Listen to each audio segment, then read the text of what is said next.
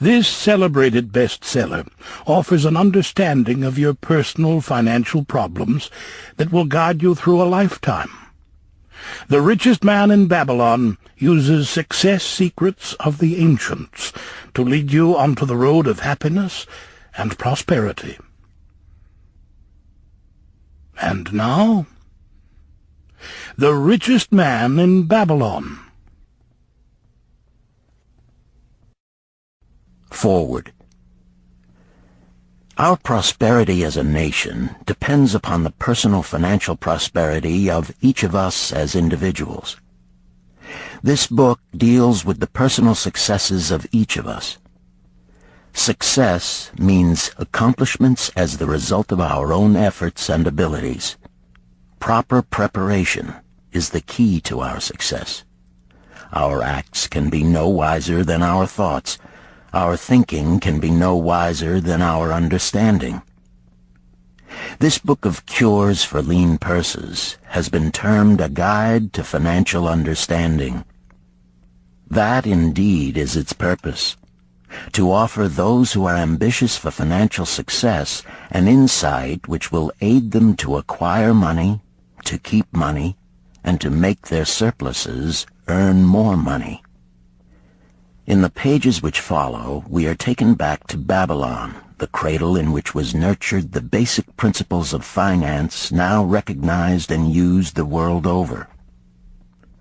To new readers, the author is happy to extend the wish that its pages may contain for them the same inspiration for growing bank accounts, greater financial successes, and the solution of difficult personal financial problems so enthusiastically reported by readers from coast to coast.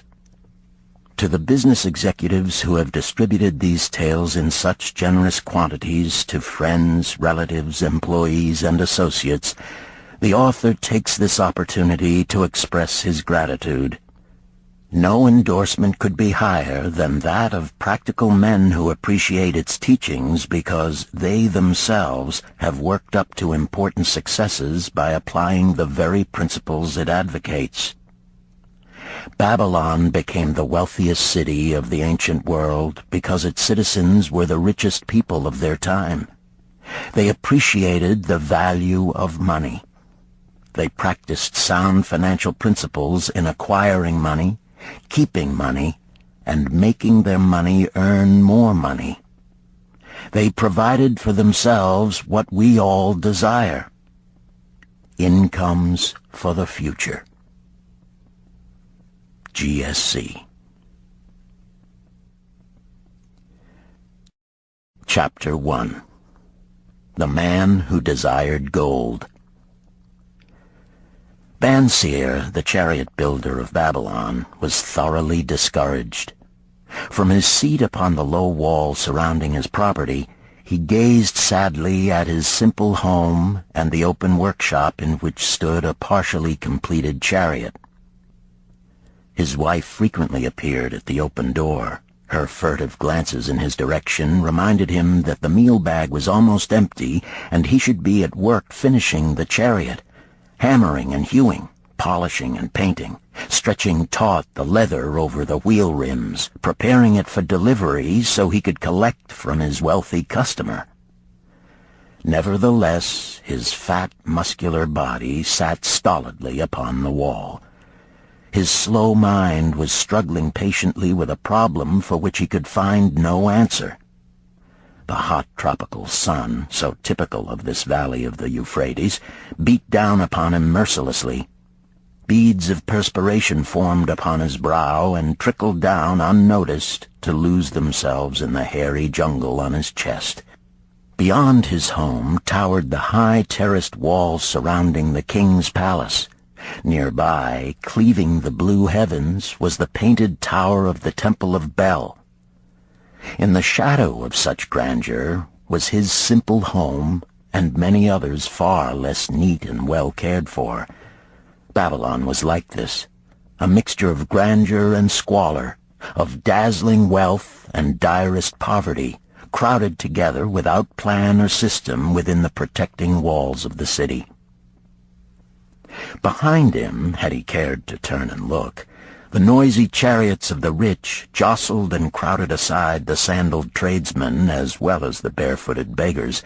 Even the rich were forced to turn into the gutters to clear the way for the long lines of slave-water carriers on the king's business, each bearing a heavy goatskin of water to be poured upon the hanging gardens.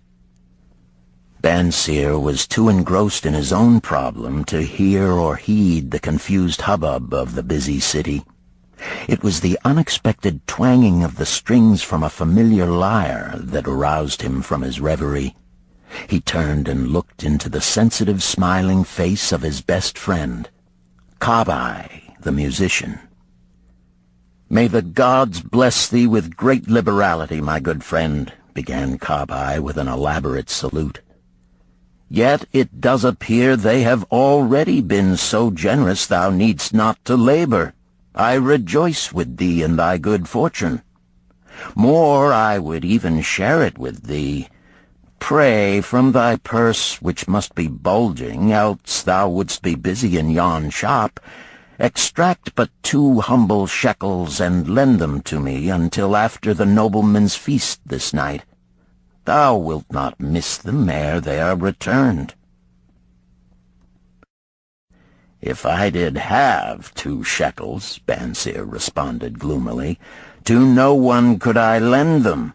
Not even to you, my best of friends, for they would be my fortune, my entire fortune." No one lends his entire fortune, not even to his best friend. "What?" exclaimed Kabai with genuine surprise. "Thou hast not 1 shekel in thy purse, yet sit like a statue upon a wall. Why not complete that chariot? How else canst thou provide for thy noble appetite? 'Tis not like thee, my friend. Where is thy endless energy?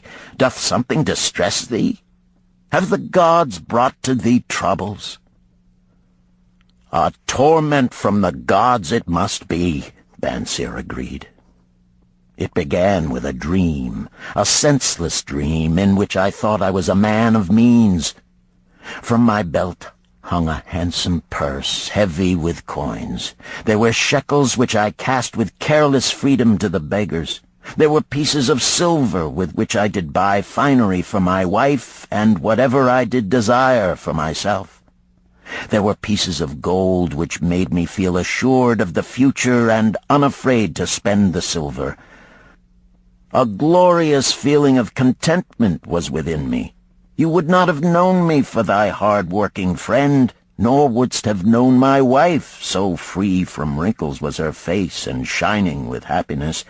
She was again the smiling maiden of our early married days." "A pleasant dream indeed," commented Kabai. "But why should such pleasant feelings as it aroused turn thee into a glum statue upon the wall?" "Why, indeed? Because when I awoke and remembered how empty was my purse, a feeling of rebellion swept over me. Let us talk it over together, for, as the sailors do say, we ride in the same boat, we two. As youngsters we went together to the priests to learn wisdom. As young men we shared each other's pleasures. As grown men we have always been close friends. We have been contented subjects of our kind. We have been satisfied to work long hours and spend our earnings freely. We have earned much coin in the years that have passed, yet to know the joys that come from wealth, we must dream about them. Bah! Are we more than dumb sheep? We live in the richest city in all the world. The travelers do say none equals it in wealth. About us is much display of wealth, but of it we ourselves have not. After half a lifetime of hard labor, thou, my best of friends, hast an empty purse, and sayest to me, may I borrow such a trifle as 2 shekels until after the nobleman's feast this night? Then what do I reply? Do I say, here is my purse, its contents will I gladly share? No, I admit that my purse is as empty as thine. What is the matter? Why cannot we acquire silver and gold, more than enough for food and robes? Consider also our sons, Bansir continued. Are they not following in the footsteps of their fathers? Need they and their families, and their sons' families, live all their lives in the midst of such treasures of gold, and yet, like us, be content to banquet upon sour goat's milk and porridge? Never in all the years of our friendship didst thou talk like this before, Bansir. Kabai was puzzled. Never in all those years did I think like this before. From early dawn until darkness stopped me, I have labored to build the finest chariots any man could make, soft-heartedly hoping some day the gods would recognize my worthy deeds and bestow upon me great prosperity. This they have never done. At last I realize this they will never do. Therefore my heart is sad. I wish to be a man of means. I wish to own lands and cattle, to have fine robes and coins in my purse. I am willing to work for these things with all the strength in my back, with all the skill in my hands, with all the cunning in my mind. But I wish my labors to be fairly rewarded. What is the matter with us? Again, I ask you, why cannot we have our just share of the good things so plentiful for those who have the gold with which to buy them? Would I knew the answer, Kabai replied. No better than thou am I satisfied. My earnings from my lyre are quickly gone. Often must I plan and scheme that my family be not hungry.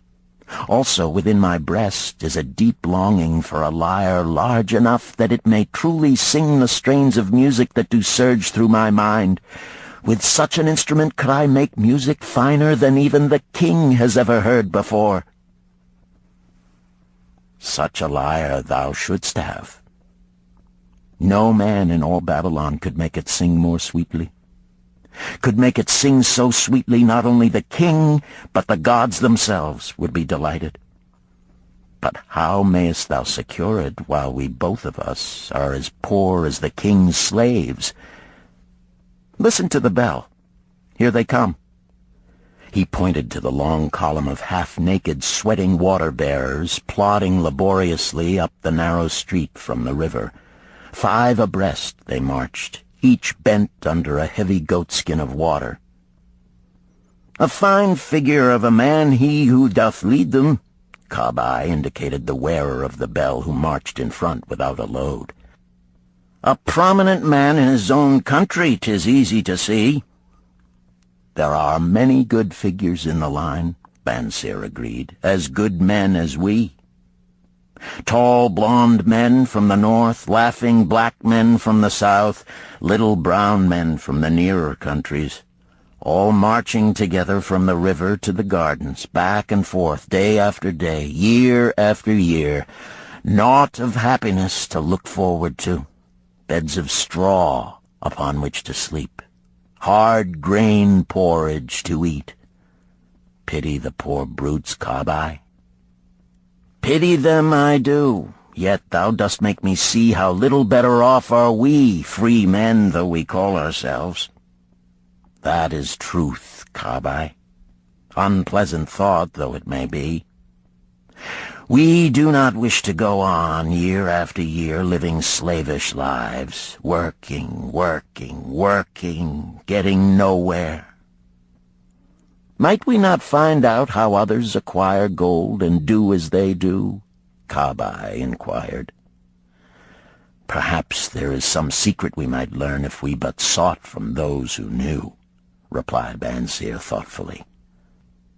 This very day, suggested Kabai, I did pass our old friend Arkad, riding in his golden chariot.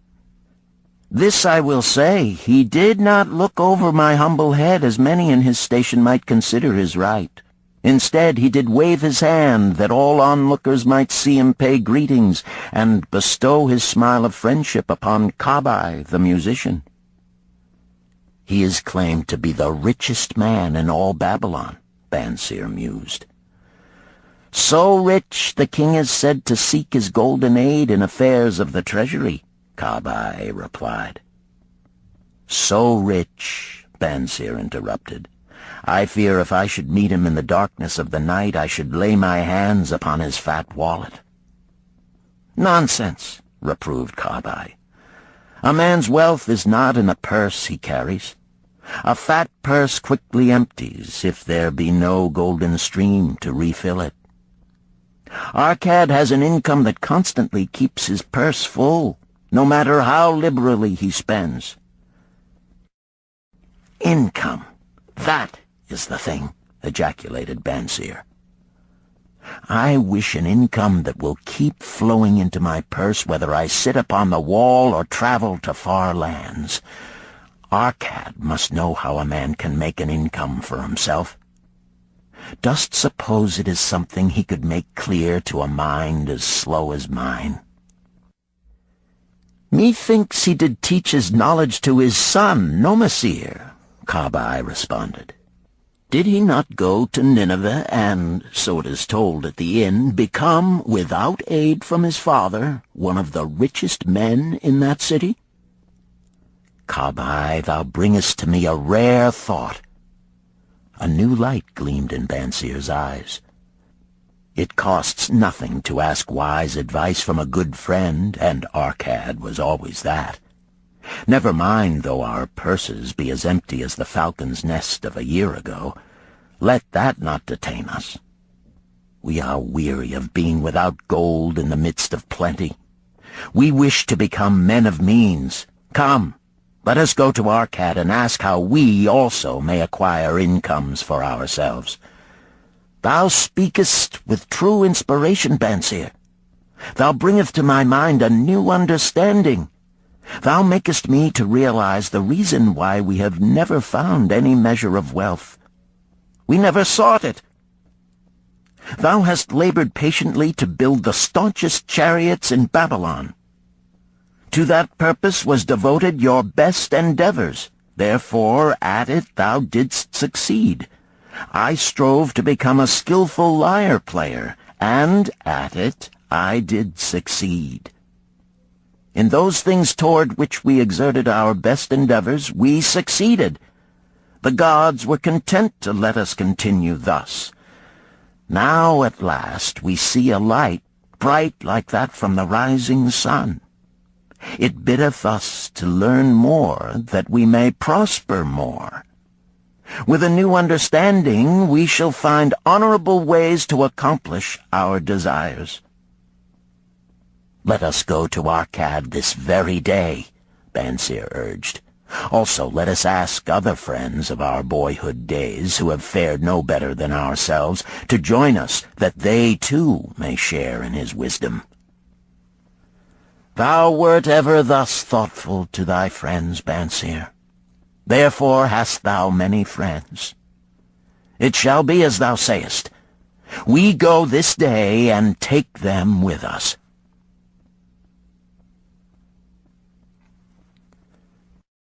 Chapter 2. The Richest Man in Babylon. In old Babylon there once lived a certain very rich man named Arkad. Far and wide he was famed for his great wealth. Also was he famed for his liberality. He was generous in his charities. He was generous with his family. He was liberal in his own expenses. But nevertheless, each year his wealth increased more rapidly than he spent it. And there were certain friends of younger days who came to him and said, You, Arkad, are more fortunate than we. You have become the richest man in all Babylon, while we struggle for existence. You can wear the finest garments, and you can enjoy the rarest foods, while we must be content if we can clothe our families in raiment that is presentable and feed them as best we can. Yet once we were equal. We studied under the same master. We played in the same games, and in neither the studies nor the games did you outshine us. And in the years since, you have been no more an honorable citizen than we. Nor have you worked harder or more faithfully in so far as we can judge. Why, then, should a fickle fate single you out to enjoy all the good things of life and ignore us who are equally deserving? Thereupon Arcad remonstrated with them, saying, If you have not acquired more than a bare existence in the years since we were youths, it is because you either have failed to learn the laws that govern the building of wealth, or else you do not observe them. Fickle fate is a vicious goddess who brings no permanent good to anyone. On the contrary, she brings ruin to almost every man upon whom she showers unearned gold. She makes wanton spenders who soon dissipate all they receive and are left beset by overwhelming appetites and desires they have not the ability to gratify. Yet others whom she favors become misers and hoard their wealth, fearing to spend what they have, knowing they do not possess the ability to replace it. They further are beset by fear of robbers and doom themselves to lives of emptiness and secret misery.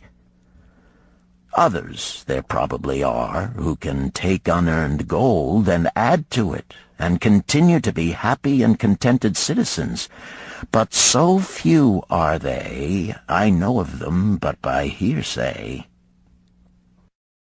Think you of the men who have inherited sudden wealth, and see if these things are not so.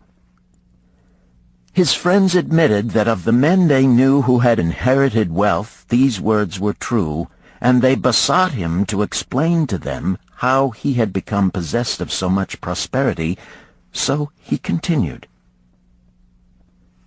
In my youth, I looked about me and saw all the good things there were to bring happiness and contentment, and I realized that wealth increased the potency of all these. Wealth is a power. With wealth, many things are possible. One may ornament the home with the richest of furnishings. One may sail the distant seas. One may feast on the delicacies of far lands. One may buy the ornaments of the gold worker and the stone polisher. One may even build mighty temples for the gods. One may do all these things and many others in which there is delight for the senses and gratification for the soul. And when I realized all this, I decided to myself that I would claim my share of the good things of life. I would not be one of those who stand afar off, enviously watching others enjoy. I would not be content to clothe myself in the cheapest raiment that looked respectable. I would not be satisfied with the lot of a poor man. On the contrary, I would make myself a guest at this banquet of good things. Being, as you know, the son of a humble merchant, one of a large family with no hope of an inheritance, and not being endowed, as you have so frankly said, with superior powers or wisdom, I decided that if I was to achieve what I desired, time and study would be required. As for time, all men have it in abundance.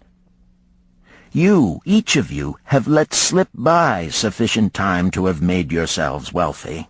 Yet you admit you have nothing to show except your good families, of which you can be justly proud.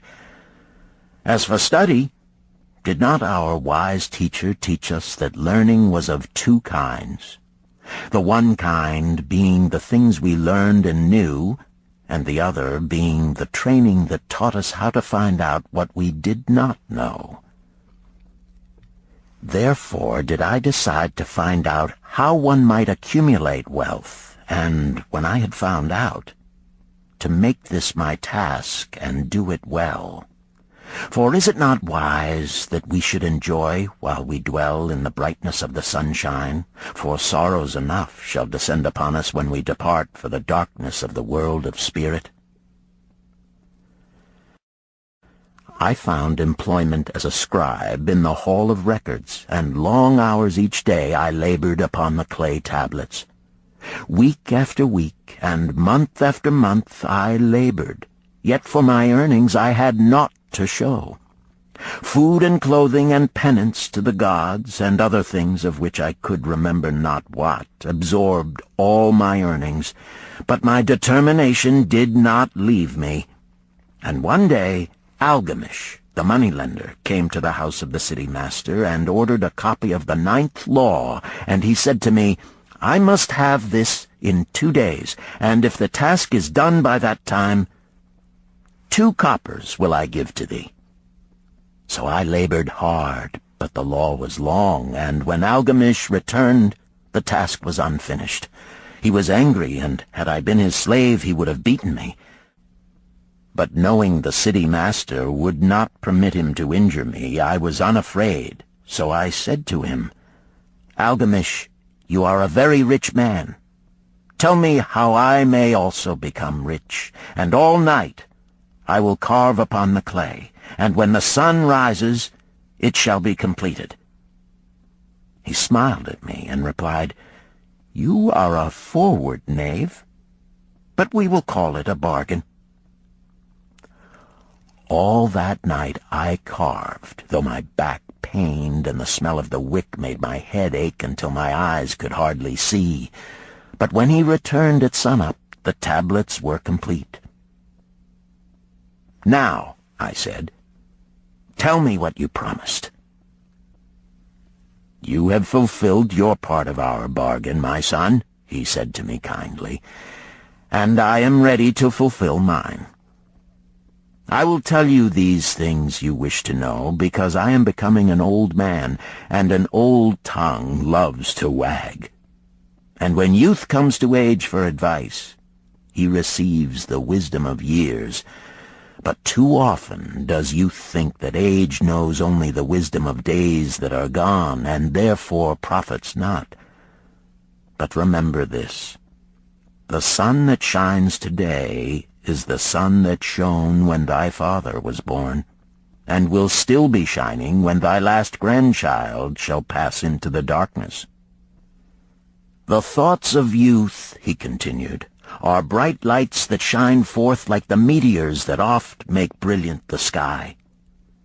But the wisdom of age is like the fixed stars that shine so unchanged that the sailor may depend upon them to steer his course.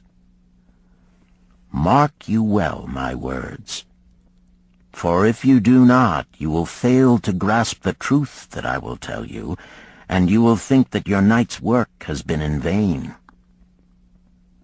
Then he looked at me shrewdly from under his shaggy brows and said in a low, forceful tone, "I've found the road to wealth when I decided that a part of all I earned was mine to keep. And so will you." Then he continued to look at me with a glance that I could feel pierce me, but said no more. "Is that all?" I asked. "That was sufficient to change the heart of a sheep-herder into the heart of a money-lender," he replied. "But all I earn is mine to keep, is it not?" I demanded. "Far from it," he replied. "Do you not pay the garment-maker? Do you not pay the sandal-maker? Do you not pay for the things you eat? Can you live in Babylon without spending? What have you to show for your earnings of the past month? What for the past year? Fool! You pay to everyone but yourself. Dullard! You labor for others. As well be a slave and work for what your master gives you to eat and wear. If you did keep for yourself 1/10 of all you earn, how much would you have in 10 years? My knowledge of the numbers did not forsake me, and I answered, "As much as I earn in 1 year." "You speak but half the truth," he retorted. "Every gold piece you save is a slave to work for you. Every copper it earns is its child that also can earn for you. If you would become wealthy, then what you save must earn, and its children must earn, that all may help to give to you the abundance you crave. You think I cheat you for your long night's work," he continued, "but I am paying you 1,000 times over if you have the intelligence to grasp the truth I offer you. A part of all you earn is yours to keep. It should not be less than 1/10, no matter how little you earn. It can be as much more as you can afford. Pay yourself first. Do not buy from the clothes maker and the sandal maker more than you can pay out of the rest and still have enough for food and charity and penance to the gods. Wealth, like a tree, grows from a tiny seed. The first copper you save is the seed from which your tree of wealth shall grow. The sooner you plant that seed, the sooner shall the tree grow. And the more faithfully you nourish and water that tree with consistent savings, the sooner may you bask in contentment beneath its shade." So saying, he took his tablets and went away. I thought much about what he had said to me, and it seemed reasonable, so I decided that I would try it. Each time I was paid, I took 1 from each 10 pieces of copper and hid it away. And strange as it may seem, I was no shorter of funds than before. I noticed little difference as I managed to get along without it. But often I was tempted, as my hoard began to grow, to spend it for some of the good things the merchants displayed, brought by camels and ships from the land of the Phoenicians. But I wisely refrained. A 12th month after Algamish had gone, he again returned and said to me, "Son, have you paid to yourself not less than 1/10 of all you have earned for the past year?" I answered proudly, "Yes, master, I have." "That is good," he answered, beaming upon me. "And what have you done with it?" "I have given it to Asmer, the brickmaker, who told me he was traveling over the far seas, and in Tyre he would buy from me the rare jewels of the Phoenicians. When he returns, we shall sell these at high prices and divide the earnings." "Every fool must learn," he growled. "But why trust the knowledge of a brickmaker about jewels? Would you go to the breadmaker to inquire about the stars? No, by my tunic, you would go to the astrologer if you had power to think. Your savings are gone, youth. You have jerked your wealth tree up by the roots. But plant another. Try again. And next time, if you would have advice about jewels, go to the jewel merchant. If you would know the truth about sheep, go to the herdsman.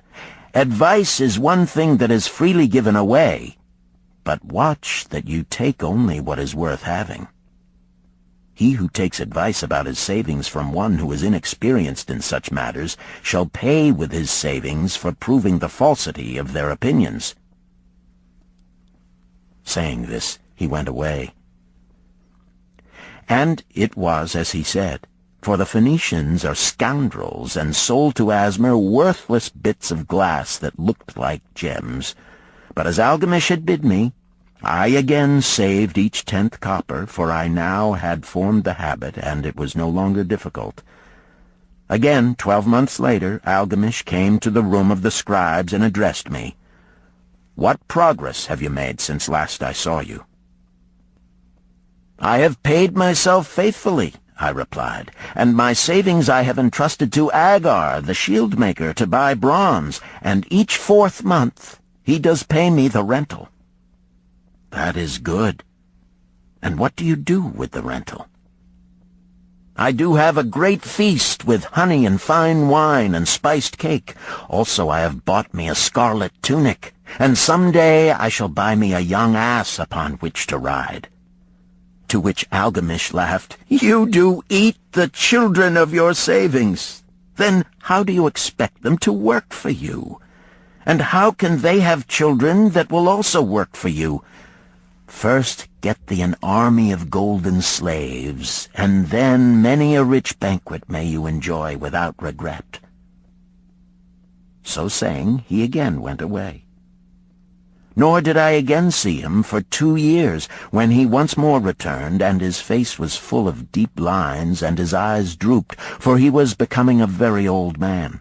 And he said to me, "Arcad, hast thou yet achieved the wealth thou dreamed of?" And I answered, "Not yet all that I desire, but some I have, and it earns more, and its earnings earn more." "And do you still take the advice of brickmakers?" "About brickmaking they give me good advice," I retorted. "Arcad," he continued, "you have learned your lessons well. You first learned to live upon less than you could earn. Next, you learned to seek advice from those who were competent through their own experiences to give it. And lastly, you have learned to make gold work for you. You have taught yourself how to acquire money, how to keep it, and how to use it. Therefore, you are competent for a responsible position. I am becoming an old man. My sons think only of spending and give no thought to earning. My interests are great, and I fear too much for me to look after. If you will go to Nippur and look after my lands there, I shall make you my partner, and you shall share in my estate." So I went to Nippur and took charge of his holdings, which were large, and because I was full of ambition, and because I had mastered the 3 laws of successfully handling wealth, I was enabled to increase greatly the value of his properties. So I prospered much, and when the spirit of Algamish departed for the sphere of darkness, I did share in his estate as he had arranged under the law. So spake Arcad, and when he had finished his tale, one of his friends said, "You were indeed fortunate that Algamish made you an heir." "Fortunate only in that I had the desire to prosper before I first met him.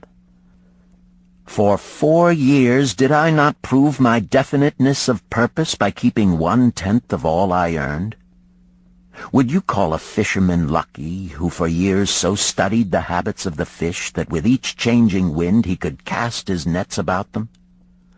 Opportunity is a haughty goddess who wastes no time with those who are unprepared. You had strong willpower to keep on after you lost your first year's savings. You are unusual in that way," spoke up another. "Willpower," retorted Arcad. "What nonsense! Do you think willpower gives a man the strength to lift a burden the camel cannot carry, or to draw a load the oxen cannot budge? Willpower is but the unflinching purpose to carry a task you set for yourself to fulfillment. If I set for myself a task, be it ever so trifling, I shall see it through. How else shall I have confidence in myself to do important things? Should I say to myself, for 100 days as I walk across the bridge into the city, I will pick from the road a pebble and cast it into the stream? I would do it. If on the 7th day I passed by without remembering, I would not say to myself, tomorrow I will cast 2 pebbles which will do as well. Instead, I would retrace my steps and cast the pebble. Nor on the 20th day would I say to myself, Arcad, this is useless. What does it avail you to cast a pebble every day? Throw in a handful and be done with it. No, I would not say that, nor do it, When I set a task for myself, I complete it. Therefore, I am careful not to start difficult and impractical tasks, because I love leisure." And then another friend spoke up and said, "If what you tell is true, and it does seem, as you have said, reasonable, then being so simple, if all men did it, there would not be enough wealth to go around." "Wealth grows wherever men exert energy," Arcad replied. "If a rich man builds him a new palace, is the gold he pays out gone? No, the brickmaker has part of it, and the laborer has part of it, and the artist has part of it, and everyone who labors upon the house has part of it. Yet, when the palace is completed, is it not worth all it cost? And is the ground upon which it stands not worth more because it is there? And is the ground that adjoins it not worth more because it is there? Wealth grows in magic ways. No man can prophesy the limit of it. Have not the Phoenicians built great cities on barren coasts with the wealth that comes from their ships of commerce on the seas? What then do you advise us to do that we also may become rich?" asked still another of his friends. "The years have passed, and we are no longer young men, and we have nothing put by." "I advise that you take the wisdom of Algamish and say to yourselves, 'A part of all I earn is mine to keep.' Say it in the morning when you first arise, say it at noon, say it at night. Say it each hour of every day. Say it to yourself until the words stand out like letters of fire across the sky. Impress yourself with the idea. Fill yourself with the thought. Then take whatever portion seems wise. Let it be not less than 1/10, and lay it by. Arrange your other expenditures to do this if necessary, but lay by that portion first. Soon you will realize what a rich feeling it is to own a treasure upon which you alone have claim. As it grows, it will stimulate you. A new joy of life will thrill you. Greater efforts will come to you to earn more. For of your increased earnings, will not the same percentage be also yours to keep? Then learn to make your treasure work for you. Make it your slave. Make its children and its children's children work for you.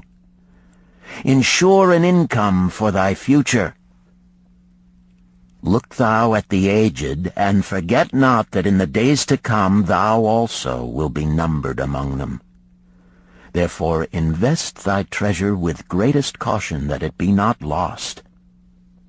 Usurious rates of return are deceitful sirens that sing but to lure the unwary upon the rocks of loss and remorse. Provide also that thy family may not want should the gods call thee to their realms. For such protection it is always possible to make provision with small payments at regular intervals. Therefore the provident man delays not in expectation of a large sum becoming available for such a wise purpose.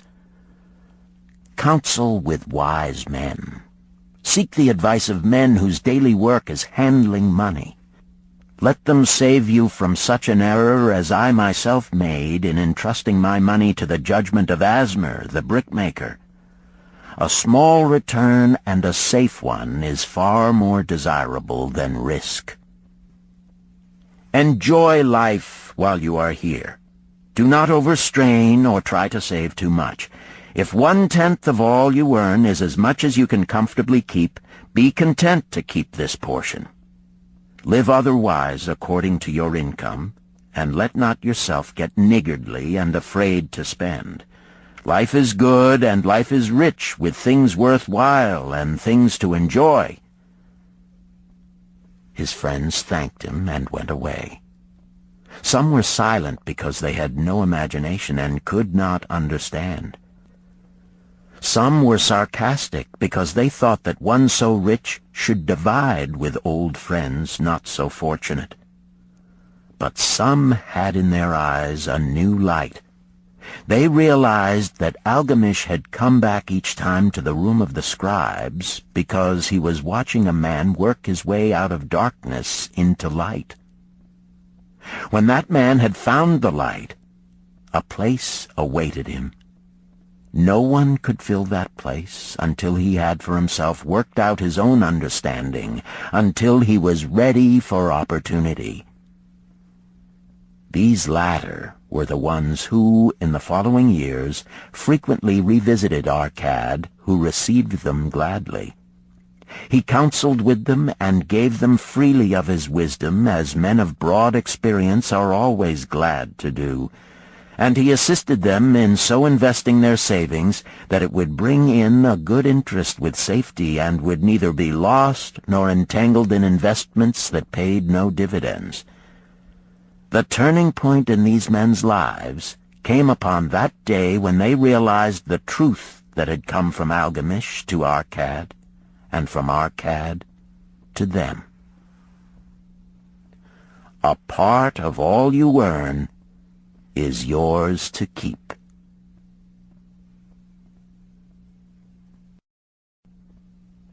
Chapter 3. 7 Cures for a Lean Purse. The glory of Babylon endures. Down through the ages, its reputation comes to us as the richest of cities, its treasures as fabulous. Yet it was not always so. The riches of Babylon were the results of the wisdom of its people. They first had to learn how to become wealthy. When the good King Sargon returned to Babylon after defeating his enemies, the Elamites, he was confronted with a serious situation. The royal chancellor explained it to the king thus: "After many years of great prosperity brought to our people because your majesty built the great irrigation canals and the mighty temples of the gods, now that these works are completed, the people seem unable to support themselves. The laborers are without employment. The merchants have few customers. The farmers are unable to sell their produce. The people have not enough gold to buy food." "But where has all the gold gone that we spent for these great improvements?" demanded the king. "It has found its way, I fear," responded the chancellor, "into the possession of a few very rich men of our city. It filtered through the fingers of most of our people as quickly as the goat's milk goes through the strainer. Now that the stream of gold has ceased to flow, most of our people have nothing to show for their earnings." The king was thoughtful for some time. Then he asked, "Why should so few men be able to acquire all the gold?" "Because they know how," replied the chancellor. "One may not condemn a man for succeeding because he knows how. Neither may one with justice take away from a man what he has fairly earned, to give to men of less ability." "But why," demanded the king, "should not all the people learn how to accumulate gold and therefore become themselves rich and prosperous?" "Quite possible, Your Excellency. But who can teach them? Certainly not the priests, because they know naught of money-making." "Who knows best in all our city how to become wealthy, Chancellor?" asked the king. "Thy question answers itself, Your Majesty. Who has amassed the greatest wealth in Babylon?" "Well said, my able chancellor. It is Arcad. He is the richest man in Babylon. Bring him before me on the morrow." Upon the following day, as the king had decreed, Arcad appeared before him, straight and sprightly, despite his 80 years and 10. "Arcad," spoke the king, "is it true thou art the richest man in Babylon?" "So it is reported, Your Majesty, and no man disputes it." "How becamest thou so wealthy?" "By taking advantage of opportunities available to all citizens of our good city." Thou hadst nothing to start with? Only a great desire for wealth. Besides this, nothing. Arcad, continued the king, our city is in a very unhappy state because a few men know how to acquire wealth and therefore monopolize it, while the mass of our citizens lack the knowledge of how to keep any part of the gold they receive. It is my desire that Babylon be the wealthiest city in the world. Therefore, it must be a city of many wealthy men. Therefore, we must teach all the people how to acquire riches. Tell me, Arcad, is there any secret to acquiring wealth? Can it be taught? It is practical, Your Majesty. That which one man knows can be taught to others. The king's eyes glowed. Arcad, thou speakest the words I wish to hear. Wilt thou lend thyself to this great cause? Wilt thou teach thy knowledge to a school for teachers, each of whom shall teach others until there are enough trained to teach these truths to every worthy subject in my domain? Arcad bowed and said, I am thy humble servant to command. Whatever knowledge I possess will I gladly give for the betterment of my fellow men and the glory of my king. Let your good chancellor arrange for me a class of 100 men, and I will teach them those 7 cures which did fatten my purse, than which there was none leaner in all Babylon. A fortnight later, in compliance with the king's command, the chosen 100 assembled in the great hall of the Temple of Learning, seated upon colorful rings in a semicircle. Arcad sat beside a small taboret upon which smoked a sacred lamp, sending forth a strange and pleasing odor. "Behold the richest man in Babylon," whispered a student, nudging his neighbor as Arcad arose. "He is but a man, even as the rest of us." "As a dutiful subject of our great king," Arcad began, "I stand before you in his service. Because once I was a poor youth who did greatly desire gold, and because I found knowledge that enabled me to acquire it, he asks that I impart unto you my knowledge. I started my fortune in the humblest way. I had no advantage not enjoyed as fully by you and every citizen in Babylon. The first storehouse of my treasure was a well-worn purse. I loathed its useless emptiness. I desired that it be round and full, clinking with the sound of gold. Therefore I sought every remedy for a lean purse. I found 7. To you who are assembled before me shall I explain the 7 cures for a lean purse, which I do recommend to all men who desire much gold. Each day for 7 days will I explain to you one of the 7 remedies. Listen attentively to the knowledge that I will impart. Debate it with me. Discuss it among yourselves. Learn these lessons thoroughly, that ye may also plant in your own purse the seed of wealth. First must each of you start wisely to build a fortune of his own. Then wilt thou be competent, and only then, to teach these truths to others. I shall teach to you in simple ways how to fatten your purses. This is the first step leading to the Temple of Wealth, and no man may climb who cannot plant his feet firmly upon the first step. We shall now consider the first cure. The first cure. Start thy purse to fattening. Arcad addressed the thoughtful man in the second row. My good friend, at what craft workest thou? I, replied the man, am a scribe, and carve records upon the clay tablets. Even at such labor did I myself earn my first coppers. Therefore thou hast the same opportunity to build a fortune. He spoke to a florid-faced man farther back. Pray tell also what dost thou to earn thy bread? I, responded this man, am a meat butcher. I do buy the goats the farmers raise, and kill them, and sell the meat to the housewives, and the hides to the sandal makers. Because thou dost also labor and earn, thou hast every advantage to succeed that I did possess. In this way did Arcad proceed to find out how each man labored to earn his living. When he had done questioning them, he said, Now, my students, ye can see that there are many trades and labors at which men may earn coins.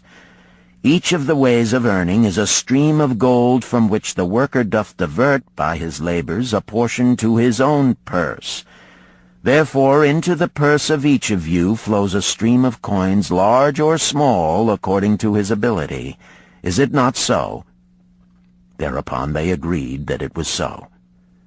Then, continued Arcad, if each of you desireth to build for himself a fortune, is it not wise to start by utilizing that source of wealth which he already has established? To this they agreed. Then Arcad turned to a humble man who had declared himself an egg merchant. If thou select one of thy baskets, and put into it each morning 10 eggs, and take out from it each evening 9 eggs, what will eventually happen? It will become in time overflowing. Why? Because each day I put in 1 more egg than I take out. Arcad turned to the class with a smile. Does any man here have a lean purse? First they looked amused, then they laughed. Lastly, they waved their purses in jest. All right, he continued.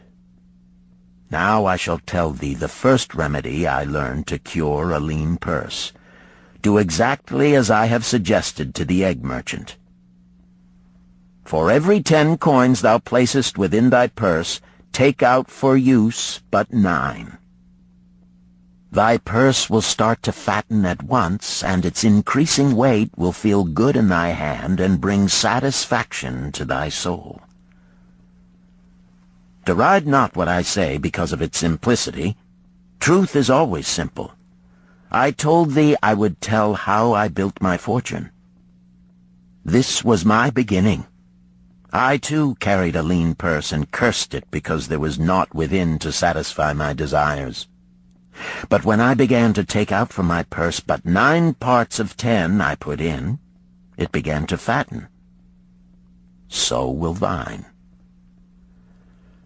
Now I will tell a strange truth, the reason for which I know not. When I ceased to pay out more than 9/10 of my earnings, I managed to get along just as well. I was not shorter than before. Also, ere long did coins come to me more easily than before. Surely it is a law of the gods that unto him who keepeth and spendeth not a certain part of all his earnings shall gold come more easily. Likewise him whose purse is empty does gold avoid. Which desirest thou the most? Is it the gratification of thy desires of each day, a jewel, a bit of finery, better raiment, more food, things quickly gone and forgotten? Or is it substantial belongings, gold, lands, herds, merchandise, income-bringing investments? The coins thou takest from thy purse bring the first. The coins thou leavest within it will bring the latter. This, my students, was the first cure I did discover for my lean purse. For each 10 coins I put in, to spend but 9. Debate this among yourselves. If any man proves it untrue, tell me upon the morrow when we shall meet again. The second cure. Control thy expenditures. Some of your members, my students, have asked me this. How can a man keep 1/10 of all he earns in his purse when all the coins he earns are not enough for his necessary expenses? So did Arcad address his students upon the second day. "Yesterday, how many of thee carried lean purses?" "All of us," answered the class. "Yet thou do not all earn the same. Some earn much more than others. Some have much larger families to support. Yet all purses were equally lean. Now I will tell thee an unusual truth about men and sons of men. It is this, that what each of us calls our necessary expenses will always grow to equal our incomes unless we protest to the contrary. Confuse not the necessary expenses with thy desires. Each of you, together with your good families, have more desires than your earnings can gratify. Therefore are thy earnings spent to gratify these desires in so far as they will go. Still thou retainest many ungratified desires. All men are burdened with more desires than they can gratify. Because of my wealth, thinkest thou I may gratify every desire? 'Tis a false idea. There are limits to my time. There are limits to my strength. There are limits to the distance I may travel. There are limits to what I may eat. There are limits to the zest with which I may enjoy. I say to you that just as weeds grow in a field wherever the farmer leaves space for their roots, even so freely do desires grow in men whenever there is a possibility of their being gratified. Thy desires are a multitude, and those that thou mayest gratify are but few. Study thoughtfully thy accustomed habits of living. Herein may be most often found certain accepted expenses that may wisely be reduced or eliminated. Let thy motto be 100% of appreciated value demanded for each coin spent. Therefore engrave upon the clay each thing for which thou desireth to spend. Select those that are necessary and others that are possible through the expenditure of 9/10 of thy income. Cross out the rest and consider them but a part of that great multitude of desires that must go unsatisfied, and regret them not. Budget then thy necessary expenses. Touch not the 1/10 that is fattening thy purse. Let this be thy great desire that is being fulfilled. Keep working with thy budget. Keep adjusting it to help thee. Make it thy first assistant in defending thy fattening purse. Hereupon one of the students, wearing a robe of red and gold, arose and said, "I am a free man. I believe that it is my right to enjoy the good things of life. Therefore do I rebel against the slavery of a budget which determines just how much I may spend and for what.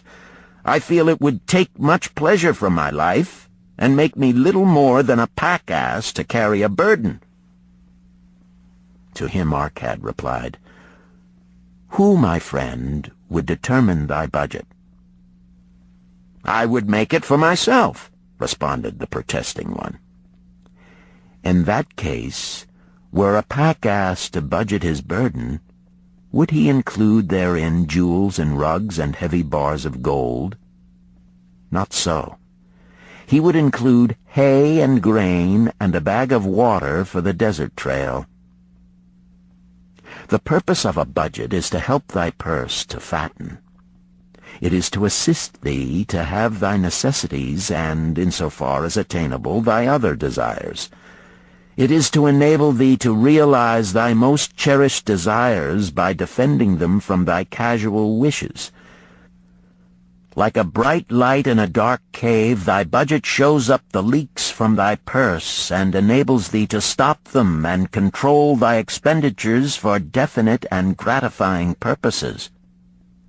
This, then, is the second cure for a lean purse.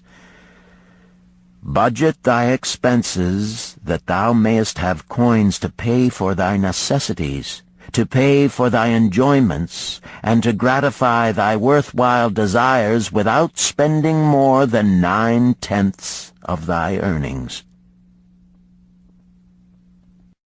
The third cure. Make thy gold multiply. Behold, thy lean purse is fattening. Thou hast disciplined thyself to leave therein 1/10 of all thou earnest. Thou hast controlled thy expenditures to protect thy growing treasure. Next, we will consider means to put thy treasure to labor and to increase. Gold in a purse is gratifying to own, and satisfieth a miserly soul, but earns nothing. The gold we may retain from our earnings is but the start. The earnings it will make shall build our fortunes. So spoke our cat upon the third day to his class. How, therefore, may we put our gold to work? My first investment was unfortunate, for I lost all. Its tale I will relate later. My first profitable investment was a loan I made to a man named Agar, a shield maker. Once each year did he buy large shipments of bronze brought from across the sea to use in his trade. Lacking sufficient capital to pay the merchants, he would borrow from those who had extra coins. He was an honorable man. His borrowing he would repay, together with a liberal rental as he sold his shields. Each time I loaned to him, I loaned back also the rental he had paid to me. Therefore not only did my capital increase, but its earnings likewise increased. Most gratifying was it to have these sums returned to my purse. I tell you, my students, a man's wealth is not in the coins he carries in his purse. It is the income he buildeth, the golden stream that continually floweth into his purse and keepeth it always bulging. That is what every man desireth. That is what thou, each one of thee, desireth. An income that continueth to come whether thou work or travel. Great income I have acquired, so great that I am called a very rich man. My loans to Agar were my first training in profitable investment. Gaining wisdom from this experience, I extended my loans and investments as my capital increased. From a few sources at first, from many sources later, flowed into my purse a golden stream of wealth available for such wise uses as I should decide. Behold, from my humble earnings, I had begotten a horde of golden slaves, each laboring and earning more gold. As they labored for me, so their children also labored, and their children's children, until great was the income from their combined efforts. Gold increaseth rapidly when making reasonable earnings, as thou wilt see from the following.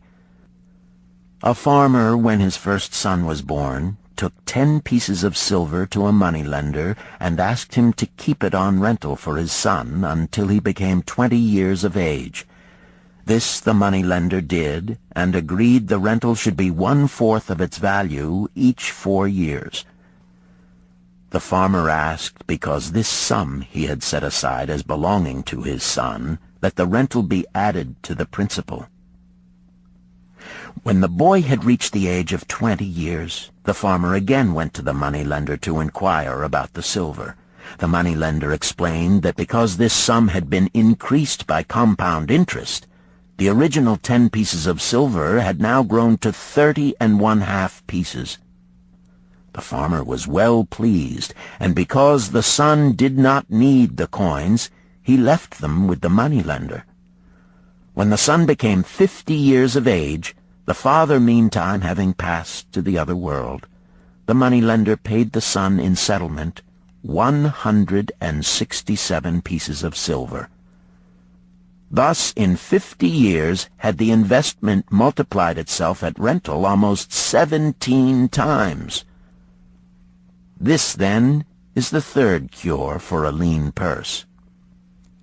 to put each coin to laboring, that it may reproduce its kind, even as the flocks of the field, and help bring to thee income, a stream of wealth that shall flow constantly into thy purse. The fourth cure. Guard thy treasures from loss. Misfortune loves a shining mark. Gold in a man's purse must be guarded with firmness, else it be lost. Thus it is wise that we must first secure small amounts and learn to protect them before the gods entrust us with larger. So spoke our cad upon the fourth day to his class. Every owner of gold is tempted by opportunities whereby it would seem that he could make large sums by its investment in most plausible projects. Often friends and relatives are eagerly entering such investment and urge him to follow. The first sound principle of investment is security for thy principal. Is it wise to be intrigued by larger earnings when thy principal may be lost? I say not. The penalty of risk is probable loss. Study carefully, before parting with thy treasure, each assurance that it may be safely reclaimed. Be not misled by thine own romantic desires to make wealth rapidly. Before thou loan it to any man, assure thyself of his ability to repay and his reputation for doing so, that thou mayest not unwittingly be making him a present of thy hard-earned treasure. Before thou entrust it as an investment in any field, acquaint thyself with the dangers which may beset it. My own first investment was a tragedy to me at the time. The guarded savings of a year I did entrust to a brickmaker named Asmer, who was traveling over the far seas, and in Tyre agreed to buy for me the rare jewels of the Phoenicians. These we would sell upon his return and divide the profits. The Phoenicians were scoundrels and sold them bits of glass. My treasure was lost. Today, my training would show to me at once the folly of entrusting a brickmaker to buy jewels. Therefore do I advise thee from the wisdom of my experiences, be not too confident of thine own wisdom in entrusting thy treasures to the possible pitfalls of investments. Better by far to consult the wisdom of those experienced in handling money for profit. Such advice is freely given for the asking, and may readily possess a value equal in gold to the sum thou considerest investing. In truth, such is its actual value if it save thee from loss. This, then, is the fourth cure for a lean purse, and of great importance if it prevent thy purse from being emptied once it has become well filled. Guard thy treasure from loss by investing only where thy principal is safe, where it may be reclaimed if desirable, and where thou wilt not fail to collect a fair rental. Consult with wise men. Secure the advice of those experienced in the profitable handling of gold. Let their wisdom protect thy treasure from unsafe investments. This ends Disc 1. The Richest Man in Babylon, Disc 2. The fifth cure. Make of thy dwelling a profitable investment. If a man setteth aside 9 parts of his earnings upon which to live and enjoy life, and if any part of this 9 parts he can turn into a profitable investment without detriment to his well-being, then so much faster will his treasures grow. So spake our cad to his class at their 5th lesson. All too many of our men of Babylon do raise their families in unseemly quarters. They do pay to exacting landlords liberal rentals for rooms where their wives have not a spot to raise the blooms that gladden a woman's heart, and their children have no place to play their games except in the unclean alleys. No man's family can fully enjoy life unless they do have a plot of ground wherein children can play in the clean earth, and where the wife may raise not only blossoms but good rich herbs to feed her family. To a man's heart it brings gladness to eat the figs from his own trees and the grapes of his own vines, to own his own domicile and to have it a place he is proud to care for, putteth confidence in his heart and greater effort behind all his endeavors. Therefore do I recommend that every man own the roof that sheltereth him and his. Nor is it beyond the ability of any well-intentioned man to own his home. Hath not our great king so widely extended the walls of Babylon that within them much land is now unused, and may be purchased at sums most reasonable? Also I say to you, my students, that the money-lenders gladly consider the desires of men who seek homes and land for their families. Readily may thou borrow to pay the brickmaker and the builder for such commendable purposes, if thou can show a reasonable portion of the necessary sum which thou thyself hast provided for the purpose. Then when the house be built, thou canst pay the money-lender with the same regularity as thou didst pay the landlord, because each payment will reduce thy indebtedness to the money-lender.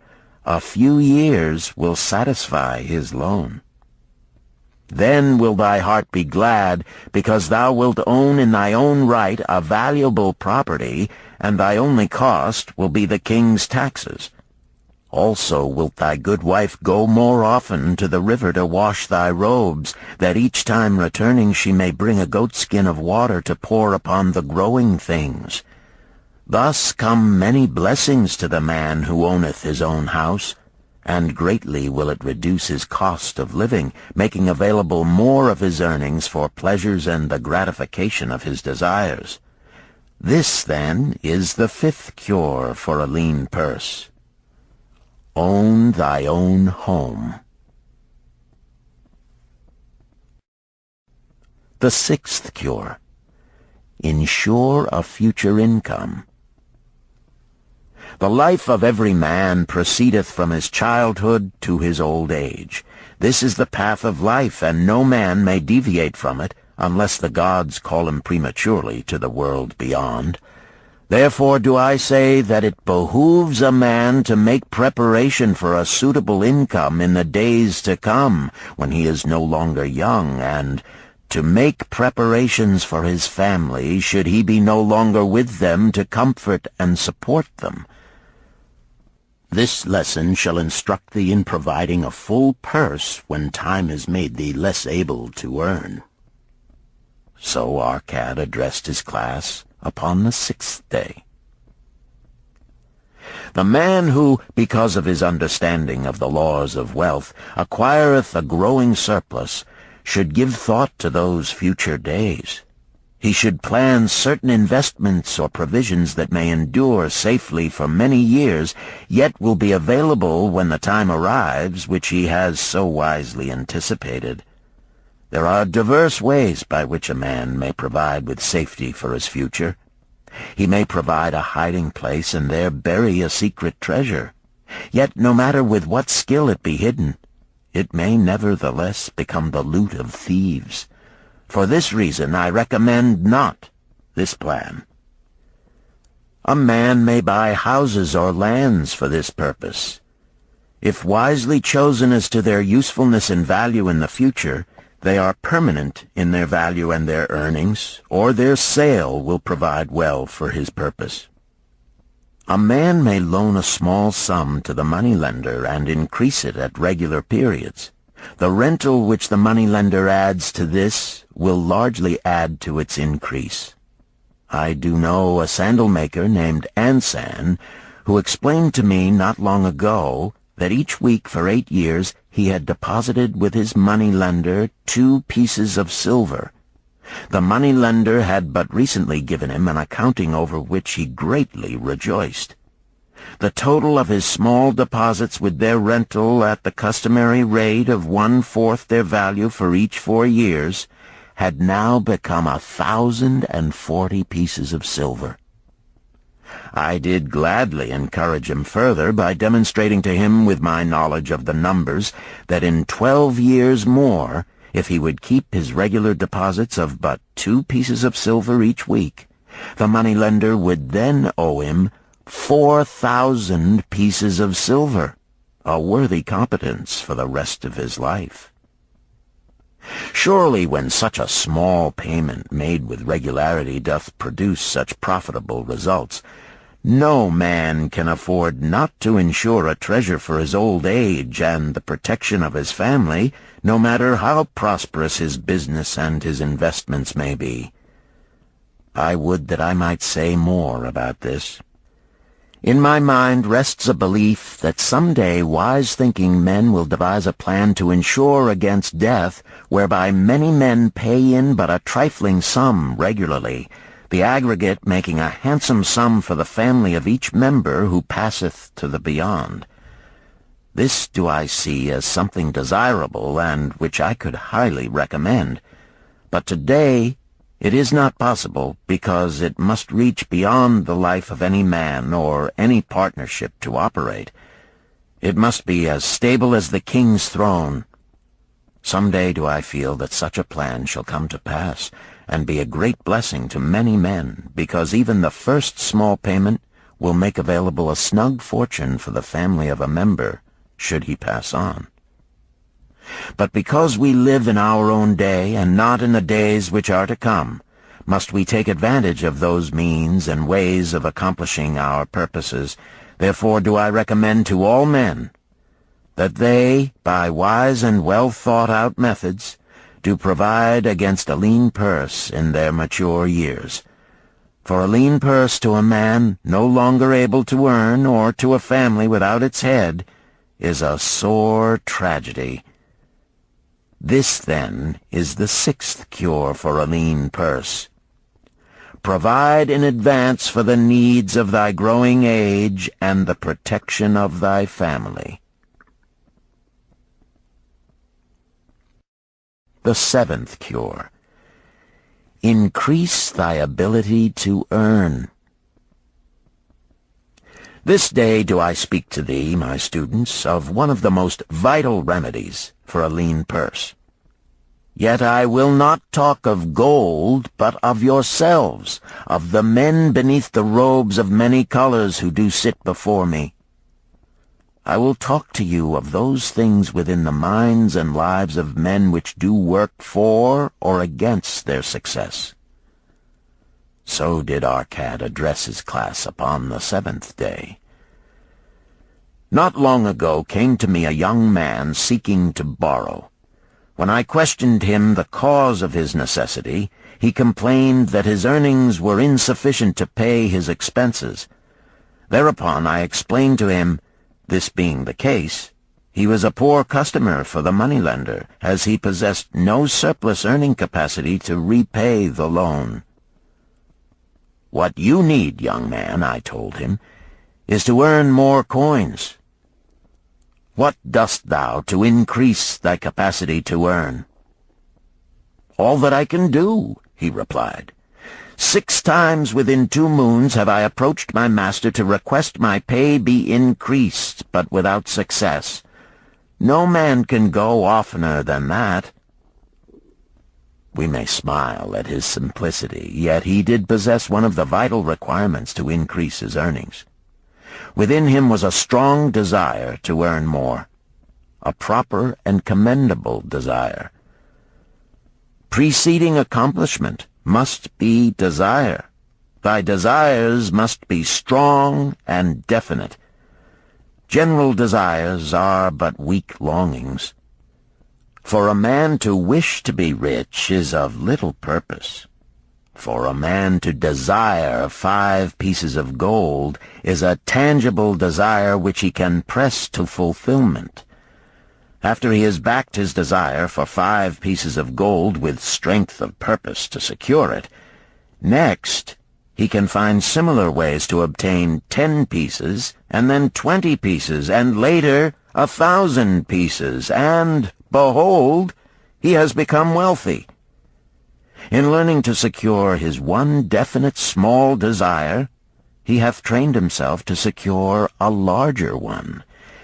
This is the process by which wealth is accumulated, first in small sums, then in larger ones as a man learns and becomes more capable. Desires must be simple and definite. They defeat their own purpose should they be too many, too confusing, or beyond a man's training to accomplish. As a man perfecteth himself in his calling, even so doth his ability to earn increase.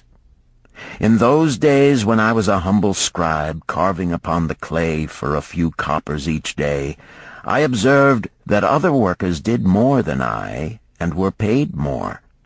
Therefore did I determine that I would be exceeded by none. Nor did it take long for me to discover the reason for their greater success. More interest in my work, more concentration upon my task, more persistence in my effort, and, behold, few men could carve more tablets in a day than I.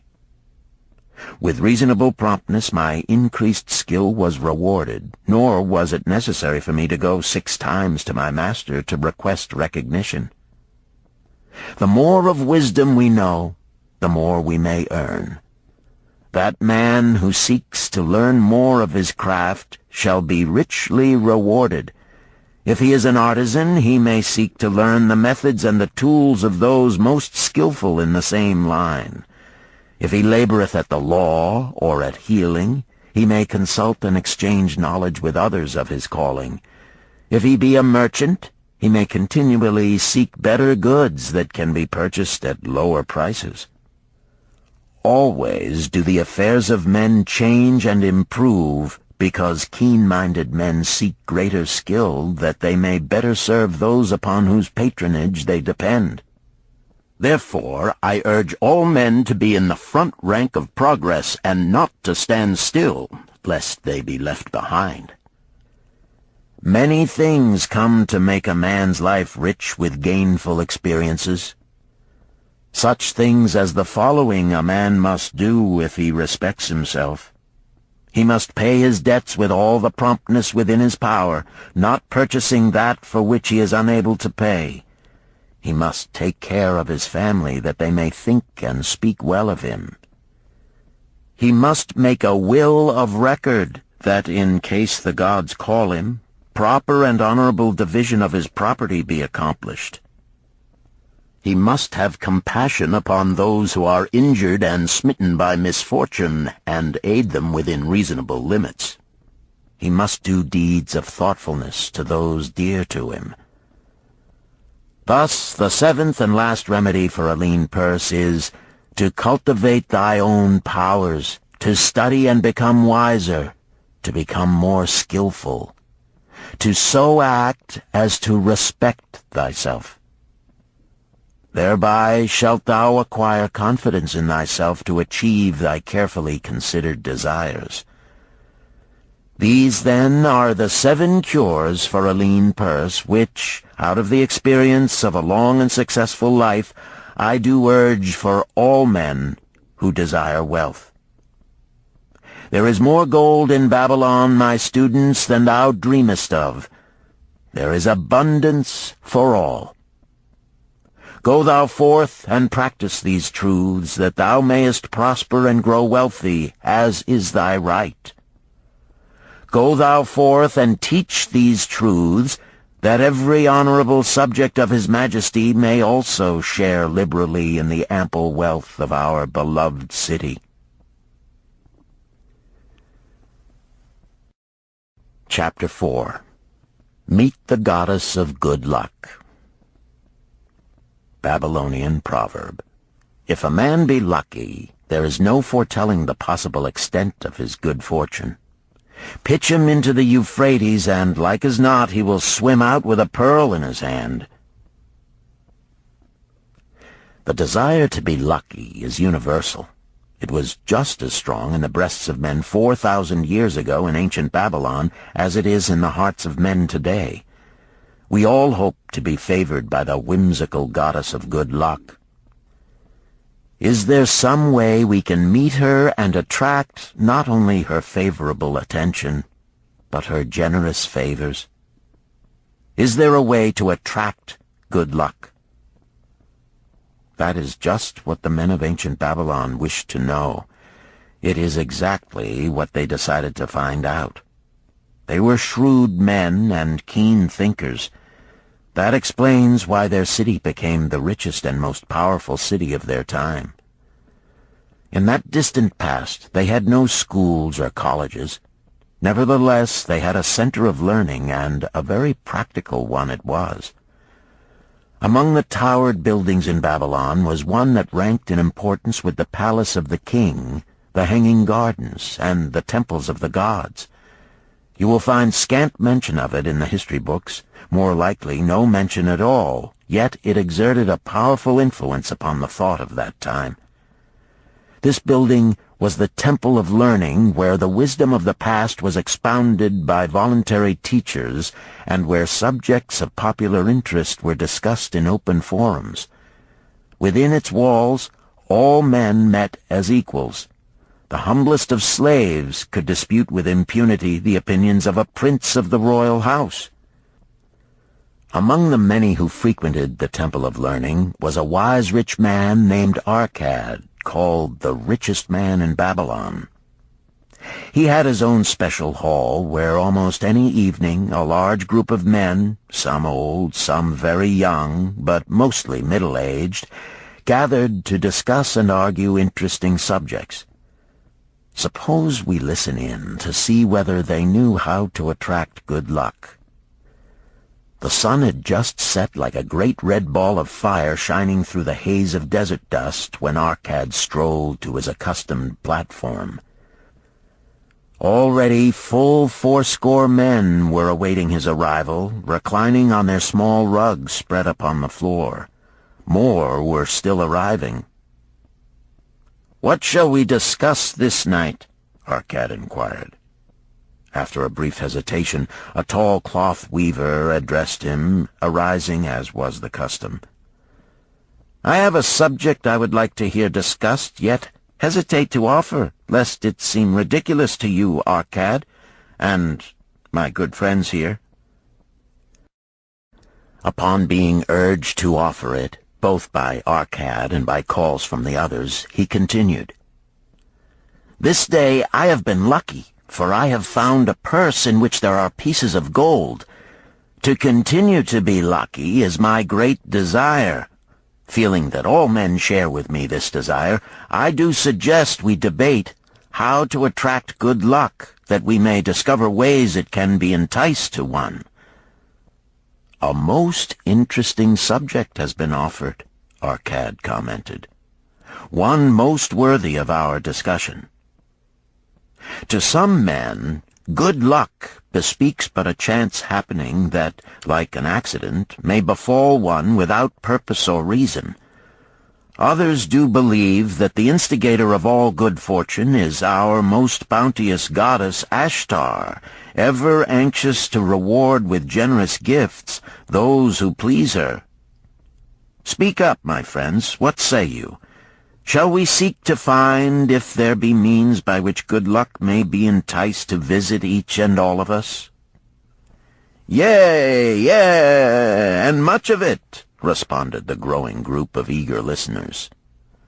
Thereupon Arcad continued, "To start our discussion, let us first hear from those among us who have enjoyed experiences similar to that of the cloth weaver in finding or receiving, without effort upon their part, valuable treasures or jewels."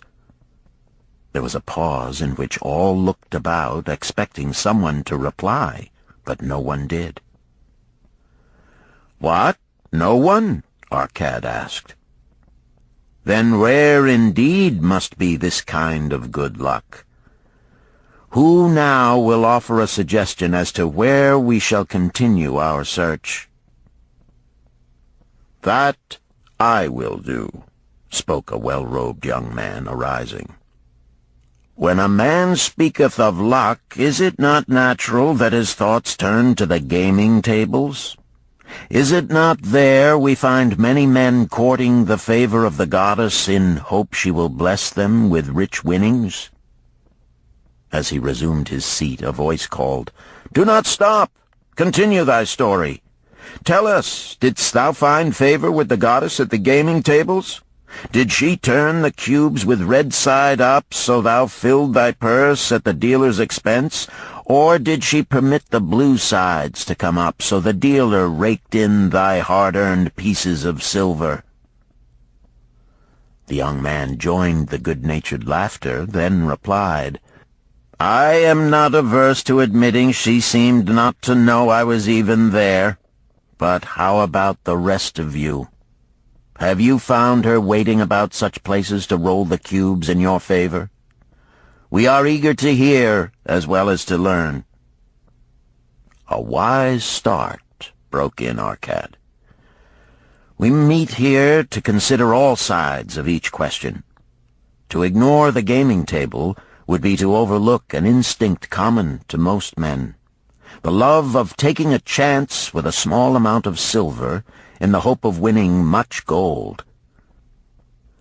"That doth remind me of the races but yesterday," called out another listener. "If the goddess frequents the gaming tables, certainly she does not overlook the races where the gilded chariots and the foaming horses offer far more excitement. Tell us honestly, Arcad, didst she whisper to you to place your bet upon those gray horses from Nineveh yesterday? I was standing just behind thee, and could scarce believe my ears when I heard thee place thy bet upon the grays.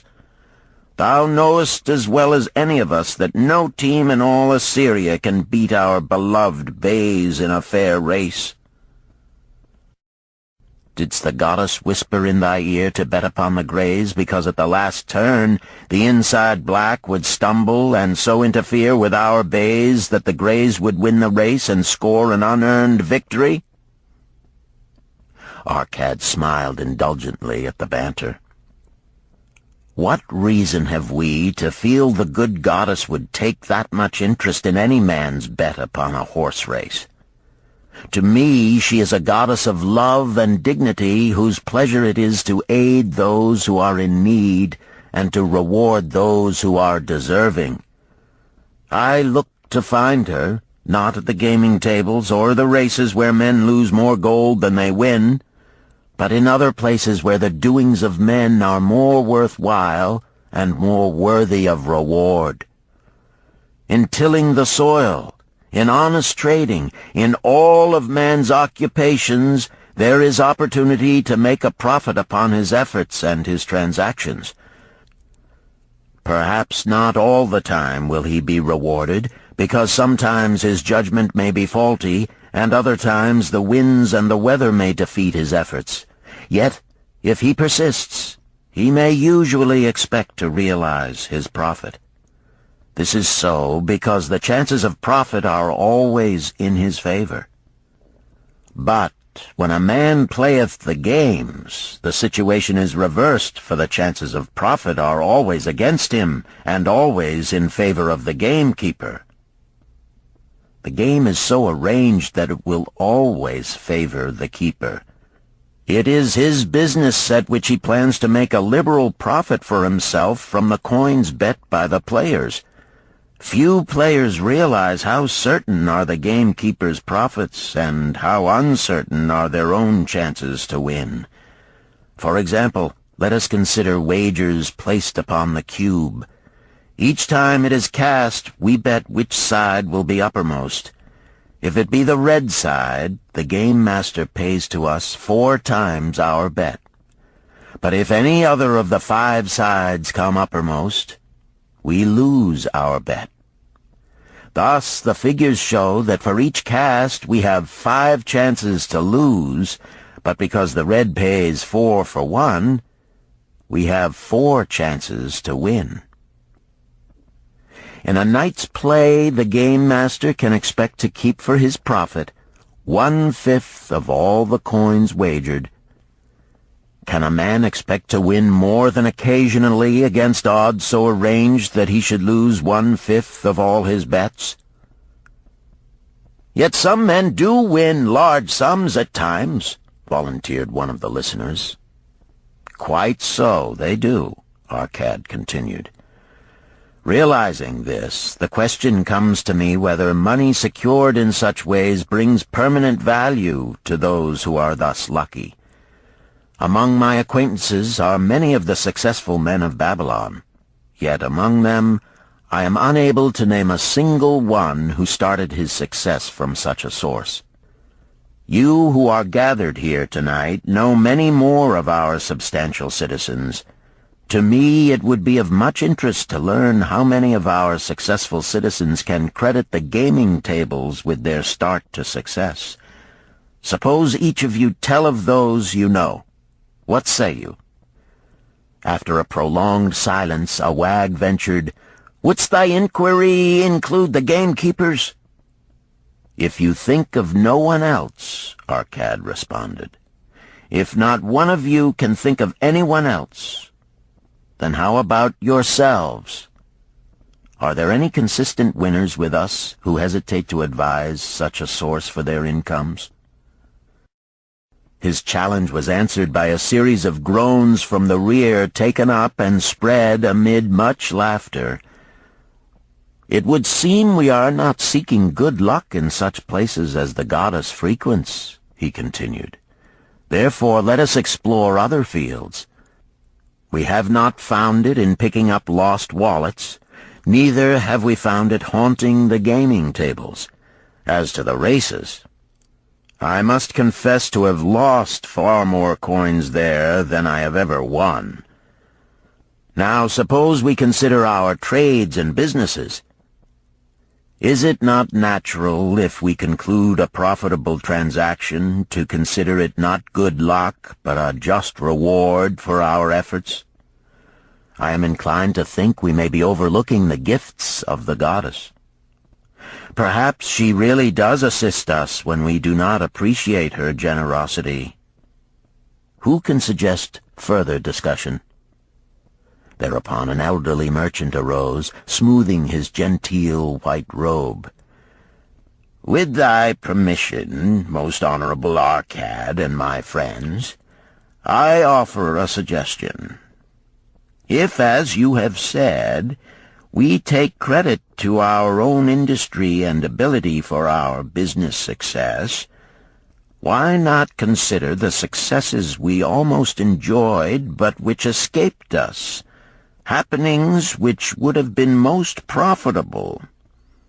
They would have been rare examples of good luck if they had actually happened. Because they were not brought to fulfillment, we cannot consider them as our just rewards. Surely many men here have such experiences to relate." "Here is a wise approach," Arcad approved. "Who among you have had good luck within your grasp only to see it escape?" Many hands were raised, among them that of the merchant. Arcad motioned to him to speak. "As you suggested this approach, we should like to hear first from you." "I will gladly relate a tale," he resumed, "that doth illustrate how closely unto a man good luck may approach, and how blindly he may permit it to escape, much to his loss and later regret. Many years ago, when I was a young man, just married and well started to earning, my father did come one day and urge most strongly that I enter upon an investment. The son of one of his good friends had taken notice of a barren tract of land not far beyond the outer walls of our city. It lay high above the canal where no water could reach it. The son of my father's friend devised a plan to purchase this land, build 3 large water wheels that could be operated by oxen, and thereby raise the life-giving waters to the fertile soil.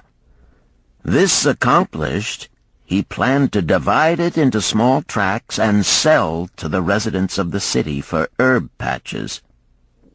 The son of my father's friend did not possess sufficient gold to complete such an undertaking. Like myself, he was a young man earning a fair sum. His father, like mine, was a man of large family and small means. He therefore decided to interest a group of men to enter the enterprise with him. The group was to comprise 12. Each of whom must be a money earner and agree to pay 1/10 of his earnings into the enterprise until the land was made ready for sale. All would then share justly in the profits in proportion to their investment. "Thou, my son," bespoke my father unto me, "art now in thy young manhood.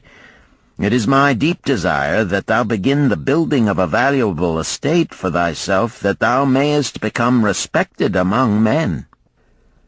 I desire to see thou profit from a knowledge of the thoughtless mistakes of thy father." "This do I most ardently desire, my father," I replied. "Then this do I advise. Do what I should have done at thy age. From thy earnings keep out 1/10 to put into favorable investments.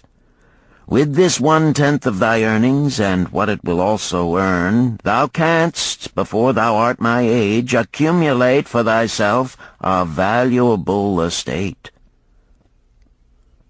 "Thy words are words of wisdom, my father. Greatly do I desire riches. Yet there are many uses to which my earnings are called. Therefore do I hesitate to do as thou dost advise. I am young. There is plenty of time." "So I thought at thy age. Yet behold, many years have passed, and I have not yet made the beginning." "We live in a different age, my father. I shall avoid thy mistakes." "Opportunity stands before thee, my son. It is offering a chance that may lead to wealth. I beg of thee, do not delay. Go upon the morrow to the son of my friend, and bargain with him to pay 10% of thy earnings into this investment. Go promptly upon the morrow. Opportunity waits for no man. Today it is here, soon it is gone, therefore delay not." In spite of the advice of my father, I did hesitate. There were beautiful new robes just brought by the tradesmen from the East, robes of such richness and beauty my good wife and I felt we must each possess one. Should I agree to pay 1/10 of my earnings into the enterprise, we must deprive ourselves of these and other pleasures we dearly desired. I delayed making a decision until it was too late, much to my subsequent regret. The enterprise did prove to be more profitable than any man had prophesied. This is my tale, showing how I did permit good luck to escape. In this tale, we see how good luck waits to come to that man who accepts opportunity, commented a swarthy man of the desert. To the building of an estate, there must always be the beginning. That start may be a few pieces of gold or silver which a man diverts from his earnings to his first investment. I, myself, am the owner of many herds. The start of my herds I did begin when I was a mere boy, and did purchase with 1 piece of silver a young calf. This, being the beginning of my wealth, was of great importance to me. To take his first start to building an estate is as good luck as can come to any man. With all men, that first step, which changes them from men who earn from their own labor to men who draw dividends from the earnings of their gold, is important. Some fortunately take it when young and thereby outstrip in financial success those who do take it later, or those unfortunate men, like the father of this merchant, who never take it. Had our friend the merchant taken this step in his early manhood when this opportunity came to him, this day he would be blessed with much more of this world's goods. Should the good luck of our friend the cloth weaver cause him to take such a step at this time, it will indeed be but the beginning of much greater good fortune. "Thank you. I like to speak also," a stranger from another country arose. "I am a Syrian. Not so well do I speak your tongue.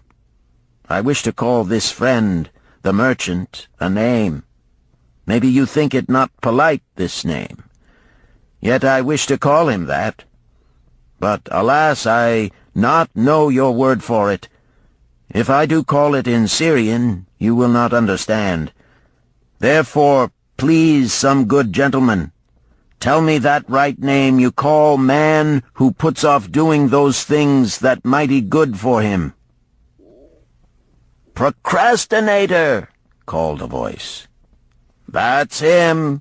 shouted the Syrian, waving his hands excitedly. "He accepts not opportunity when she comes. He waits. He says, I have much business right now. By and by I talk to you. Opportunity she will not wait for such slow fellow. She thinks if a man desires to be lucky he will step quick. Any man who not step quick when opportunity comes.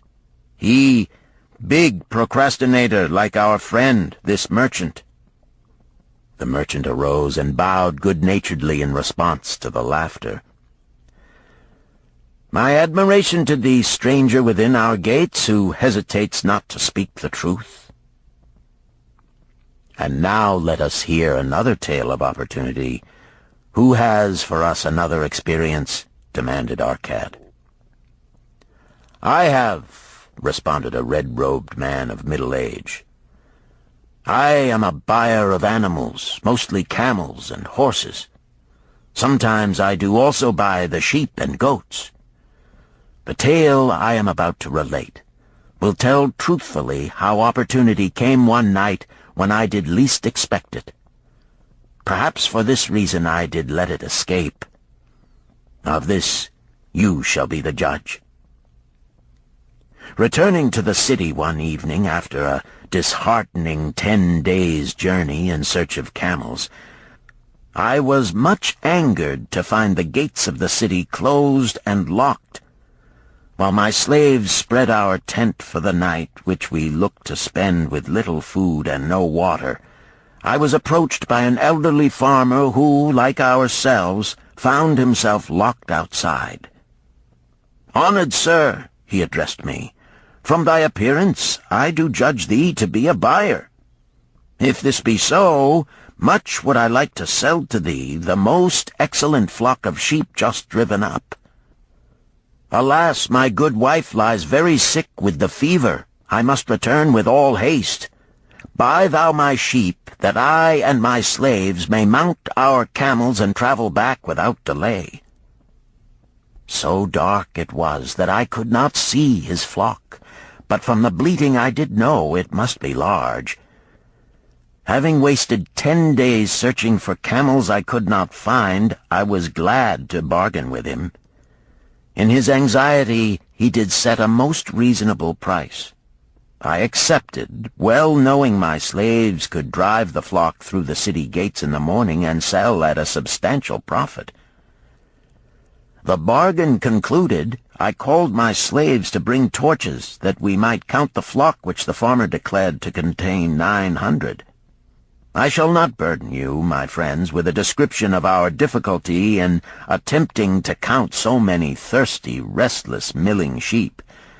It proved to be an impossible task. Therefore, I bluntly informed the farmer I would count them at daylight and pay him then. "Please, most honorable sir," he pleaded, Pay me but 2/3 of the price tonight, that I may be on my way. I will leave my most intelligent and educated slave to assist to make the count in the morning. He is trustworthy, and to him thou canst pay the balance." But I was stubborn and refused to make payment that night. Next morning, before I awoke, the city gates opened, and 4 buyers rushed out in search of flocks. They were most eager and willing to pay high prices, because the city was threatened with siege and food was not plentiful. Nearly 3 times the price at which he had offered the flock to me did the old farmer receive for it. Thus was rare good luck allowed to escape. "Here is a tale most unusual," commented Arcad. "What wisdom doth it suggest?" "The wisdom of making a payment immediately when we are convinced our bargain is wise," suggested a venerable saddle-maker. "If the bargain be good, then dost thou need protection against thy own weaknesses as much as against any other man. We mortals are changeable. Alas, I must say, more apt to change our minds when right than wrong. Wrong, we are stubborn indeed. Right, we are prone to vacillate and let opportunity escape. My first judgment is my best.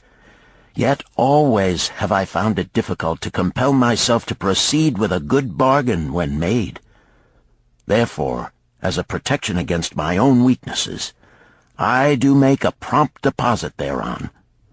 This doth save me from later regrets for the good luck that should have been mine." "Thank you. Again I like to speak." The Syrian was upon his feet once more.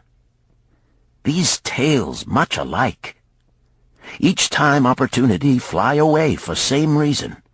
Each time she come to procrastinator, bringing good plan. Each time they hesitate, not say, right now, best time, I do it quick. How can men succeed that way?" "Wise are thy words, my friend," responded the buyer. "Good luck fled from procrastination in both these tales. Yet this is not unusual. The spirit of procrastination is within all men.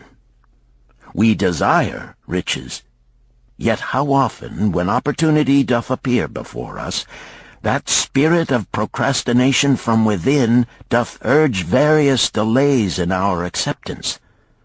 In listening to it, we do become our own worst enemies. In my younger days, I did not know it by this long word our friend from Syria doth enjoy. I did think at first it was my own poor judgment that did cause me loss at many profitable trades. Later I did credit it to my stubborn disposition. At last I did recognize it for what it was, a habit of needless delaying where action was required, action prompt and decisive. How I did hate it when its true character stood revealed. With the bitterness of a wild ass hitched to a chariot, I did break loose from this enemy to my success. "Thank you. I like ask question from Mr. Merchant," the Syrian was speaking. "You wear fine robes, not like those of poor man. You speak like successful man. Tell us, do you listen now when procrastination whispers in your ear?" "Like our friend the buyer, I also had to recognize and conquer procrastination," responded the merchant. "To me, it proved to be an enemy ever watching and waiting to thwart my accomplishments. The tale I did relate is but one of many similar instances I could tell to show how it drove away my opportunities. 'Tis not difficult to conquer once understood. No man willingly permits the thief to rob his bins of grain, nor does any man willingly permit an enemy to drive away his customers and rob him of his profits. When once I did recognize that such acts as these my enemy was committing, with determination I conquered him. So must every man master his own spirit of procrastination before he can expect to share in the rich treasures of Babylon. What sayest, Arcad? Because thou art the richest man in Babylon, many do proclaim thee to be the luckiest. Dost agree with me that no man can arrive at a full measure of success until he hath completely crushed the spirit of procrastination within him? It is even as thou sayest, Arcad admitted. During my long life, I have watched generation following generation, marching forward along those avenues of trade, science, and learning that lead to success in life. Opportunities came to all these men. Some grasped theirs and moved steadily to the gratification of their deepest desires, but the majority hesitated, faltered, and fell behind. Arcad turned to the cloth weaver. Thou didst suggest that we debate good luck.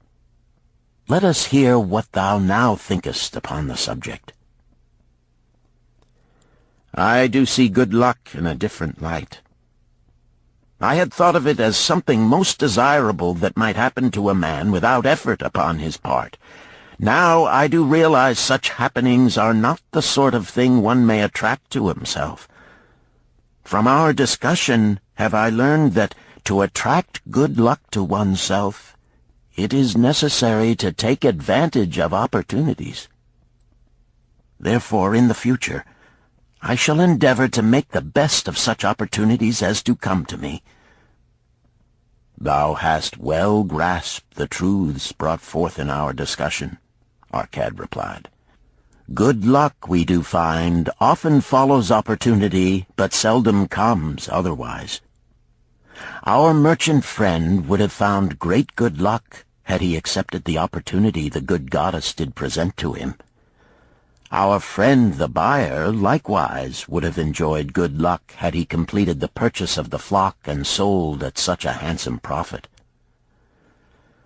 We did pursue this discussion to find a means by which good luck could be enticed to us. I feel that we have found the way. Both the tales did illustrate how good luck follows opportunity. Herein lies a truth that many similar tales of good luck, won or lost, could not change. The truth is this: good luck can be enticed by accepting opportunity. Those eager to grasp opportunities for their betterment do attract the interest of the good goddess. She is ever anxious to aid those who please her. Men of action please her best. Action will lead thee forward to the successes thou dost desire. Men of action are favored by the goddess of good luck.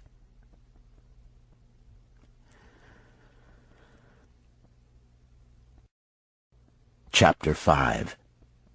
The 5 Laws of Gold. A bag heavy with gold, or a clay tablet carved with words of wisdom. If thou hadst thy choice, which wouldst thou choose? By the flickering light from the fire of desert shrubs, the sun-tanned faces of the listeners gleamed with interest. "The gold! The gold!" chorused the 27.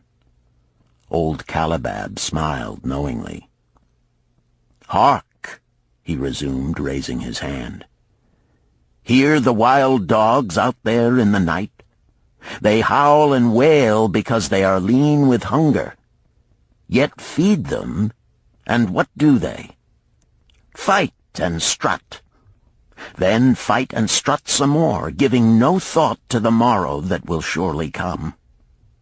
Just so it is with the sons of men. Give them a choice of gold and wisdom. What do? Ignore the wisdom and waste the gold. On the morrow they wail because they have no more gold. Gold is reserved for those who know its laws and abide by them." Calabab drew his white robe close about his lean legs, for a cool night wind was blowing.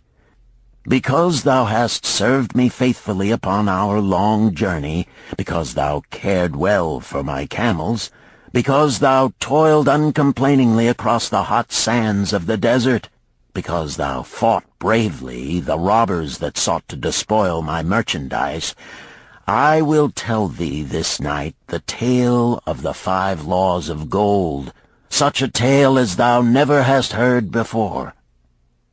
Hark ye with deep attention to the words I speak, for if you grasp their meaning and heed them, in the days that come thou shalt have much gold." He paused impressively. Above, in a canopy of blue, the stars shone brightly in the crystal-clear skies of Babylonia. Behind the group loomed their faded tents tightly staked against possible desert storms. Beside the tents were neatly stacked bales of merchandise covered with skins. Nearby, the camel herd sprawled in the sand, some chewing their cuds contentedly, others snoring in hoarse discord. "Thou hast told us many good tales, Calabab," spoke up the chief packer.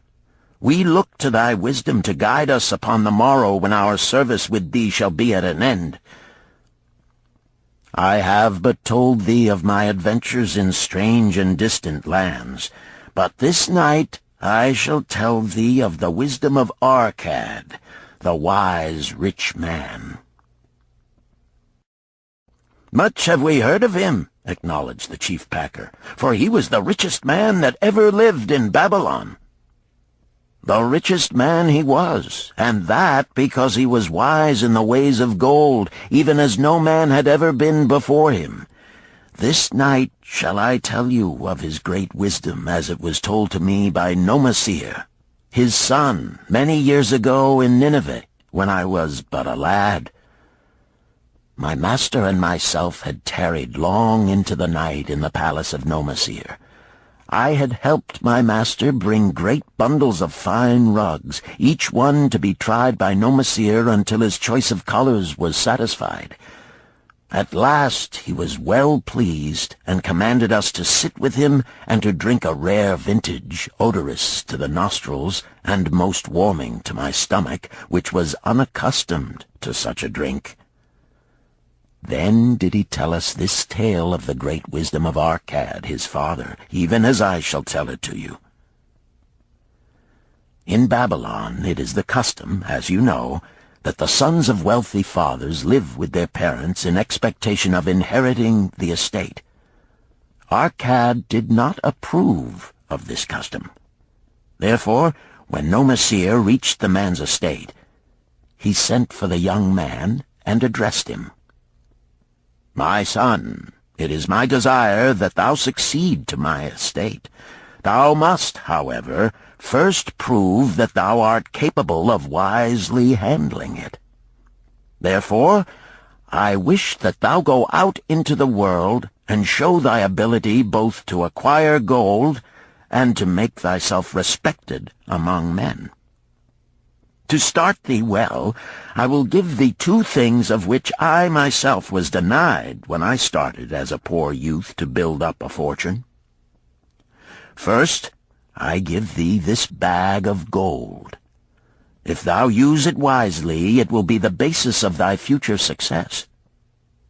Second, I give thee this clay tablet upon which is carved the 5 laws of gold.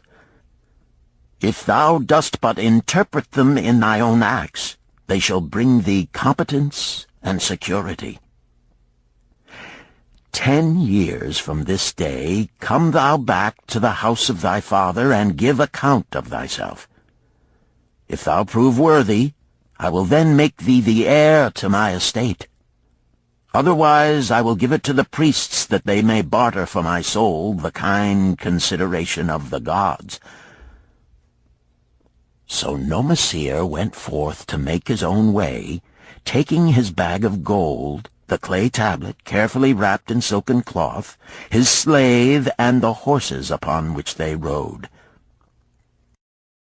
The 10 years passed, and Nomasir, as he had agreed, returned to the house of his father, who provided a great feast in his honor, to which he invited many friends and relatives. After the feast was over, the father and mother mounted their throne-like seats at one side of the great hall, and Nomasir stood before them to give an account of himself as he had promised his father. It was evening. The room was hazy with smoke from the wicks of the oil lamps that but dimly lighted it. Slaves in white woven jackets and tunics fanned the humid air rhythmically with long-stemmed palm leaves. A stately dignity colored the scene. The wife of Nomasir and his 2 young sons, with friends and other members of the family, sat upon rugs behind him, eager listeners. "My father," he began deferentially, "I bow before thy wisdom.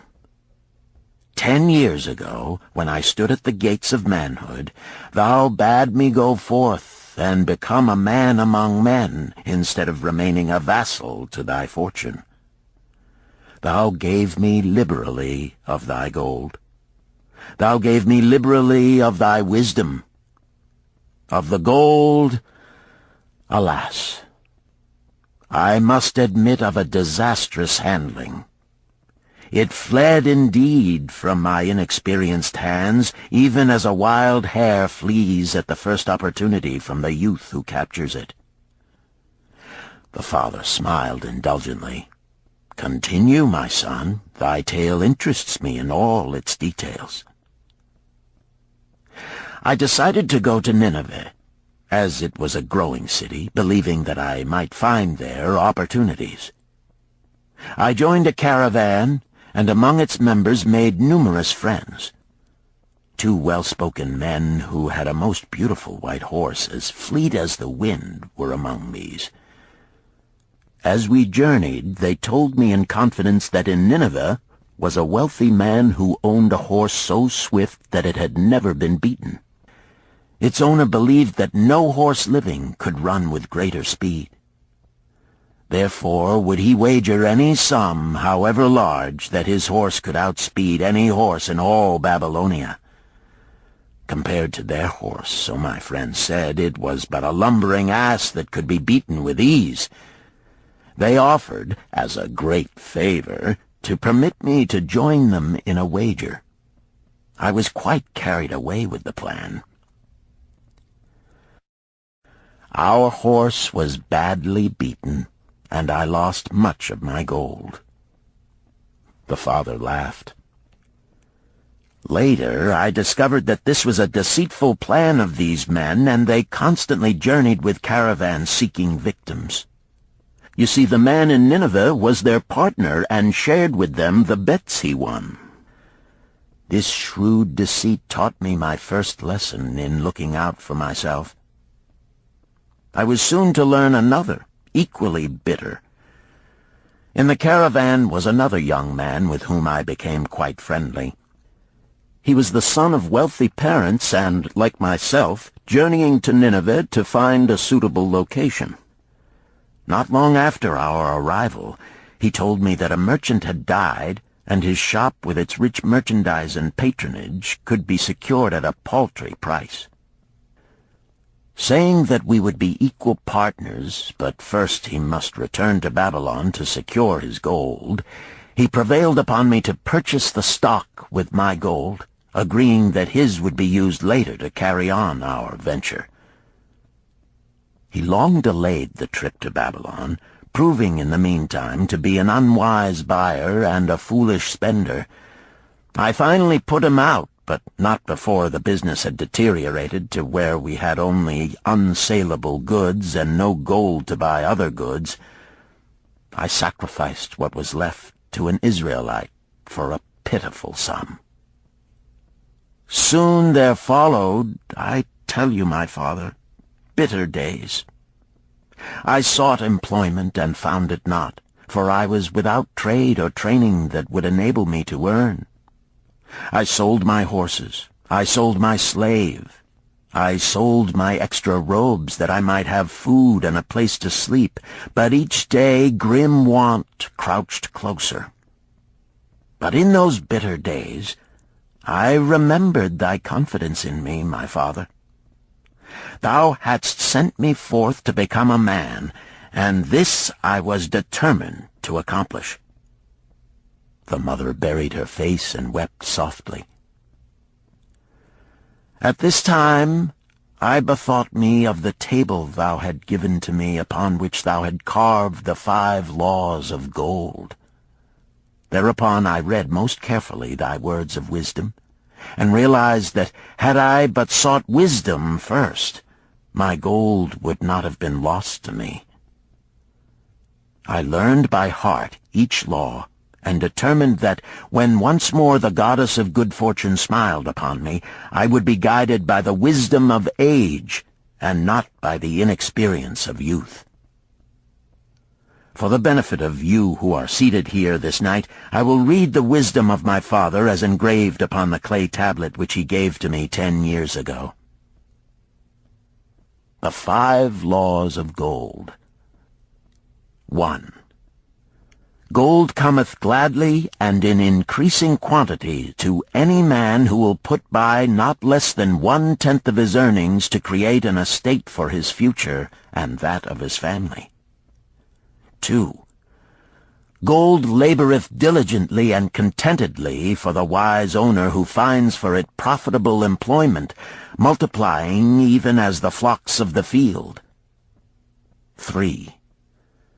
Gold clingeth to the protection of the cautious owner who invests it under the advice of men wise in its handling. 4. Gold slippeth away from the man who invests it in businesses or purposes with which he is not familiar, or which are not approved by those skilled in its keep. 5. Gold flees the man who would force it to impossible earnings, or who followeth the alluring advice of tricksters and schemers, or who trusts it to his own inexperience and romantic desires in investment. These are the 5 laws of gold as written by my father. I do proclaim them as of greater value than gold itself, as I will show by the continuance of my tale. He again faced his father. I have told thee of the depth of poverty and despair to which my inexperience brought me. However, there is no chain of disasters that will not come to an end. Mine came when I secured employment managing a crew of slaves working upon the new outer wall of the city. Profiting from my knowledge of the first law of gold, I saved a copper from my first earnings, adding to it at every opportunity until I had a piece of silver. It was a slow procedure, for one must live. I did spend grudgingly, I admit, because I was determined to earn back before the 10 years were over as much gold as you, my father, had given to me. One day the slave-master with whom I had become quite friendly said to me, "Thou art a thrifty youth who spends not wantonly what he earns. Hast thou gold put by that is not earning?" "Yes," I replied. "It is my greatest desire to accumulate gold, to replace that which my father gave to me and which I have lost. 'Tis a worthy ambition, I will grant. And do you know that the gold which you have saved can work for you and earn much more gold?" "Alas, my experience has been bitter, for my father's gold has fled from me, and I am in much fear lest my own do the same." "If thou hast confidence in me, I will give thee a lesson in the profitable handling of gold," he replied. "Within a year the outer wall will be complete and ready for the great gates of bronze that will be built at each entrance to protect the city from the king's enemies. In all Nineveh there is not enough metal to make these gates, and the king has not thought to provide it. Here is my plan. A group of us will pool our gold and send a caravan to the mines of copper and tin which are distant, and bring to Nineveh the metal for the gates. When the king says, 'Make the great gates,' we alone can supply the metal, and a rich price he will pay. If the king will not buy from us, we will yet have the metal which can be sold for a fair price." In his offer, I recognized an opportunity to abide by the third law and invest my savings under the guidance of wise men. Nor was I disappointed. Our pool was a success, and my small store of gold was greatly increased by the transaction. In due time I was accepted as a member of this same group in other ventures. They were men wise in the profitable handling of gold. They talked over each plan presented with great care before entering upon it. They would take no chance on losing their principal or tying it up in unprofitable investments from which their gold could not be recovered. Such foolish things as the horse race and the partnership into which I had entered with my inexperience would have had scant consideration with them. They would have immediately pointed out their weaknesses. Through my association with these men, I learned to safely invest gold to bring profitable returns. As the years went on, my treasure increased more and more rapidly. I not only made back as much as I lost, but much more. Through my misfortunes, my trials, and my success, I have tested time and again the wisdom of the 5 laws of gold, my father, and have proven them true in every test. To him who is without knowledge of the 5 laws, gold comes not often, and goeth away quickly. But to him who abide by the 5 laws, gold comes and works as his dutiful slave." Nomasir ceased speaking and motioned to a slave in the back of the room. The slave brought forward, one at a time, 3 heavy leather bags. One of these Nomasir took and placed upon the floor before his father, addressing him again. "Thou didst give to me a bag of gold, Babylon gold. Behold, in its place I do return to thee a bag of Nineveh gold of equal weight, an equal exchange, as all will agree. Thou didst give to me a clay tablet inscribed with wisdom. Behold, in its stead I do return 2 bags of gold." So saying, he took from the slave the other 2 bags, and likewise placed them upon the floor before his father. "This I do to prove to thee, my father, of how much greater value I consider thy wisdom than thy gold. Yet who can measure in bags of gold the value of wisdom? Without wisdom, gold is quickly lost by those who have it. But with wisdom, gold can be secured by those who have it not, as these 3 bags of gold do prove. It does indeed give to me the deepest satisfaction, my father, to stand before thee and say that, because of thy wisdom, I have been able to become rich and respected before men." The father placed his hand fondly upon the head of Nomasir. "Thou hast learned well thy lessons, and I am indeed fortunate to have a son to whom I may entrust my wealth." Calabab ceased his tale and looked critically at his listeners. "What means this to thee, this tale of Nomasir?" he continued. "Who among thee can go to thy father or to the father of thy wife and give an account of wise handling of his earnings? What would these venerable men think were you to say, 'I have traveled much and learned much and labored much and earned much, yet alas, of gold I have little. Some I spent wisely, some I spent foolishly, and much I lost in unwise ways.' Dost still think it but an inconsistency of fate that some men have much gold and others have naught? Then you err. Men have much gold when they know the 5 laws of gold and abide thereby. Because I learned these 5 laws in my youth and abided by them, I have become a wealthy merchant. Not by some strange magic did I accumulate my wealth. Wealth that comes quickly goeth the same way.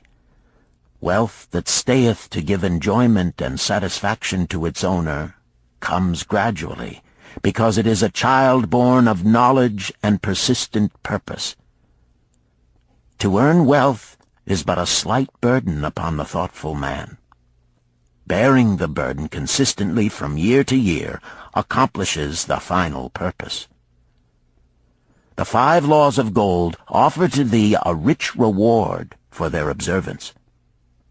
Each of these 5 laws is rich with meaning, and lest thou overlook this in the briefness of my tale, I will now repeat them. I do know them each by heart, because in my youth I could see their value and would not be content until I knew them word for word. The first law of gold. Gold cometh gladly and in increasing quantity to any man who will put by not less than 1/10 of his earnings to create an estate for his future and that of his family. Any man who will put by 1/10 of his earnings consistently and invest it wisely will surely create a valuable estate that will provide an income for him in the future and further guarantee safety for his family in case the gods call him to the world of darkness. This law always saith that gold cometh gladly to such a man. I can truly certify this in my own life. The more gold I accumulate, the more readily it comes to me, and in increased quantities. The gold which I save earns more, even as yours will, and its earnings earn more, and this is the working out of the first law. The second law of gold. Gold laboreth diligently and contentedly for the wise owner who finds for it profitable employment, multiplying even as the flocks of the field. Gold indeed is a willing worker.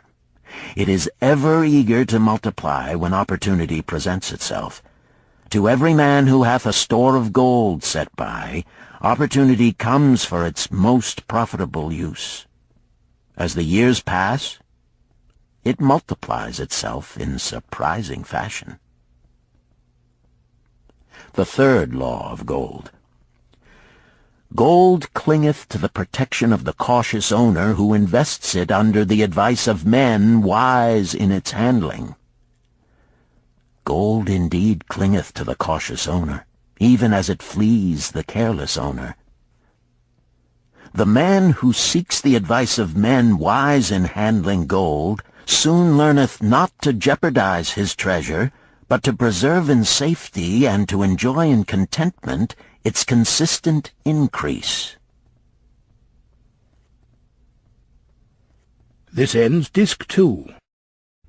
The Richest Man in Babylon, Disc 3.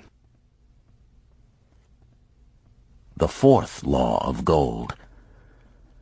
Gold slippeth away from the man who invests it in businesses or purposes with which he is not familiar or which are not approved by those skilled in its keep.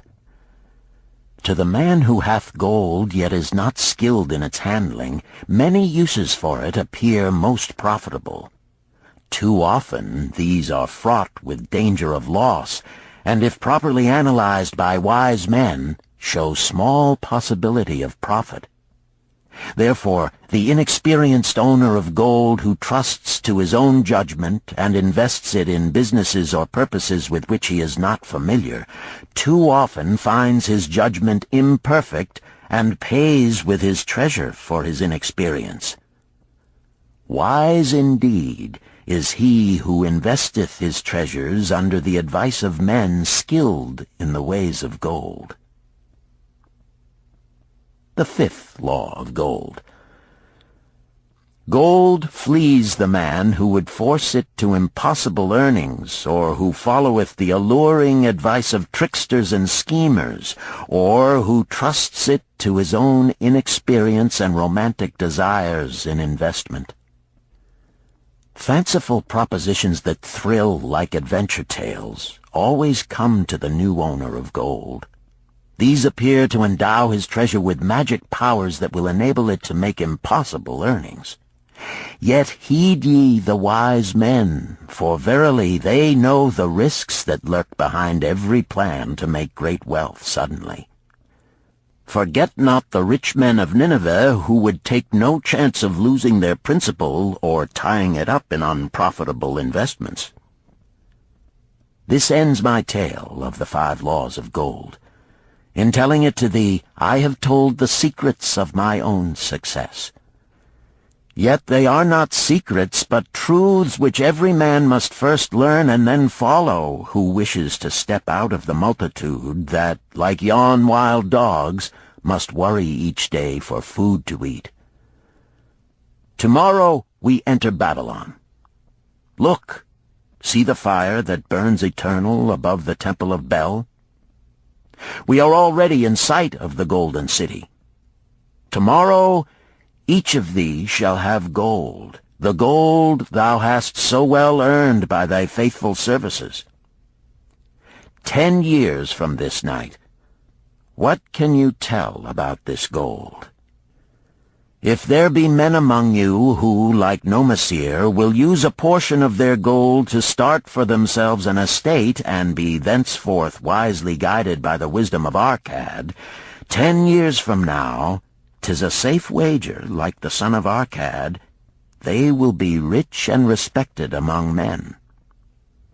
Our wise acts accompany us through life to please us and to help us. Just as surely our unwise acts follow us to plague and torment us. Alas, they cannot be forgotten. In the front rank of the torments that do follow us are the memories of the things we should have done, of the opportunities which came to us, and we took not. Rich are the treasures of Babylon. So rich no man can count their value in pieces of gold. Each year they grow richer and more valuable. Like the treasures of every land, they are a reward, a rich reward awaiting those men of purpose who determine to secure their just share. In the strength of thine own desires is a magic power. Guide this power with thy knowledge of the 5 laws of gold, and thou shalt share the treasures of Babylon.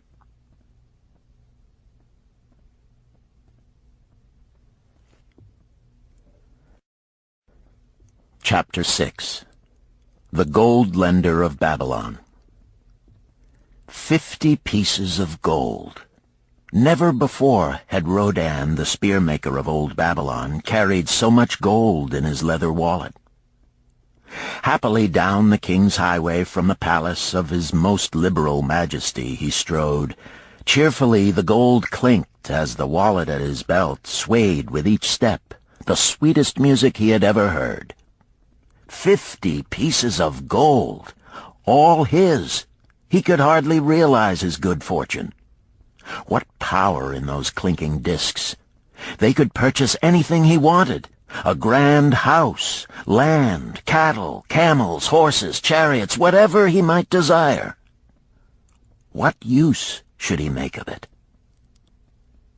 This evening, as he turned into a side street toward the home of his sister, he could think of nothing he would rather possess than those same glittering, heavy pieces of gold, his to keep. It was upon an evening some days later that a perplexed Rodan entered the shop of Mathon, the lender of gold and dealer in jewels and rare fabrics. Glancing neither to the right nor the left at the colorful articles artfully displayed, he passed through to the living quarters at the rear. Here he found the genteel Mathon lounging upon a rug partaking of a meal served by a black slave. I would counsel with thee, for I know not what to do." Rodan stood stolidly, feet apart, hairy breast exposed by the gaping front of his leather jacket. Mathon's narrow, sallow face smiled a friendly greeting. "What indiscretions hast thou done that thou shouldst seek the lender of gold? Hast been unlucky at the gaming table? Or hath some plump dame entangled thee? For many years have I known thee, yet never hast thou sought me to aid thee in thy troubles. No, no, not such as that. I seek no gold. Instead I crave thy wise advice. Hear, hear, what this man doth say. No one comes to the lender of gold for advice. My ears must play me false. They listen true. Can this be so? Rodan, the spear-maker, doth display more cunning than all the rest, for he comes to Mathon not for gold, but for advice. Many men come to me for gold to pay for their follies, but as for advice, they want it not. Yet who is more able to advise than the lender of gold to whom many men come in trouble? Thou shalt eat with me, Rodan, he continued. Thou shalt be my guest for the evening. Ando, he commanded of the black slave, draw up a rug for my friend Rodan, the spear-maker, who comes for advice. He shall be mine honored guest. Bring to him much food, and get for him my largest cup. Choose well of the best wine, that he may have satisfaction in the drinking. Now tell me, what troubles thee? It is the king's gift. The king's gift? The king did make thee a gift, and it gives thee trouble? What manner of gift? Because he was much pleased with the design I did submit to him for a new point on the spears of the royal guard, he did present me with 50 pieces of gold, and now I am much perplexed. I am beseeched each hour the sun doth travel across the sky by those who would share it with me. That is natural. More men want gold than have it, and would wish one who comes by it easily to divide. But can you not say no? Is thy will not as strong as thy fist? To many I can say no, yet sometimes it would be easier to say yes. Can one refuse to share with one's sister to whom he is deeply devoted? Surely thy own sister would not wish to deprive thee of enjoying thy reward? But it is for the sake of Araman, her husband, whom she wishes to see a rich merchant. She does feel that he has never had a chance, and she beseeches me to loan to him this gold, that he may become a prosperous merchant and repay me from his profits. My friend, resumed Mathon, 'tis a worthy subject thou bringest to discuss. Gold bringeth unto its possessor responsibility and a changed position with his fellow men. It bringeth fear lest he lose it, or it be tricked away from him. It bringeth a feeling of power and ability to do good.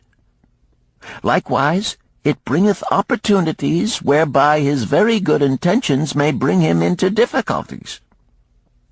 Didst ever hear of the farmer of Nineveh who could understand the language of animals? I wot not, for 'tis not the kind of tale men like to tell over the bronze-caster's forge. I will tell it to thee, for thou shouldst know that to borrowing and lending there is more than the passing of gold from the hands of one to the hands of another. This farmer, who could understand what the animals said to each other, did linger in the farmyard each evening just to listen to their words. One evening he did hear the ox bemoaning to the ass the hardness of his lot. I do labor pulling the plow from morning until night, no matter how hot the day, or how tired my legs, or how the bow doth chafe my neck, still must I work. But you are a creature of leisure. You are trapped with a colorful blanket and do nothing more than carry our master about where he wishes to go. When he goes nowhere, you do rest and eat the green grass all the day." Now the ass, in spite of his vicious heels, was a goodly fellow and sympathized with the ox. "My good friend," he replied, "you do work very hard, and I would help ease your lot. Therefore will I tell you how you may have a day of rest. In the morning, when the slave comes to fetch you to the plow, lie upon the ground and bellow much, that he may say you are sick and cannot work." So the ox took the advice of the ass, and the next morning the slave returned to the farmer and told him the ox was sick and could not pull the plow. "Then," said the farmer, "hitch the ass to the plow, for the plowing must go on." All that day the ass, who had only intended to help his friend, found himself compelled to do the ox's task.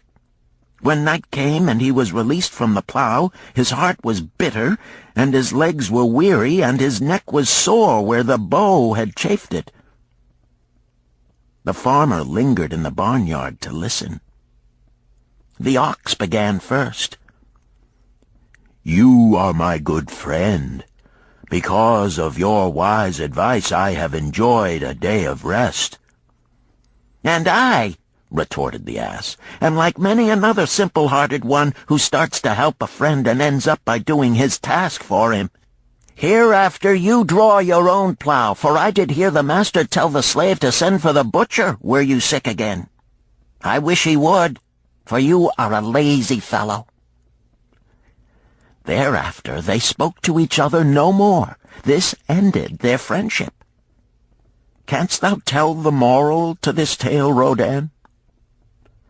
"'Tis a good tale," responded Rodan, "but I see not the moral." "I thought not that you would, but it is there, and simple too. Just this: if you desire to help thy friend, do so in a way that will not bring thy friend's burdens upon thyself." "I had not thought of that. It is a wise moral.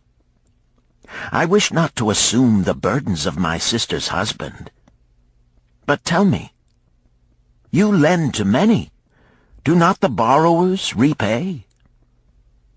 Mathon smiled the smile of one whose soul is rich with much experience. "Could a loan be well made if the borrower cannot repay? Must not the lender be wise and judge carefully whether his gold can perform a useful purpose to the borrower and return to him once more? Or whether it will be wasted by one unable to use it wisely and leave him without his treasure, and leave the borrower with a debt he cannot repay? I will show to thee the tokens in my token chest, and let them tell thee some of their stories." Into the room he brought a chest as long as his arm, covered with red pigskin and ornamented with bronze designs. He placed it upon the floor and squatted before it, both hands upon the lid. "From each person to whom I lend, I do exact a token for my token chest, to remain there until the loan is repaid. When they repay, I give it back. But if they never repay, it will always remind me of one who was not faithful to my confidence. The safest loans, my token box tells me, are to those whose possessions are of more value than the one they desire. They own lands or jewels or camels or other things which could be sold to repay the loan. Some of the tokens given to me are jewels of more value than the loan. Others are promises that if the loan be not repaid as agreed, they will deliver to me certain property settlement. On loans like those I am assured that my gold will be returned with the rental thereon, for the loan is based on property. In another class are those who have the capacity to earn. They are such as you, who labor or serve and are paid. They have income. And if they are honest and suffer no misfortune, I know that they also can repay the gold I loan them and the rental to which I am entitled. Such loans are based on human effort. Others are those who have neither property nor assured earning capacity. Life is hard, and there will always be some who cannot adjust themselves to it. Alas for the loans I make them! Even though they be no larger than a pence, my token box may censure me in the years to come unless they be guaranteed by good friends of the borrower who know him honorable. Mathon released the clasp and opened the lid. Rodan leaned forward eagerly. At the top of the chest a bronze neckpiece lay upon a scarlet cloth. Mathon picked up the piece and patted it affectionately. "This shall always remain in my token chest, because the owner has passed on into the great darkness. I treasure it, his token, and I treasure his memory, for he was my good friend. We traded together with much success until out of the East he brought a woman to wed, beautiful, but not like our women, a dazzling creature. He spent his gold lavishly to gratify her desires. He came to me in distress when his gold was gone. I counseled with him. I told him I would help him to once more master his own affairs. He swore by the sign of the great bull that he would. But it was not to be. In a quarrel she thrust a knife into the heart he dared her to pierce." "And she?" questioned Rodan. "Yes, of course. This was hers." He picked up the scarlet cloth. "In bitter remorse she threw herself into the Euphrates. These 2 loans will never be repaid.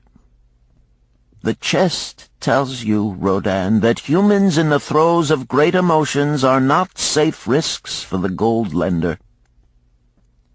Here, now, this is different." He reached for a ring carved of ox-bone. "This belongs to a farmer. I buy the rugs of his women. The locusts came, and they had not food. I helped him, and when the new crop came, he repaid me. Later he came again and told of strange goats in a distant land, as described by a traveler. They had long hair so fine and soft it would weave into rugs more beautiful than any ever seen in Babylon. He wanted a herd, but he had no money. So I did lend him gold to make the journey and bring back goats. Now his herd is begun, and next year I shall surprise the lords of Babylon with the most expensive rugs it has been their good fortune to buy. Soon I must return his ring. He doth insist on repaying promptly." "Some borrowers do that?" queried Rodan. "If they borrow for purposes that bring money back to them, I find it so. But if they borrow because of their indiscretions, I warn thee to be cautious if thou wouldst ever have thy gold back in hand again." "Tell me about this," requested Rodan, picking up a heavy gold bracelet inset with jewels in rare designs. "The women do appeal to my good friend," bantered Mathon. "I am still much younger than you," retorted Rodin. "I grant that, but this time thou doth suspicion romance where it is not. The owner of this is fat and wrinkled, and doth talk so much and say so little, she drives me mad. Once they had much money and were good customers, but ill times came upon them. She has a son of whom she would make a merchant. So she came to me and borrowed gold that he might become a partner of a caravan owner who travels with his camels, bartering in one city what he buys in another. This man proved a rascal, for he left the poor boy in a distant city without money and without friends, pulling out early while the youth slept. Perhaps when this youth has grown to manhood he will repay. Until then I get no rental for the loan, only much talk. But I do admit the jewels are worthy of the loan." "Did this lady ask thy advice as to the wisdom of the loan?" "Quite otherwise. She had pictured to herself this son of hers as a wealthy and powerful man of Babylon. To suggest the contrary was to infuriate her. A fair rebuke I had. I knew the risk for this inexperienced boy, but as she offered security, I could not refuse her." "This," continued Mathon, waving a bit of pack rope tied into a knot, "belongs to Nebator, the camel trader. When he would buy a herd larger than his funds, he brings to me this knot, and I lend to him according to his needs. He is a wise trader. I have confidence in his good judgment and can lend him freely. Many other merchants of Babylon have my confidence because of their honorable behavior. Their tokens come and go frequently in my token box. Good merchants are an asset to our city, and it profits me to aid them to keep trade moving that Babylon be prosperous." Mathon picked out a beetle carved in turquoise and tossed it contemptuously on the floor. "A bug from Egypt. The lad who owns this does not care whether I ever receive back my gold. When I reproach him, he replies, 'How can I repay when ill fate pursues me? You have plenty more. What can I do?' The token is his father's, a worthy man of small means who did pledge his land and herd to back his son's enterprises. The youth found success at first, and then was overzealous to gain great wealth. His knowledge was immature. His enterprises collapsed. Youth is ambitious. Youth would take shortcuts to wealth and the desirable things for which it stands. To secure wealth quickly, youth often borrows unwisely. Youth, never having had experience, cannot realize that hopeless debt is like a deep pit into which one may descend quickly, and where one may struggle vainly for many days.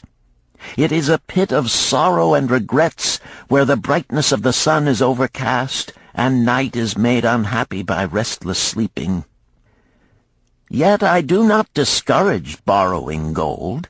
I encourage it. I recommend it if it be for a wise purpose. I myself made my first real success as a merchant with borrowed gold. Yet what should the lender do in such a case? The youth is in despair and accomplishes nothing. He is discouraged. He makes no effort to repay. My heart turns against depriving the father of his land and cattle." "You tell me much that I am interested to hear," ventured Rodin, "but I hear no answer to my question. Should I lend my 50 pieces of gold to my sister's husband? They mean much to me." "Thy sister is a sterling woman whom I do much esteem. Should her husband come to me and ask to borrow 50 pieces of gold, I should ask him for what purpose he would use it. If he answered that he desired to become a merchant like myself and deal in jewels and rich furnishings, I would say, 'What knowledge have you of the ways of trade? Do you know where you can buy at lowest cost? Do you know where you can sell at a fair price? Could he say yes to these questions? No, he could not, Rodin admitted. He has helped me much in making spears, and he has helped some in the shops. Then would I say to him that his purpose was not wise. Merchants must learn their trade. His ambition, though worthy, is not practical, and I would not lend him any gold. But supposing he could say, yes, I have helped merchants much. I know how to travel to Smyrna and to buy at low cost the rugs the housewives weave. I also know many of the rich people of Babylon to whom I can sell these at a large profit. Then I would say, your purpose is wise, and your ambition honorable. I shall be glad to lend you the 50 pieces of gold if you can give me security that they will be returned. But would he say, I have no security other than that I am an honored man and will pay you well for the loan? Then would I reply, I treasure much each piece of gold. Were the robbers to take it from you as you journeyed to Smyrna, or take the rugs from you as you returned, then you would have no means of repaying me, and my gold would be gone. Gold, you see, Rodin, is the merchandise of the lender of money. It is easy to lend. If it is lent unwisely, then it is difficult to get back. The wise lender wishes not the risk of the undertaking, but the guarantee of safe repayment.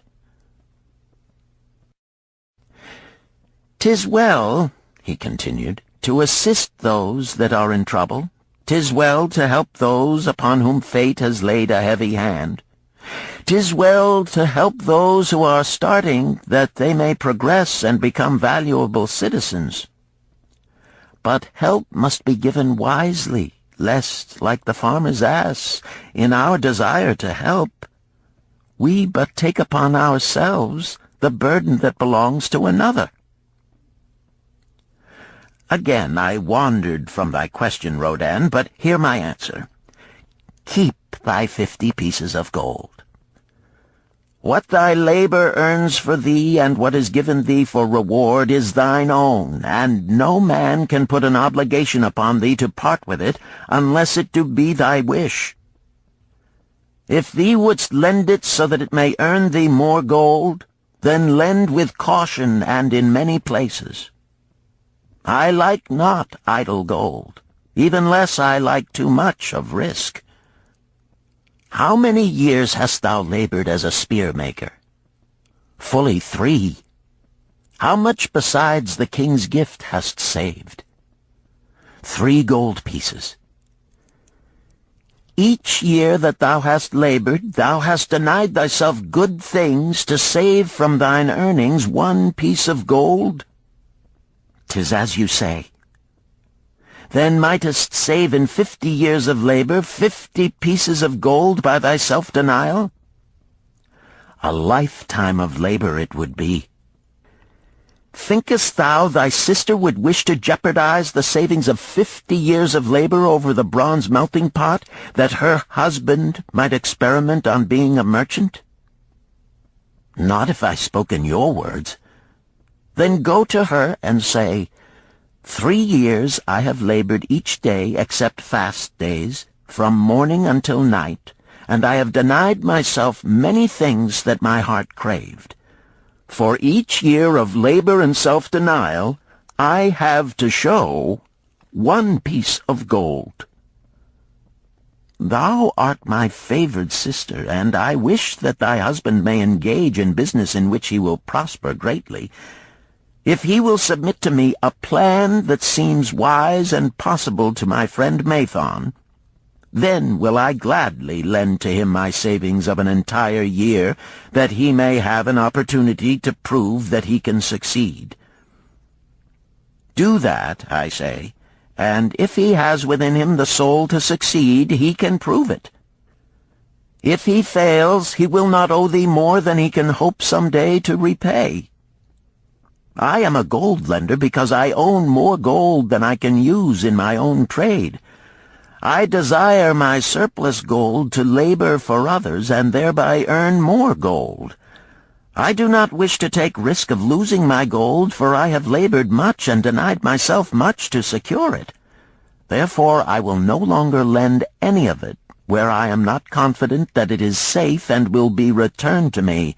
Neither will I lend it where I am not convinced that its earnings will be promptly paid to me. I have told to thee, Rodan, a few of the secrets of my token chest. From them you may understand the weakness of men and their eagerness to borrow that which they have no certain means to repay. From this you can see how often their high hopes of the great earnings they could make if they but had gold are but false hopes they have not the ability or training to fulfill. Thou, Rodan, now have gold which thou shouldst put to earning more gold for thee. Thou art about to become, even as I, a gold lender. If thou dost safely preserve thy treasure, it will produce liberal earnings for thee, and be a rich source of pleasure and profit during all thy days. But if thou dost let it escape from thee, it will be a source of constant sorrow and regret as long as thy memory doth last. What desirest thou most of this gold in thy wallet? To keep it safe. Wisely spoken, replied Mathon approvingly. Thy first desire is for safety. Thinkest thou that in the custody of thy sister's husband it would be truly safe from possible loss? I fear not, for he is not wise in guarding gold. Then be not swayed by foolish sentiments of obligation to trust thy treasure to any person. If thou wouldst help thy family or thy friends, find other ways than risking the loss of thy treasure. Forget not that gold slippeth away in unexpected ways from those unskilled in guarding it. As well waste thy treasure in extravagance as let others lose it for thee. What next after safety dost desire of this treasure of thine? That it earn more gold. Again thou speakest with wisdom. It should be made to earn and grow larger. Gold wisely lent may even double itself with its earnings before a man like you groweth old. If you risk losing it, you risk losing all that it would earn as well. Therefore, be not swayed by the fantastic plans of impractical men who think they see ways to force thy gold to make earnings unusually large. Such plans are the creations of dreamers unskilled in the safe and dependable laws of trade. Be conservative in what thou expectest to earn, that thou mayest keep and enjoy thy treasure. To hire it out with a promise of usurious returns is to invite loss. Seek to associate thyself with men and enterprises whose success is established, that thy treasure may earn liberally under their skillful use and be guarded safely by their wisdom and experience. Thus mayest thou avoid the misfortunes that follow most of the sons of men to whom the gods see fit to entrust gold. When Rodan would thank him for his wise advice, he would not listen, saying, "The king's gift shall teach thee much wisdom. If wouldst keep thy 50 pieces of gold, thou must be discreet indeed. Many uses will tempt thee. Much advice will be spoken to thee. Numerous opportunities to make large profits will be offered thee. The stories from my token box should warn thee, before thou let any piece of gold leave thy pouch, to be sure that thou hast a safe way to pull it back again. Should my further advice appeal to thee, return again. It is gladly given. Ere thou goest, read this which I have carved beneath the lid of my token box. It applies equally to the borrower and the lender." Better a little caution than a great regret.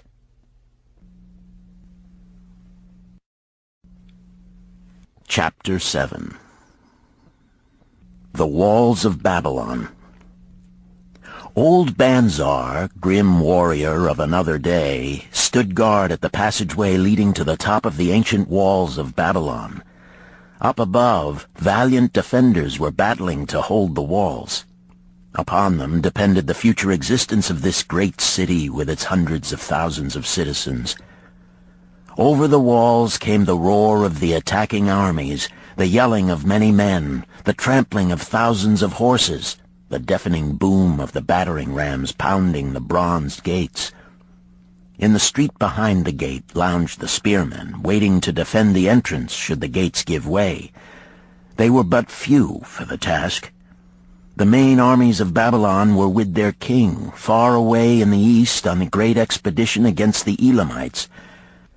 No attack upon the city having been anticipated during their absence, the defending forces were small. Unexpectedly from the north bore down the mighty armies of the Assyrians, and now the walls must hold or Babylon was doomed. About Banzar were great crowds of citizens, white-faced and terrified, eagerly seeking news of the battle. With hushed awe they viewed the stream of wounded and dead being carried or led out of the passageway. Here was the crucial point of attack. After 3 days of circling about the city, the enemy had suddenly thrown his great strength against this section and this gate. The defenders from the top of the wall fought off the climbing platforms and the scaling ladders of the attackers with arrows, burning oil, and, if any reached the top, spears. Against the defenders, thousands of the enemy's archers poured a deadly barrage of arrows. Old Banzar had the vantage point for news. He was closest to the conflict and first to hear of each fresh repulse of the frenzied attackers. An elderly merchant crowded close to him, his palsied hands quivering. tell me," he pleaded. "They cannot get in. My sons are with the good king. There is no one to protect my old wife. My goods, they will steal all. My food, they will leave nothing. We are old, too old to defend ourselves, too old for slaves. We shall starve, we shall die. Tell me they cannot get in." "Calm thyself, good merchant," the guard responded. "The walls of Babylon are strong. Go back to the bazaar and tell your wife that the walls will protect you and all of your possessions as safely as they protect the rich treasures of the king. Keep close to the walls, lest the arrows flying over strike you." A woman with a babe in arms took the old man's place as he withdrew. "Sergeant, what news from the top? Tell me truly that I may reassure my poor husband. He lies with fever from his terrible wounds, yet insists upon his armor and his spear to protect me, who am with child. Terrible, he says, will be the vengeful lust of our enemies should they break in." "Be thou good of heart, thou mother that is and is again to be. The walls of Babylon will protect you and your babes. They are high and strong. Hear ye not the yells of our valiant defenders as they empty the cauldrons of burning oil upon the ladder scalers?" "Yes, that do I hear, and also the roar of the battering rams that do hammer at our gates." "Back to thy husband. Tell him the gates are strong and withstand the rams. Also that the scalers climb the walls, but to receive the waiting spear thrust. Watch thy way, and hasten behind yon buildings." Banzar stepped aside to clear the passage for heavily armed reinforcements, as, with clanking bronze shields and heavy tread they tramped by, a small girl plucked at his girdle. "Tell me, soldier, are we safe?" she pleaded. "I hear the awful noises. I see the men all bleeding. I am so frightened. What will become of our family, of my mother, little brother, and the baby?" The grim old campaigner blinked his eyes and thrust forward his chin as he beheld the child. "Be not afraid, little one," he reassured her. "The walls of Babylon will protect you and mother and little brother and the baby. It was for the safety of such as you that the good Queen Semiramis built them over 100 years ago. Never have they been broken through. Go back and tell your mother and little brother and the baby that the walls of Babylon will protect them, and they need have no fear." Day after day old Banzar stood at his post and watched the reinforcements file up the passageway, there to stay and fight until, wounded or dead, they came down once more. Around him unceasingly crowded the throngs of frightened citizens, eagerly seeking to learn if the walls would hold. To all he gave his answer with the fine dignity of an old soldier: "The walls of Babylon will protect you." For 3 weeks and 5 days the attack waged with scarcely ceasing violence. Harder and grimmer set the jaw of Banzar as the passage behind, wet with the blood of the many wounded, was churned into mud by the never-ceasing streams of men passing up and staggering down. Each day the slaughtered attackers piled up in heaps before the wall. Each night they were carried back and buried by their comrades. Upon the 5th night of the 4th week, the clamor without diminished. The first streaks of daylight illuminated the plains, disclosed great clouds of dust raised by the retreating armies. A mighty shout went up from the defenders. There was no mistaking its meaning. It was repeated by the waiting troops behind the walls. It was echoed by the citizens upon the streets. It swept over the city with the violence of a storm. People rushed from the houses. The streets were jammed with a throbbing mob. The pent-up fear of weeks found an outlet in the wild chorus of joy. From the top of the high tower of the Temple of Bel burst forth the flames of victory. Skyward floated the column of blue smoke to carry the message far and wide. The walls of Babylon had once again repulsed a mighty and vicious foe determined to loot her rich treasures and to ravish and enslave her citizens. Babylon endured century after century because it was fully protected. It could not afford to be otherwise. The walls of Babylon were an outstanding example of man's need and desire for protection. This desire is inherent in the human race. It is just as strong today as it ever was, but we have developed broader and better plans to accomplish the same purpose. In this day, behind the impregnable walls of insurance, savings accounts, and dependable investments, we can guard ourselves against the unexpected tragedies that may enter any door and seat themselves before any fireside. We cannot afford to be without adequate protection.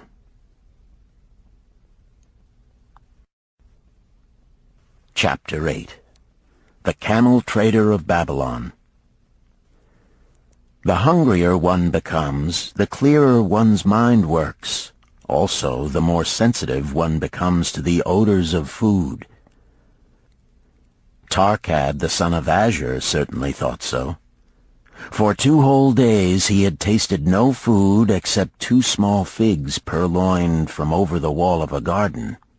Not another could he grab before the angry woman rushed forth and chased him down the street. Her shrill cries were still ringing in his ears as he walked through the marketplace.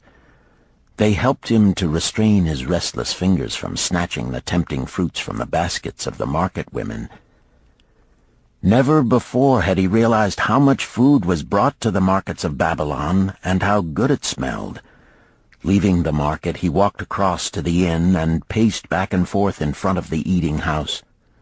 Perhaps here he might meet someone he knew, someone from whom he could borrow a copper that would gain him a smile from the unfriendly keeper of the inn and, with it, a liberal helping.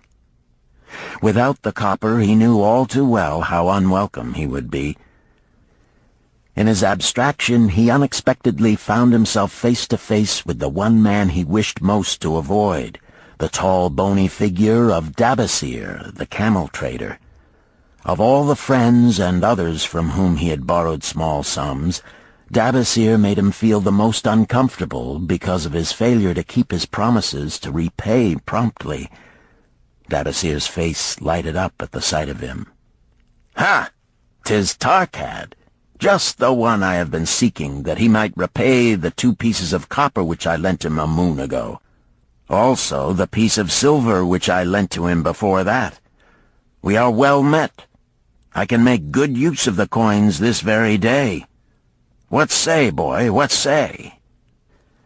Tarkad stuttered, and his face flushed. He had naught in his empty stomach to nerve him to argue with the outspoken Dabasir. "I am sorry, very sorry," he mumbled weakly. "But this day I have neither the copper nor the silver with which I could repay." "Then get it," Dabasir insisted.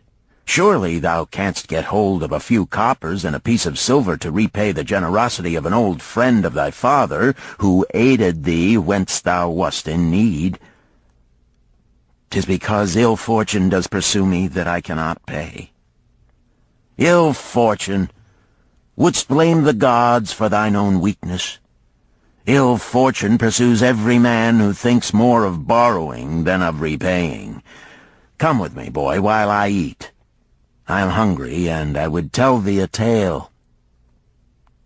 Tarkad flinched from the brutal frankness of Dabasir, but here at least was an invitation to enter the coveted doorway of the eating-house. Dabasir pushed him to a far corner of the room, where they seated themselves upon small rugs. When Koskor, the proprietor, appeared smiling, Dabasir addressed him with his usual freedom. "Fat lizard of the desert, bring to me a leg of the goat, very brown, with much juice, and bread and all of the vegetables, for I am hungry and want much food. Do not forget my friend here. Bring to him a jug of water. Have it cooled, for the day is hot." Tarkad's heart sank. Must he sit here and drink water while he watched this man devour an entire goat leg? He said nothing. He thought of nothing he could say. Dabasir, however, knew no such thing as silence. Smiling and waving his hand good-naturedly to the other customers, all of whom knew him, he continued. "I did hear from a traveler just returned from Urfa of a certain rich man who has a piece of stone cut so thin that one can look through it. He put it in the window of his house to keep out the rains. It is yellow, so this traveler does relate, and he was permitted to look through it, and all the outside world looks strange and not like it really is. What say you to that, Tarkad? Thinkest all the world could look to a man a different color from what it is?" "I dare say," responded the youth, much more interested in the fat leg of goat placed before Dabasir. "Well, I know it to be true, for I myself have seen the world all of a different color from what it really is, and the tale I am about to tell relates how I came to see it in its right color once more." "Dabasir will tell a tale," whispered a neighboring diner to his neighbor, and dragged his rug close. Other diners brought their food and crowded in a semicircle. They crunched noisily in the ears of Tarkad and brushed him with their meaty bones. He alone was without food. Dabasir did not offer to share with him, nor even motion him to a small corner of the hard bread that was broken off and had fallen from the platter to the floor. "The tale that I am about to tell," began Dabasir, pausing to bite a goodly chunk from the goat leg, "relates to my early life and how I came to be a camel trader. Didst anyone know that I once was a slave in Syria?" A murmur of surprise ran through the audience, to which Dabasir listened with satisfaction. "When I was a young man," continued Dabasir after another vicious onslaught on the goat leg, "I learned the trade of my father, the making of saddles. I worked with him in his shop and took to myself a wife. Being young and not greatly skilled, I could earn but little, just enough to support my excellent wife in a modest way. I craved good things which I could not afford. Soon I found that the shopkeepers would trust me to pay later, even though I could not pay at the time. Being young and without experience, I did not know that he who spends more than he earns is sowing the winds of needless self-indulgence from which he is sure to reap the whirlwinds of trouble and humiliation. So I indulged my whims for fine raiment and bought luxuries for my good wife and our home beyond our means. I paid as I could, and for a while all went well. But in time I discovered I could not use my earnings both to live upon and to pay my debts. Creditors began to pursue me to pay for my extravagant purchases, and my life became miserable. I borrowed from my friends, but could not repay them either. Things went from bad to worse. My wife returned to her father, and I decided to leave Babylon and seek another city where a young man might have better chances. For 2 years I had a restless and unsuccessful life working for caravan traders. From this I fell in with a set of likable robbers who scoured the desert for unarmed caravans. Such deeds were unworthy of the son of my father, but I was seeing the world through a colored stone and did not realize to what degradation I had fallen. We met with success on our first trip, capturing a rich haul of gold and silks and valuable merchandise. This loot we took to Ganir and squandered. The second time we were not so fortunate. Just after we had made our capture, we were attacked by the spearsmen of a native chief to whom the caravans paid for protection. Our 2 leaders were killed, and the rest of us were taken to Damascus, where we were stripped of our clothing and sold as slaves. I was purchased for 2 pieces of silver by a Syrian desert chief. With my hair shorn and but a loincloth to wear, I was not so different from the other slaves. Being a reckless youth, I thought it merely an adventure until my master took me before his 4 wives and told them they could have me for a eunuch. Then, indeed, did I realize the hopelessness of my situation. These men of the desert were fierce and warlike. I was subject to their will without weapons or means of escape. Fearful I stood as those 4 women looked me over. I wondered if I could expect pity from them. Sirah, the first wife, was older than the others. Her face was impassive as she looked upon me. I turned from her with little consolation. The next was a contemptuous beauty who gazed at me as indifferently as if I had been a worm of the earth. The 2 younger ones tittered as though it were all an exciting joke. It seemed an age that I stood waiting sentence. Each woman appeared willing for the others to decide. Finally, Sirah spoke up in a cold voice.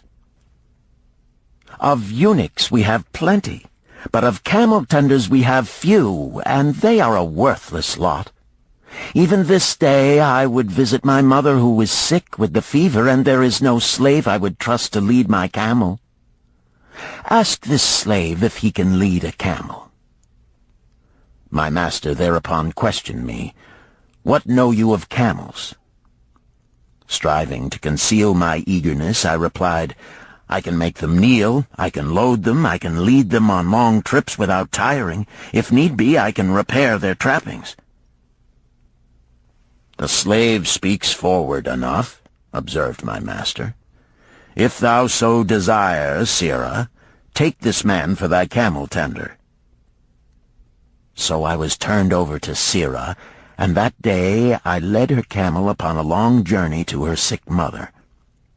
I took the occasion to thank her for her intercession, and also to tell her that I was not a slave by birth, but the son of a freeman, an honorable saddle-maker of Babylon.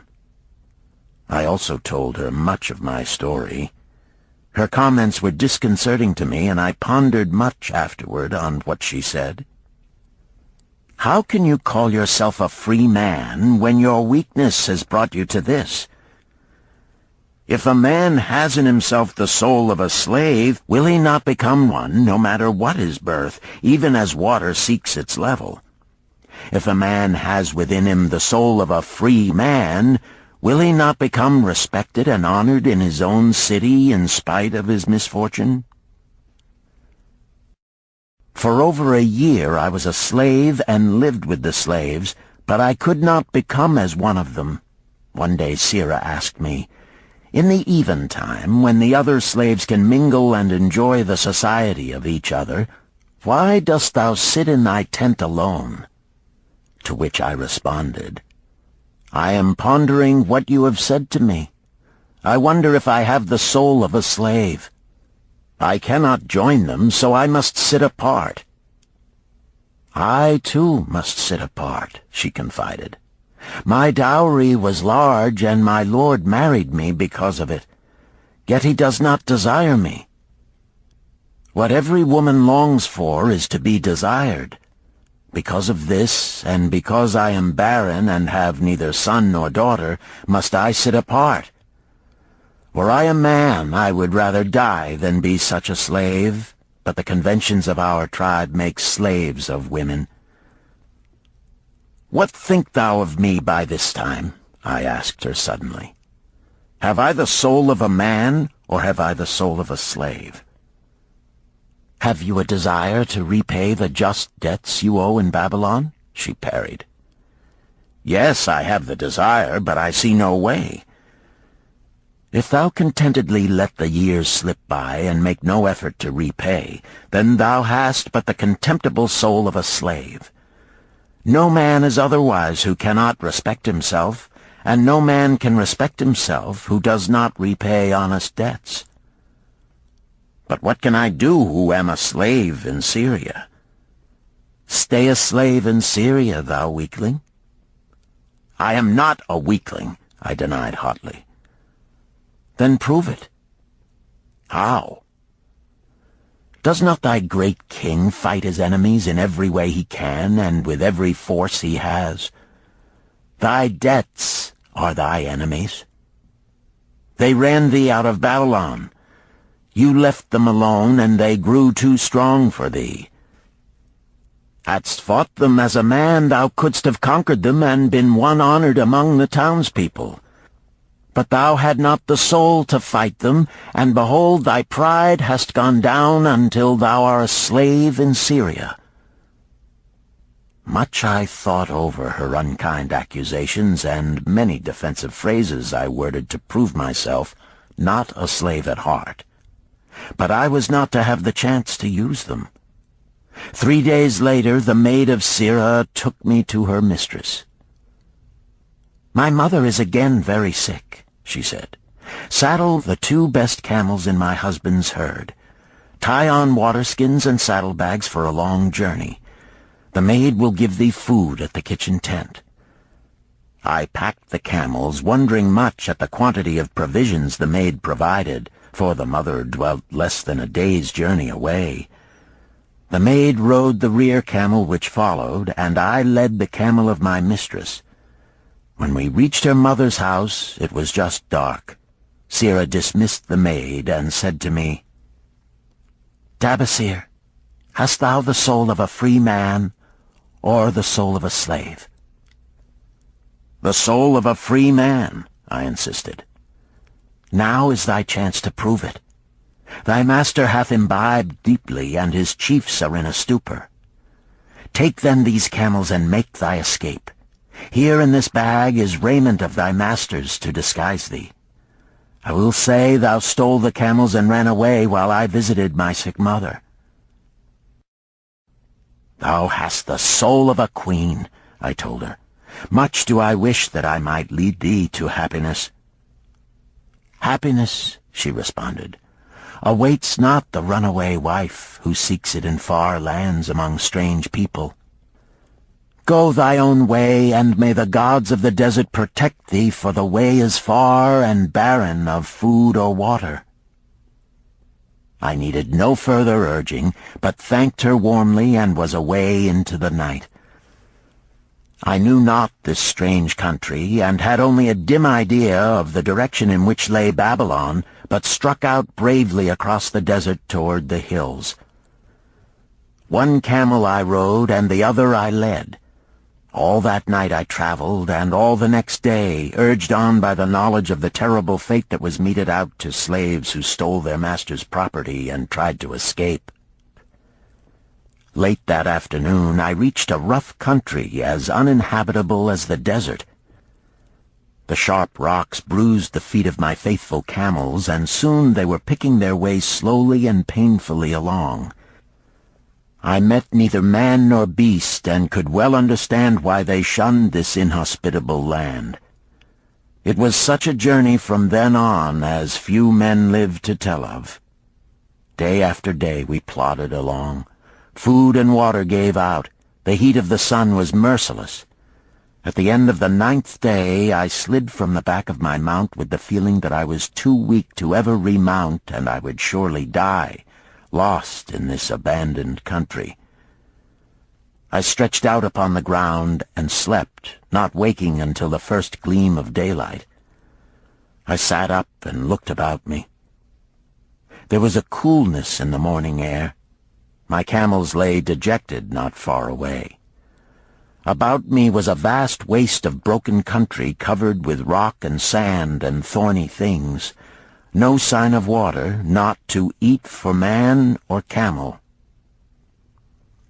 Could it be that in this peaceful quiet I faced my end?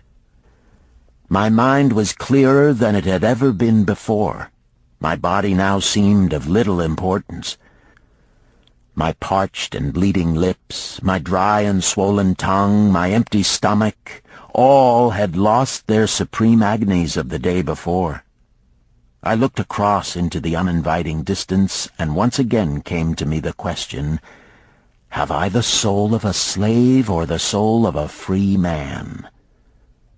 Then, with clearness, I realized that if I had the soul of a slave, I should give up, lie down in the desert and die, a fitting end for a runaway slave. But if I had the soul of a free man, what then? Surely I would force my way back to Babylon, repay the people who had trusted me, bring happiness to my wife who truly loved me, and bring peace and contentment to my parents.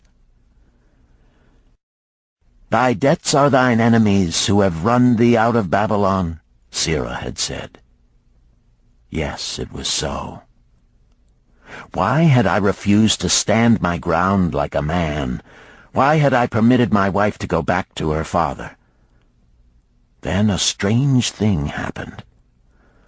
All the world seemed to be of a different color, as though I had been looking at it through a colored stone which had suddenly been removed.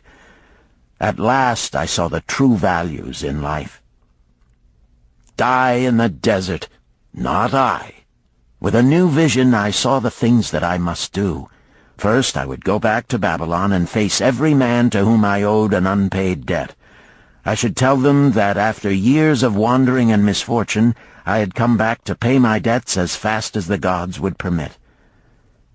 Next, I should make a home for my wife and become a citizen of whom my parents should be proud. My debts were my enemies, but the men I owed were my friends, for they had trusted me and believed in me. I staggered weakly to my feet. What mattered hunger? What mattered thirst? They were but incidents on the road to Babylon. Within me surged the soul of a free man going back to conquer his enemies and reward his friends. I thrilled with the great resolve. The glazed eyes of my camels brightened at the new note in my husky voice. With great effort, after many attempts, they gained their feet. With pitiful perseverance, they pushed on toward the north, where something within me said we would find Babylon. We found water. We passed into a more fertile country where were grass and fruit. We found the trail to Babylon because the soul of a free man looks at life as a series of problems to be solved, and solves them, while the soul of a slave whines, "What can I do who am but a slave?" How about thee, Tarkad? Does thy empty stomach make thy head exceedingly clear? Art ready to take the road that leads back to self-respect? Canst thou see the world in its true color? Hast thou the desire to pay thy honest debts, however many they may be, and once again be a man respected in Babylon? Moisture came to the eyes of the youth. He rose eagerly to his knees. "Thou hast shown me a vision. Already I feel the soul of a free man surge within me." "But how fared you upon your return?" questioned an interested listener. "Where the determination is, the way can be found," Dabasir replied. "I now had the determination, so I set out to find a way. First I visited every man to whom I was indebted, and begged his indulgence until I could earn that with which to repay. Most of them met me gladly. Several reviled me, but others offered to help me. One indeed did give me the very help I needed. It was Mathon, the gold lender. Learning that I had been a camel tender in Syria, he sent me to old Nebator, the camel trader, just commissioned by our good king to purchase many herds of sound camels for the great expedition. With him, my knowledge of camels I put to good use. Gradually, I was able to repay every copper and every piece of silver. Then at last I could hold up my head and feel that I was an honorable man among men." Again Dabasir turned to his food. "Kaskor, thou snail!" he called loudly to be heard in the kitchen. "The food is cold. Bring me more meat fresh from the roasting. Bring thou also a very large portion for Tarkad, the son of my old friend, who is hungry and shall eat with me." So ended the tale of Dabasir, the camel trader of old Babylon. He found his own soul when he realized a great truth, a truth that had been known and used by wise men long before his time. It has led men of all ages out of difficulties and into success, and it will continue to do so for those who have the wisdom to understand its magic power. It is for any man to use who reads these lines. Where the determination is, the way can be found.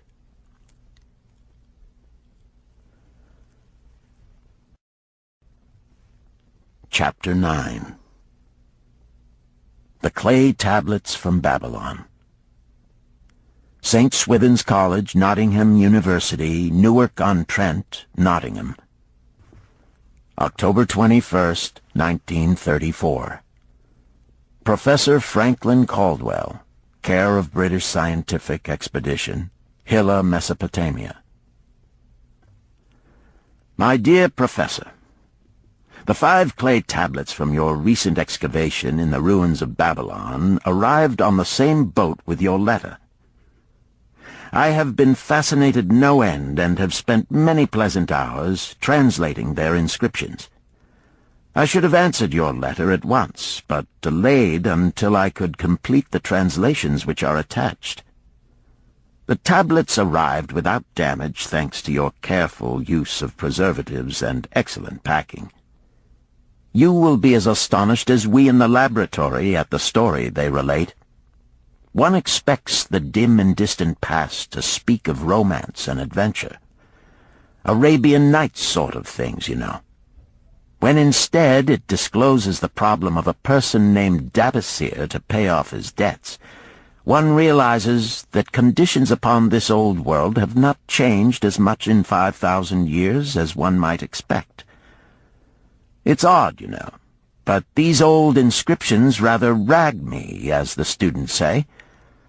Being a college professor, I am supposed to be a thinking human being possessing a working knowledge of most subjects. Yet here comes this old chap out of the dust-covered ruins of Babylon to offer a way I had never heard of to pay off my debts and at the same time acquire gold to jingle in my wallet.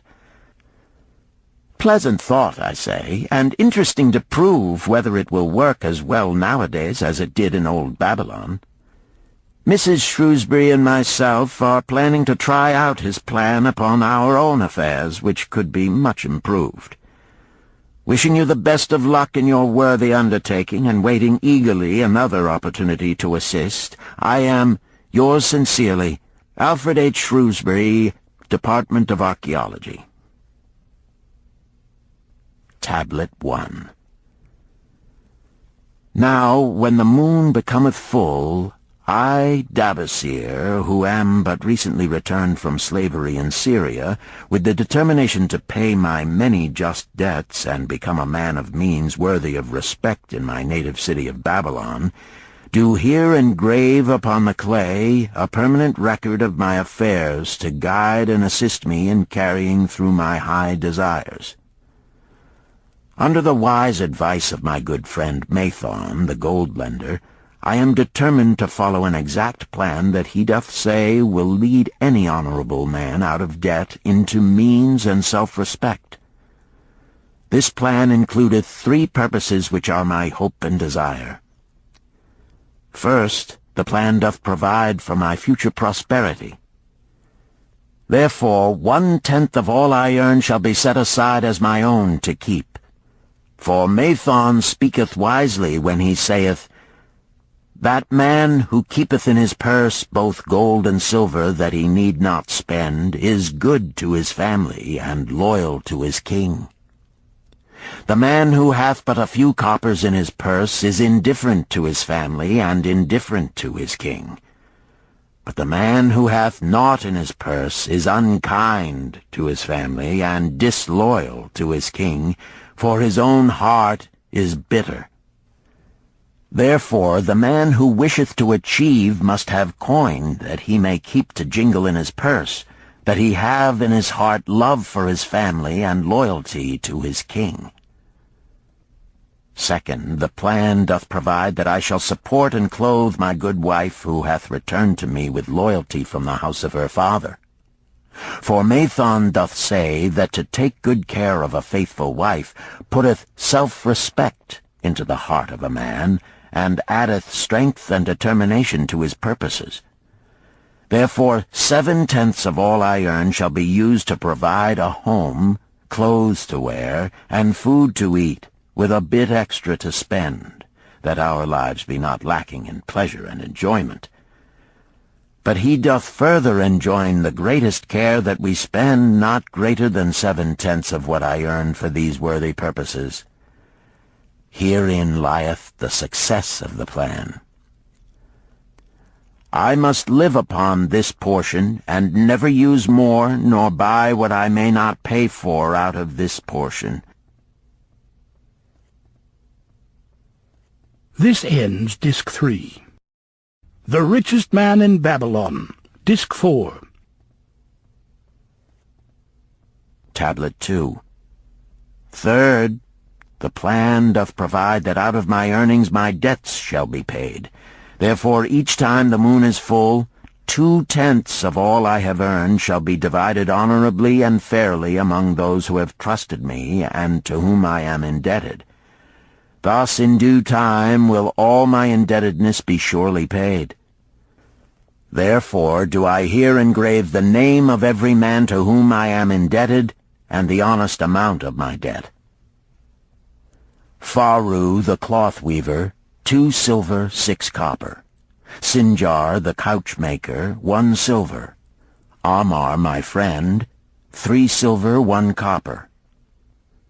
Zantkar my friend, 4 silver, 7 copper. Askamir my friend, 1 silver, 3 copper. Haransir the jewel-maker, 6 silver, 2 copper. Diarbekir, my father's friend, 4 silver, 1 copper. Alkahad, the house-owner, 14 silver. Mathon, the gold-lender, 9 silver. Birajik, the farmer, 1 silver, 7 copper. From here on, disintegrated, cannot be deciphered. Tablet 3. To these creditors do I owe in total 119 pieces of silver and 141 pieces of copper. Because I did owe these sums and saw no way to repay, in my folly I did permit my wife to return to her father, and didst leave my native city and seek easy wealth elsewhere, only to find disaster and to see myself sold into the degradation of slavery. Now that Mathon doth show me how I can repay my debts in small sums of my earnings, do I realize the great extent of my folly in running away from the results of my extravagances. Therefore have I visited my creditors and explained to them that I have no resources with which to pay except my ability to earn, and that I intend to apply 2/10 of all I earn upon my indebtedness evenly and honestly. This much can I pay, but no more. Therefore, if they be patient, in time my obligations will be paid in full. Amar, whom I thought my best friend, reviled me bitterly, and I left him in humiliation. Birajik, the farmer, pleaded that I pay him first, as he didst badly need help. Alcahad, the house owner, was indeed disagreeable, and insisted that he would make me trouble unless I did soon settle in full with him. All the rest willingly accepted my proposal. Therefore am I more determined than ever to carry through, being convinced that it is easier to pay one's just debts than to avoid them. Even though I cannot meet the needs and demands of a few of my creditors, I will deal impartially with all. Tablet 4. Again the moon shines full. I have worked hard with a free mind. My good wife hath supported my intentions to pay my creditors. Because of our wise determination, I have earned during the past moon, buying camels of sound wind and good legs for Nebertor, the sum of 19 pieces of silver. This I have divided according to the plan. 1/10 have I set aside to keep as my own, 7/10 have I divided with my good wife to pay for our living, 2/10 have I divided among my creditors as evenly as could be done in coppers. I did not see Amar, but left it with his wife. Birajik was so pleased that he would kiss my hand. Old Alcahad alone was grouchy and said I must pay faster. To which I replied that if I were permitted to be well fed and not worried, that alone would enable me to pay faster. All the others thanked me and spoke well of my efforts. Therefore, at the end of one moon, my indebtedness is reduced by almost 4 pieces of silver, and I possess almost 2 pieces of silver besides, upon which no man hath claim. My heart is lighter than it hath been for a long time. Again the moon shines full. I have worked hard, but with poor success. Few camels have I been able to buy. Only 11 pieces of silver have I earned. Nevertheless, my good wife and I have stood by the plan, even though we have bought no new raiment and eaten little but herbs. Again I paid ourselves 1/10 of the 11 pieces, while we lived upon 7/10. I was surprised when Amar commended my payment, even though small. So did Birajik. Alcahad flew into a rage, but when told to give back his portion if he did not wish it, he became reconciled. The others, as before, were content. Again the moon shines full, and I am greatly rejoiced. I intercepted a fine herd of camels and bought many sound ones, therefore my earnings were 42 pieces of silver. This moon my wife and myself have bought much-needed sandals and raiment. Also we have dined well on meat and fowl. More than 8 pieces of silver we have paid to our creditors. Even Alcahad did not protest. Great is the plan, for it leadeth us out of debt, and giveth us wealth which is ours to keep. 3 times the moon hath been full since I last carved upon this clay. Each time I paid to myself 1/10 of all I earned. Each time my good wife and I have lived upon 7/10, even though at times it was difficult. Each time have I paid to my creditors 2/10. In my purse I now have 21 pieces of silver that are mine. It maketh my head to stand straight upon my shoulders, and maketh me proud to walk among my friends. My wife keepeth well our home, and is becomingly gowned. We are happy to live together. The plan is of untold value. Hath it not made an honorable man of an ex-slave? Tablet 5. Again the moon shines full, and I remember that it is long since I carved upon the clay. 12 moons in truth have come and gone. But this day I will not neglect my record, because upon this day I have paid the last of my debts. This is the day upon which my good wife and my thankful self celebrate with great feasting that our determination hath been achieved. Many things occurred upon my final visit to my creditors that I shall long remember. Amar begged my forgiveness for his unkind words, and said that I was one of all others he most desired for a friend. Old Alcahad is not so bad after all, for he said, "Thou wert once a piece of soft clay to be pressed and molded by any hand that touched thee. But now thou art a piece of bronze capable of holding an edge. If thou needst silver or gold at any time, come to me." Nor is he the only one who holdeth me in high regard. Many others speak deferentially to me. My good wife looketh upon me with a light in her eyes that doth make a man have confidence in himself. Yet it is the plan that hath made my success. It hath enabled me to pay all my debts, and to jingle both gold and silver in my purse. I do commend it to all who wish to get ahead. For truly, if it will enable an ex-slave to pay his debts and have gold in his purse, will it not aid any man to find independence? Nor am I, myself, finished with it, for I am convinced that if I follow it further, it will make me rich among men. St. Swithin's College, Nottingham University, Newark-on-Trent, Nottingham, November 7th, 1936.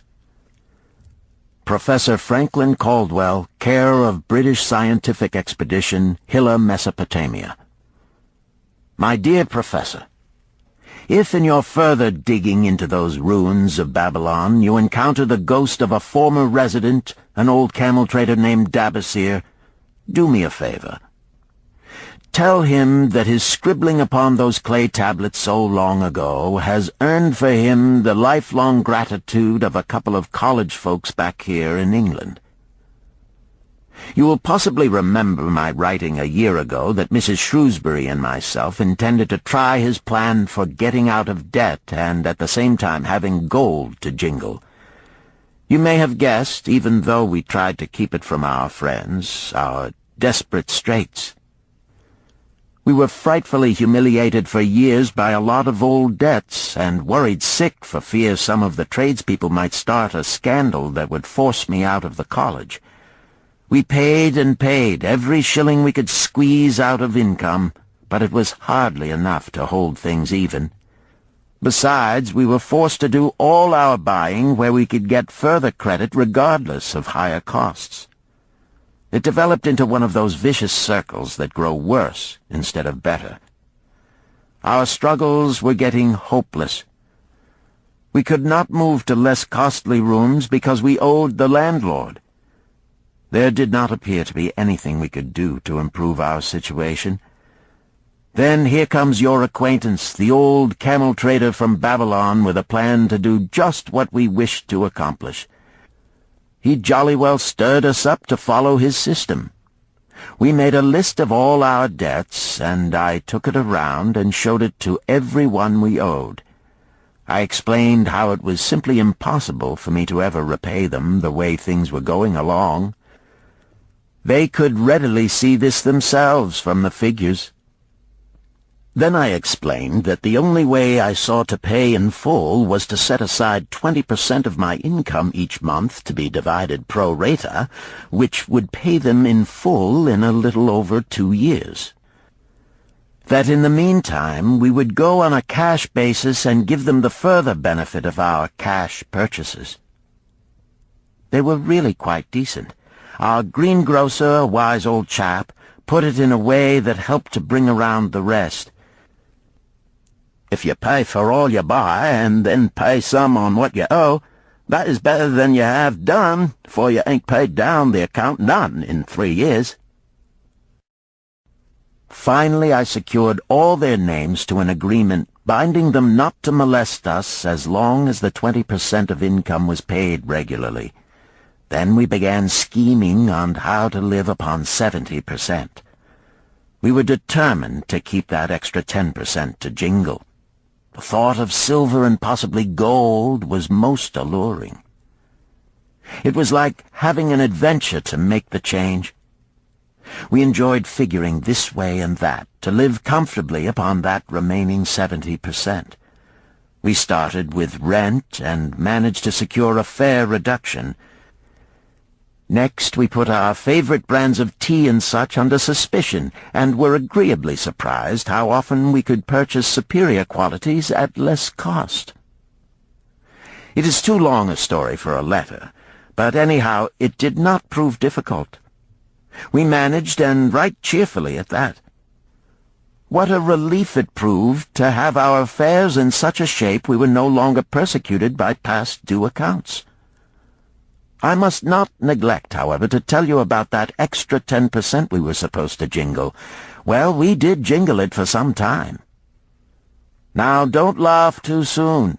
You see, that is the sporty part.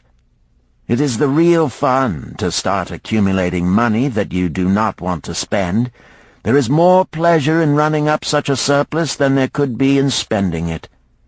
After we had jingled to our heart's content, we found a more profitable use for it. We took up an investment upon which we could pay that 10% each month. This is proving to be the most satisfying part of our regeneration. It is the first thing we pay out of my check. There is a most gratifying sense of security to know our investment is growing steadily. By the time my teaching days are over, it should be a snug sum, large enough so the income will take care of us from then on. All this out of my same old check. Difficult to believe, yet absolutely true. All our debts being gradually paid, and at the same time our investment increasing. Besides, we get along financially even better than before. Who would believe there could be such a difference in results between following a financial plan and just drifting along? At the end of the next year, when all our old bills shall have been paid, we will have more to pay upon our investment besides some extra for travel. We are determined never again to permit our living expenses to exceed 70% of our income. Now you can understand why we would like to extend our personal thanks to that old chap whose plan saved us from our hell on earth. He knew. He had been through it all. He wanted others to benefit from his own bitter experiences. That is why he spent tedious hours carving his message upon the clay. He had a real message for fellow sufferers, a message so important that after 5,000 years it has risen out of the ruins of Babylon just as true and just as vital as the day it was buried. Yours sincerely, Alfred H. Shrewsbury, Department of Archaeology. Chapter 10. The Luckiest Man in Babylon. At the head of his caravan proudly rode Sharonada, the merchant prince of Babylon. He liked fine cloth and wore rich and becoming robes. He liked fine animals and sat easily upon his spirited Arabian stallion. To look at him, one would hardly have guessed his advanced years. Certainly they would not have suspected that he was inwardly troubled. The journey from Damascus is long, and the hardships of the desert many. These he minded not. The Arab tribes are fierce and eager to loot rich caravans. These he feared not, for his many fleet-mounted guards were a safe protection. About the youth at his side, whom he was bringing from Damascus, was he disturbed. This was Hayden Gula, the grandson of his partner of other years, Arid Gula, to whom he felt he owed a debt of gratitude which could never be repaid.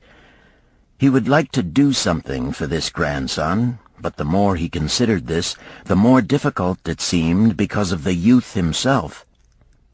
Eyeing the young man's rings and earrings, he thought to himself, "He thinks jewels are for men. Still, he has his grandfather's strong face. But his grandfather wore no such gaudy robes. Yet I sought him to come, hoping I might help him get a start for himself and get away from the wreck his father has made of their inheritance." Hayden Gula broke in upon his thoughts. "Why dost thou work so hard, riding always with thy caravan upon its long journeys? Dost thou never take time to enjoy life?" Shahrunada smiled. "To enjoy life?" he repeated. "What wouldst thou do to enjoy life if thou wert Shahrunada?" "If I had wealth equal to thine, I would live like a prince. Never across the hot desert would I ride. I would spend the shekels as fast as they came to my purse. I would wear the richest of robes and the rarest of jewels. That would be a life to my liking, a life worth living." Both men laughed. "Thy grandfather wore no jewels," Shahrunada spoke before he thought, then continued jokingly, "Wouldst thou leave no time for work?" "Work was made for slaves," Hayden Gula responded. Shahrunada bit his lip but made no reply, riding in silence until the trail led them to the slope. Here he reined his mount, and pointing to the green valley far away, "See, there is the valley. Look far down, and thou canst faintly see the walls of Babylon. The tower is the temple of Bel. If thine eyes are sharp, thou mayest even see the smoke from the eternal fire upon its crest." "So that is Babylon? Always have I longed to see the wealthiest city in all the world," Hayden Gula commented. "Babylon, where my grandfather started his fortune. Would he were still alive, we would not be so sorely pressed. Why wish his spirit to linger on earth beyond its allotted time? Thou and thy father can well carry on his good work. Alas, of us neither has his gift. Father and myself know not his secret for attracting the golden shekels." Shahrunada did not reply, but gave rein to his mount and rode thoughtfully down the trail to the valley. Behind them followed the caravan in a cloud of reddish dust. Some time later they reached the King's Highway and turned south through the irrigated farms. 3 old men plowing a field caught Shahrunada's attention. They seemed strangely familiar. How ridiculous! One does not pass a field after 40 years and find the same men plowing there. Yet something within him said they were the same. One, with an uncertain grip, held the plow. The others laboriously plodded beside the oxen, ineffectually beating them with their barrel staves to keep them pulling. 40 years ago he had envied these men. How gladly he would have exchanged places. But what a difference now! With pride he looked back at his trailing caravan, well-chosen camels and donkeys loaded high with valuable goods from Damascus. All this was but one of his possessions. He pointed to the plowers, saying, "Still plowing the same field where they were 40 years ago. They look it, but why thinkest thou they are the same?" "I saw them there," Shahrunada replied. Recollections were racing rapidly through his mind. Why could he not bury the past and live in the present? Then he saw, as in a picture, the smiling face of Arid Gula. The barrier between himself and the cynical youth beside him dissolved. But how could he help such a superior youth with his spendthrift ideas and bejeweled hands? Work he could offer in plenty to willing workers, but not for men who considered themselves too good for work. Yet he owed it to Arid Gula to do something, not a half-hearted attempt. He and Arid Gula had never done things that way. They were not that sort of men. A plan came almost in a flash. There were objections. He must consider his own family and his own standing. It would be cruel. It would hurt. Being a man of quick decisions, he waived objections and decided to act. "Wouldst thou be interested in hearing how thy worthy grandfather and myself joined in the partnership which proved so profitable?" he questioned. "Why not just tell me how thou madest the golden shekels? That is all I need to know," the young man parried. Sharunada ignored the reply and continued, "We start with those men plowing. I was no older than thou. As the column of men in which I marched approached, good old Megiddo, the farmer, scoffed at the slipshod way in which they plowed. Megiddo was chained next to me. 'Look at the lazy fellows,' he protested. 'The plow holder makes no effort to plow deep, nor do the beaters keep the oxen in the furrow. How can they expect to raise a good crop with poor plowing?' "Didst thou say Megiddo was chained to thee?" Hayden Gula asked in surprise. "Yes, with bronze collars about our necks and a length of heavy chain between us. Next to him was Zabado, the sheep thief. I had known him in Harun. At the end was a man we called Pirate because he told us not his name. We judged him as a sailor as he had entwined serpents tattooed upon his chest in sailor fashion. The column was made up thus, so the men could walk in fours." "Thou wert chained as a slave?" Hayden Gula asked incredulously. "Did not thy grandfather tell thee I was once a slave? He often spoke of thee, but never hinted of this. He was a man thou couldst trust with innermost secrets.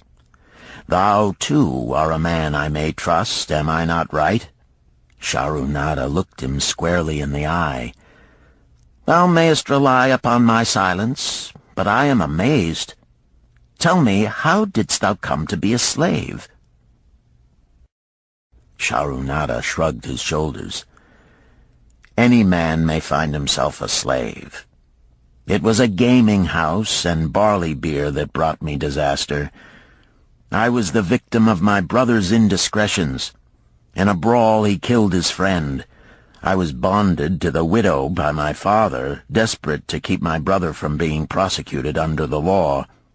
When my father could not raise the silver to free me, she in anger sold me to the slave dealer." "What a shame and injustice!" Hayden Gula protested. "But tell me, how didst thou regain freedom?" "We shall come to that, but not yet. Let us continue my tale. As we passed, the plowers jeered at us. One did doff his ragged hat and bow low, calling out, 'Welcome to Babylon, guests of the king! He waits for thee on the city walls where the banquet is spread, mud bricks and onion soup.' With that, they laughed uproariously. Pirate flew into a rage and cursed them roundly. 'What do those men mean by the king awaiting us on the walls?' I asked him. 'To the city walls ye march to carry bricks until the back breaks. Maybe they beat thee to death before it breaks. They won't beat me. I'll kill 'em.' Then Megiddo spoke up. 'It doesn't make sense to me to talk of masters beating willing, hard-working slaves to death. Masters like good slaves and treat them well." "Who wants to work hard?" commented Zabato. "Those plowers are wise fellows. They're not breaking their backs, just letting on as if they be." "Thou can't get ahead by shirking," Megiddo protested. "If thou plow a hectare, that's a good day's work, and any master knows it. But when thou plow only a half, that's shirking. I don't shirk. I like to work, and I like to do good work, for work is the best friend I've ever known. It has brought me all the good things I've had, my farm and cows and crops, everything." "Yea, and where be these things now?" scoffed Zabato. "I figure it pays better to be smart and get by without working. You watch Zabato. If we're sold to the walls, he'll be carrying the water bag or some easy job, when thou, who like to work, will be breaking thy back carrying bricks." He laughed his silly laugh. Terror gripped me that night. I could not sleep. I crowded close to the guard rope, and when the others slept, I attracted the attention of Godoso, who was doing the first guard watch. He was one of those brigand Arabs, the sort of rogue who, if he robbed thee of thy purse, would think he must also cut thy throat. "Tell me, Godoso," I whispered, "when we get to Babylon, will we be sold to the walls?" "Why want to know?" he questioned cautiously. "Canst thou not understand?" I pleaded. "I am young. I want to live. I don't want to be worked or beaten to death on the walls. Is there any chance for me to get a good master?" He whispered back, "I tell something. Thou good fellow, give Godoso no trouble. Most times we go first to slave market. Listen now. When buyers come, tell 'em you good worker, like to work hard for good master, make 'em want to buy. You not make 'em buy, next day you carry brick. Mighty hard work." After he walked away, I lay in the warm sand looking up at the stars and thinking about work. What Megiddo had said about it being his best friend made me wonder if it would be my best friend. Certainly it would be if it helped me out of this. When Megiddo awoke, I whispered my good news to him. It was our one ray of hope as we marched toward Babylon. Late in the afternoon, we approached the walls and could see the lines of men, like black ants, climbing up and down the steep diagonal paths. As we drew closer, we were amazed at the thousands of men working. Some were digging in the moat, others mixed the dirt into mud bricks. The greatest number were carrying the bricks in large baskets up those steep trails to the masons. Overseers cursed the laggards and cracked bullock whips over the backs of those who failed to keep in line. Poor, worn-out fellows were seen to stagger and fall beneath their heavy baskets, unable to rise again. If the lash failed to bring them to their feet, they were pushed to the side of the paths and left writhing in agony. Soon they would be dragged down to join other craven bodies beside the roadway to await unsanctified graves. As I beheld the ghastly sight, I shuddered. So this was what awaited my father's son if he failed at the slave market. Godoso had been right. We were taken through the gates of the city to the slave prison, and next morning marched to the pens in the market. Here the rest of the men huddled in fear, and only the whips of our guard could keep them moving so the buyers could examine them. Megiddo and myself eagerly talked to every man who permitted us to address him. The slave dealer brought soldiers from the king's guard who shackled Pirate and brutally beat him when he protested. As they led him away, I felt sorry for him. Megiddo felt that we would soon part. When no buyers were near, he talked to me earnestly to impress upon me how valuable work would be to me in the future. Some men hate it. They make it their enemy.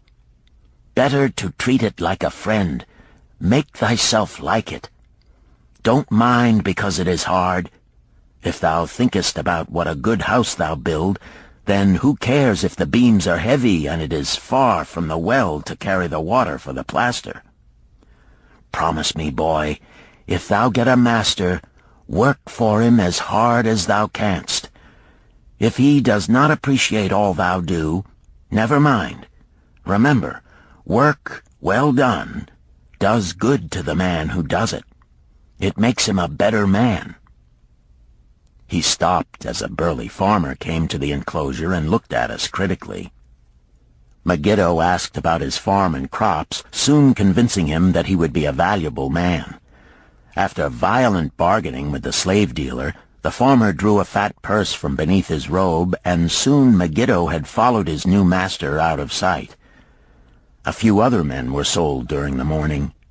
At noon, Godoso confided to me that the dealer was disgusted and would not stay over another night, but would take all who remained at sundown to the king's buyer.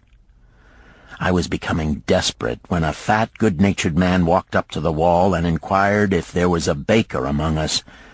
I approached him, saying, "Why should a good baker like thyself seek another baker of inferior ways? Would it not be easier to teach a willing man like myself thy skilled ways? Look at me. I am young, strong, and like to work. Give me a chance, and I will do my best to earn gold and silver for thy purse." He was impressed by my willingness, and began bargaining with the dealer, who had never noticed me since he had bought me, but now waxed eloquent on my abilities, good health, and good disposition. I felt like a fat ox being sold to a butcher. At last, much to my joy, the deal was closed. I followed my new master away, thinking I was the luckiest man in Babylon. My new home was much to my liking. Nananeid, my master, taught me how to grind the barley in the stone bowl that stood in the courtyard, how to build the fire in the oven, and then how to grind very fine the sesame flour for the honey cakes. I had a couch in the shed where his grain was stored. The old slave housekeeper, Swasti, fed me well and was pleased at the way I helped her with the heavy tasks. Here was the chance I had longed for to make myself valuable to my master, and, I hoped, to find a way to earn my freedom. I asked Nananeid to show me how to knead the bread and to bake. This he did, much pleased at my willingness.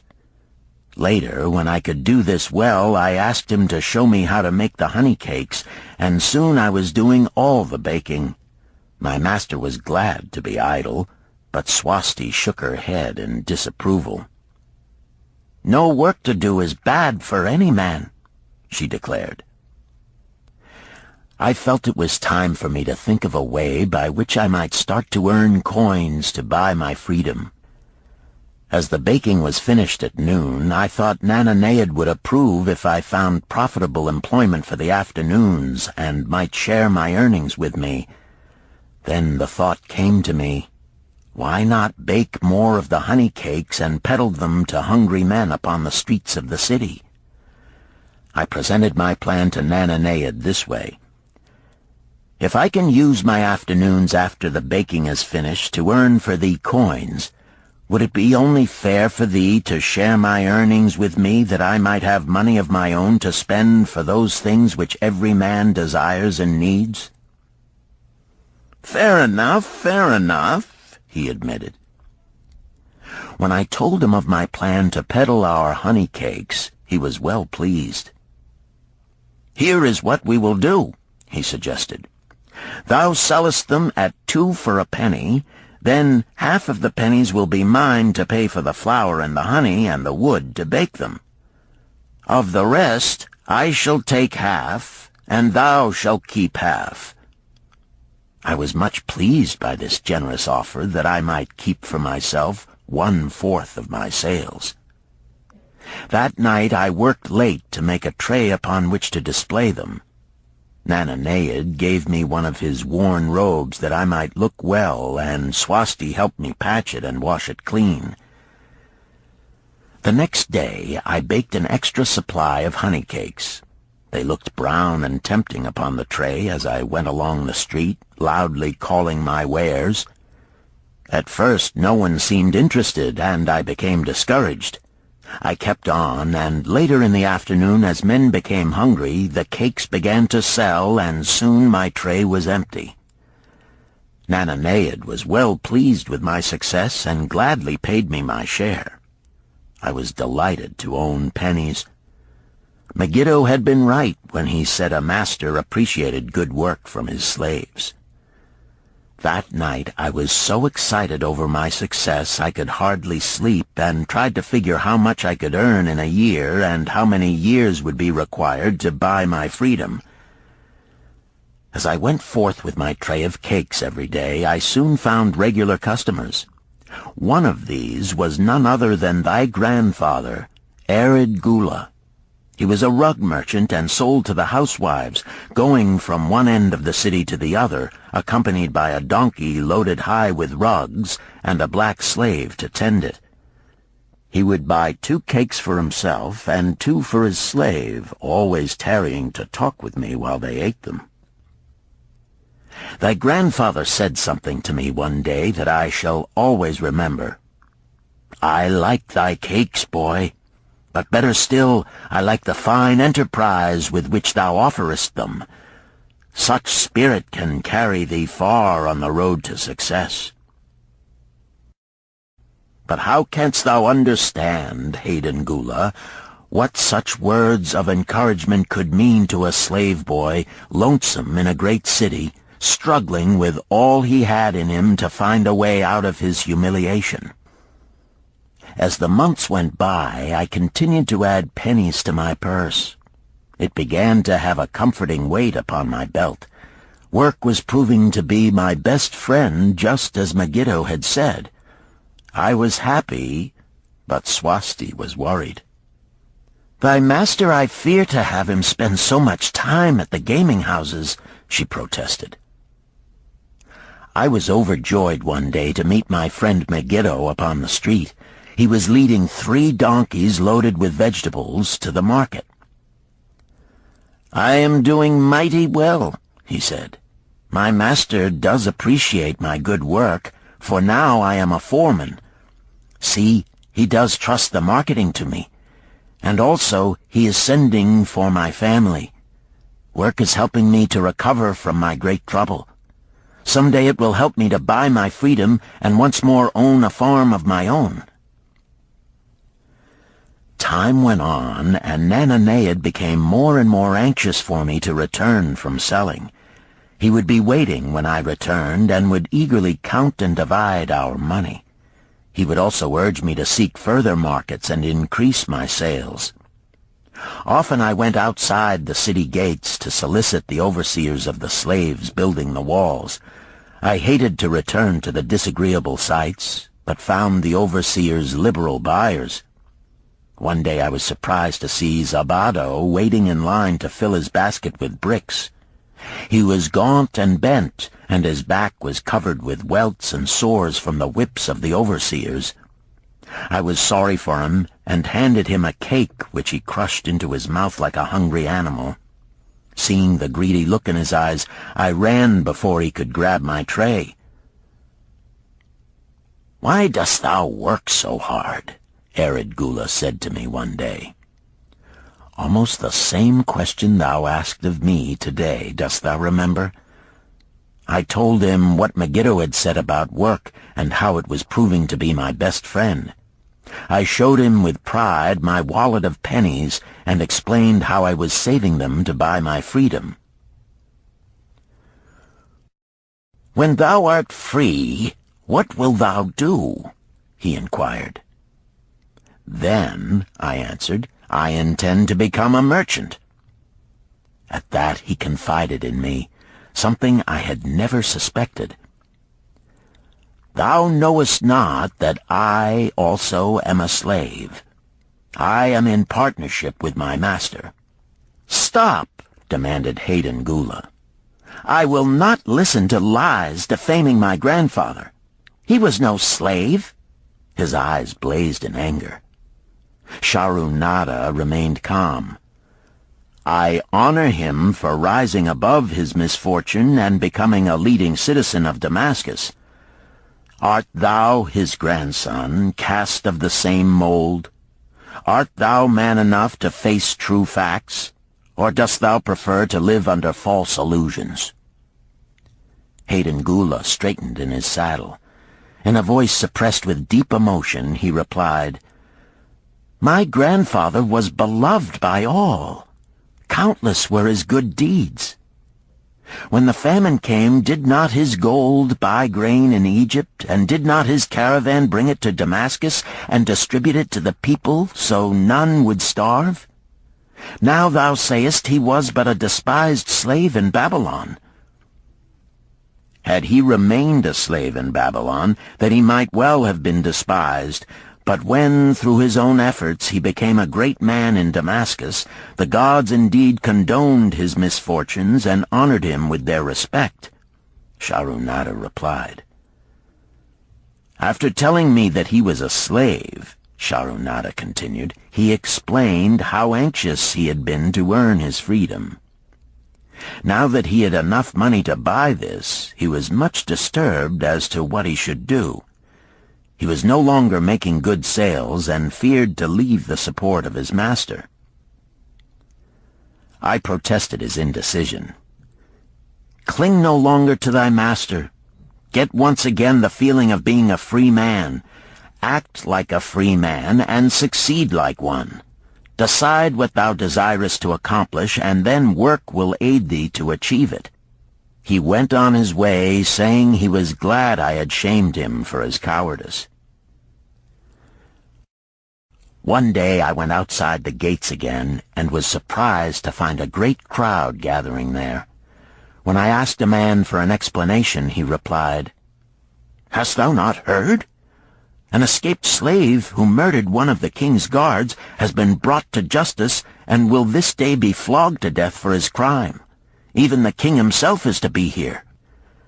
So dense was the crowd about the flogging post, I feared to go near lest my tray of honey cakes be upset.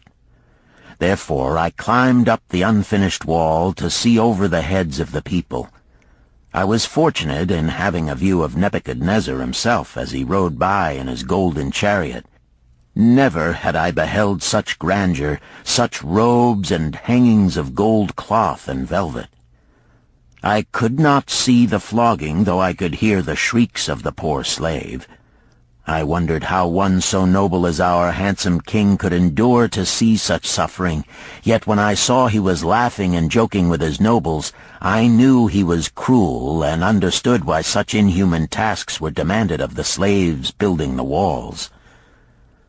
After the slave was dead, his body was hung upon a pole by a rope attached to his leg so all might see. As the crowd began to thin, I went close. On the hairy chest, I saw tattooed 2 entwined serpents. It was Pirate. The next time I met Arid Gula, he was a changed man. Full of enthusiasm, he greeted me. "Behold, the slave thou knewest is now a free man. There was magic in thy words. Already my sales and my profits are increasing. My wife is overjoyed. She was a free woman, the niece of my master. She much desires that we move to a strange city where no man shall know I was once a slave. Thus our children shall be above reproach for their father's misfortune. Work has become my best helper. It has enabled me to recapture my confidence and my skill to sell." I was overjoyed that I had been able, even in a small way, to repay him for the encouragement he had given me. One evening Swasti came to me in deep distress. "Thy master is in trouble. I fear for him. Some months ago he lost much at the gaming tables. He pays not the farmer for his grain, nor his honey. He pays not the money-lender. They are angry and threaten him." "Why should we worry over his folly? We are not his keepers," I replied thoughtlessly. "Foolish youth, thou understandest not. To the moneylender didst he give thy title to secure a loan? Under the law he can claim thee and sell thee. I know not what to do. He is a good master. Why, oh, why should such trouble come upon him? Not were Swasti's fears groundless. While I was doing the baking next morning, the moneylender returned with a man he called Sasi. This man looked me over and said I would do. The moneylender waited not for my master to return, but told Swasti to tell him he had taken me. With only the robe on my back and the purse of pennies hanging safely from my belt, I was hurried away from the unfinished baking. I was whirled away from my dearest hopes as the hurricane snatches the tree from the forest and casts it into the surging sea. Again a gaming house and barley beer had caused me disaster. Sasi was a blunt, gruff man. As he led me across the city, I told him of the good work I had been doing for Nananeid, and said I hoped to do good work for him. His reply offered no encouragement. I like not this work.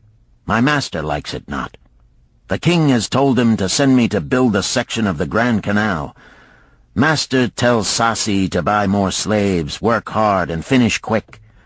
Bah! How can any man finish a big job quick? Picture a desert with not a tree, just low shrubs and a sun burning with such fury the water in our barrels became so hot we could scarcely drink it. Then picture rows of men going down into the deep excavation and lugging heavy baskets of dirt up soft, dusty trails from daylight until dark. Picture food served in open troughs from which we helped ourselves like swine. We had no tents, no straw for beds. That was the situation in which I found myself. I buried my wallet in a marked spot, wondering if I would ever dig it up again. At first I worked with good will, but as the months dragged on I felt my spirit breaking. Then the heat fever took hold of my weary body. I lost my appetite and could scarcely eat the mutton and vegetables. At night I would toss in unhappy wakefulness. In my misery I wondered if Zabado had not the best plan, to shirk and keep his back from being broken in work. Then I recalled my last sight of him and knew his plan was not good. I thought of Pirate with his bitterness and wondered if it might be just as well to fight and kill. The memory of his bleeding body reminded me that his plan was also useless. Then I remembered my last sight of Megiddo. His hands were deeply calloused from hard work, but his heart was light and there was happiness on his face. His was the best plan. Yet I was just as willing to work as Megiddo. He could not have worked harder than I. Why did not my work bring me happiness and success? Was it work that brought Megiddo happiness, or was happiness and success merely in the laps of the gods? Was I to work the rest of my life without gaining my desires, without happiness and success? All of these questions were jumbled in my mind, and I had not an answer. Indeed, I was sorely confused. Several days later, when it seemed that I was at the end of my endurance and my questions still unanswered, Sasi sent for me. A messenger had come from my master to take me back to Babylon. I dug up my precious wallet, wrapped myself in the tattered remnants of my robe, and was on my way. As we rode, the same thoughts of a hurricane whirling me hither and thither kept racing through my feverish brain. I seemed to be living the weird words of a chant from my native town of Harun. Besetting a man like a whirlwind, driving him like a storm, whose course no one can follow, whose destiny no one can foretell. Was I destined to be ever thus punished for I knew not what? What new miseries and disappointments awaited me? When we rode to the courtyard of my master's house, imagine my surprise when I saw arid Gula awaiting me. He helped me down and hugged me like a long-lost brother. As we went our way, I would have followed him as a slave should follow his master, but he would not permit me. He put his arm about me, saying, "I hunted everywhere for thee. When I had almost given up hope, I did meet Swasti, who told me of the money-lender who directed me to thy noble owner. A hard bargain he did drive, and made me pay an outrageous price. But thou art worth it. Thy philosophy and thy enterprise have been my inspiration to this new success." "Megiddo's philosophy, not mine," I interrupted. "Megiddo's and thine. Thanks to thee both, we are going to Damascus, and I need thee for my partner." "See," he exclaimed, "in one moment thou wilt be a free man." So saying, he drew from beneath his robe the clay tablet carrying my title. This he raised above his head and hurled it to break in 100 pieces upon the cobblestones. With glee he stamped upon the fragments until they were but dust. Tears of gratitude filled my eyes. I knew I was the luckiest man in Babylon. "Work, thou see, by this, in the time of my greatest distress, didst prove to be my best friend. My willingness to work enabled me to escape from being sold to join the slave gangs upon the walls. It also so impressed thy grandfather, he selected me for his partner." Then Hayden Gula questioned, "Was work my grandfather's secret key to the golden shekels?" "It was the only key he had when I first knew him," Sharunada replied. "Thy grandfather enjoyed working. The gods appreciated his efforts and rewarded him liberally." "I begin to see," Hayden Gula was speaking thoughtfully. "Work attracted his many friends who admired his industry and the success it brought. Work brought him the honors he enjoyed so much in Damascus. Work brought him all those things I have approved. And I thought work was fit only for slaves." "Life is rich with many pleasures for men to enjoy," Sharunada commented. "Each has its place. I am glad that work is not reserved for slaves. Were that the case, I would be deprived of my greatest pleasure. Many things do I enjoy, but nothing takes the place of work." Sharunada and Hayden Gula rode in the shadows of the towering walls up to the massive bronze gates of Babylon. At their approach, the gate guards jumped to attention and respectfully saluted an honored citizen. With head held high, Sharunada led the long caravan through the gates and up the streets of the city. "I have always hoped to be a man like my grandfather," Hayden Gula confided to him. "Never before did I realize just what kind of man he was. This thou hast shown me. Now that I understand, I do admire him all the more and feel more determined to be like him. I fear I can never repay thee for giving me the true key to his success. From this day forth I shall use his key. I shall start humbly as he started, which befits my true station far better than jewels and fine robes." So saying, Hayden Gula pulled the jeweled baubles from his ears and the rings from his fingers. Then, reining his horse, he dropped back and rode with deep respect behind the leader of the caravan.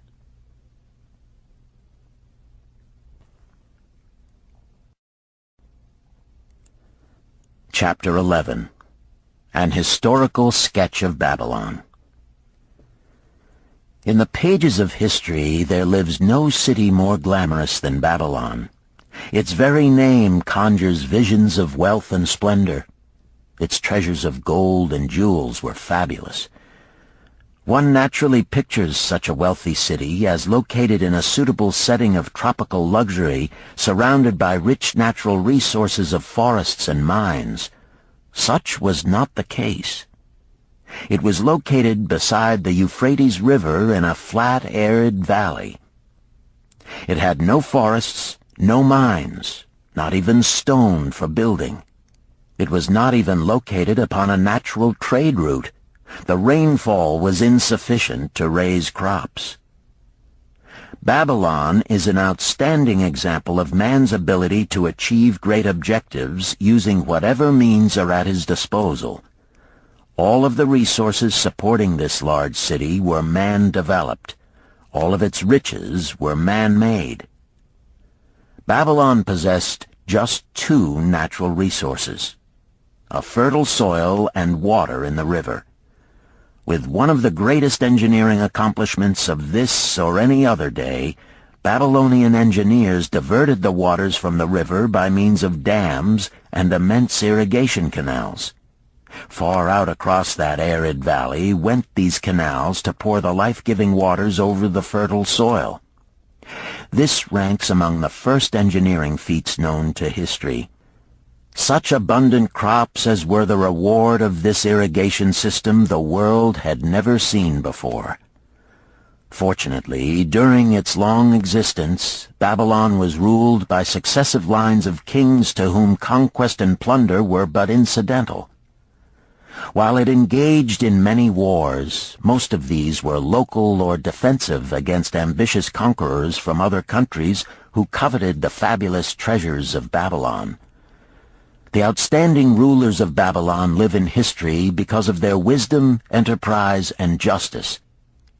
Babylon produced no strutting monarchs who sought to conquer the known world that all nations might pay homage to their egotism. As a city, Babylon exists no more. When those energizing human forces that built and maintained the city for thousands of years were withdrawn, it soon became a deserted ruin. The site of the city is in Asia, about 600 miles east of the Suez Canal, just north of the Persian Gulf. The latitude is about 30 degrees above the equator, practically the same as that of Yuma, Arizona. It possessed a climate similar to that of this American city, hot and dry.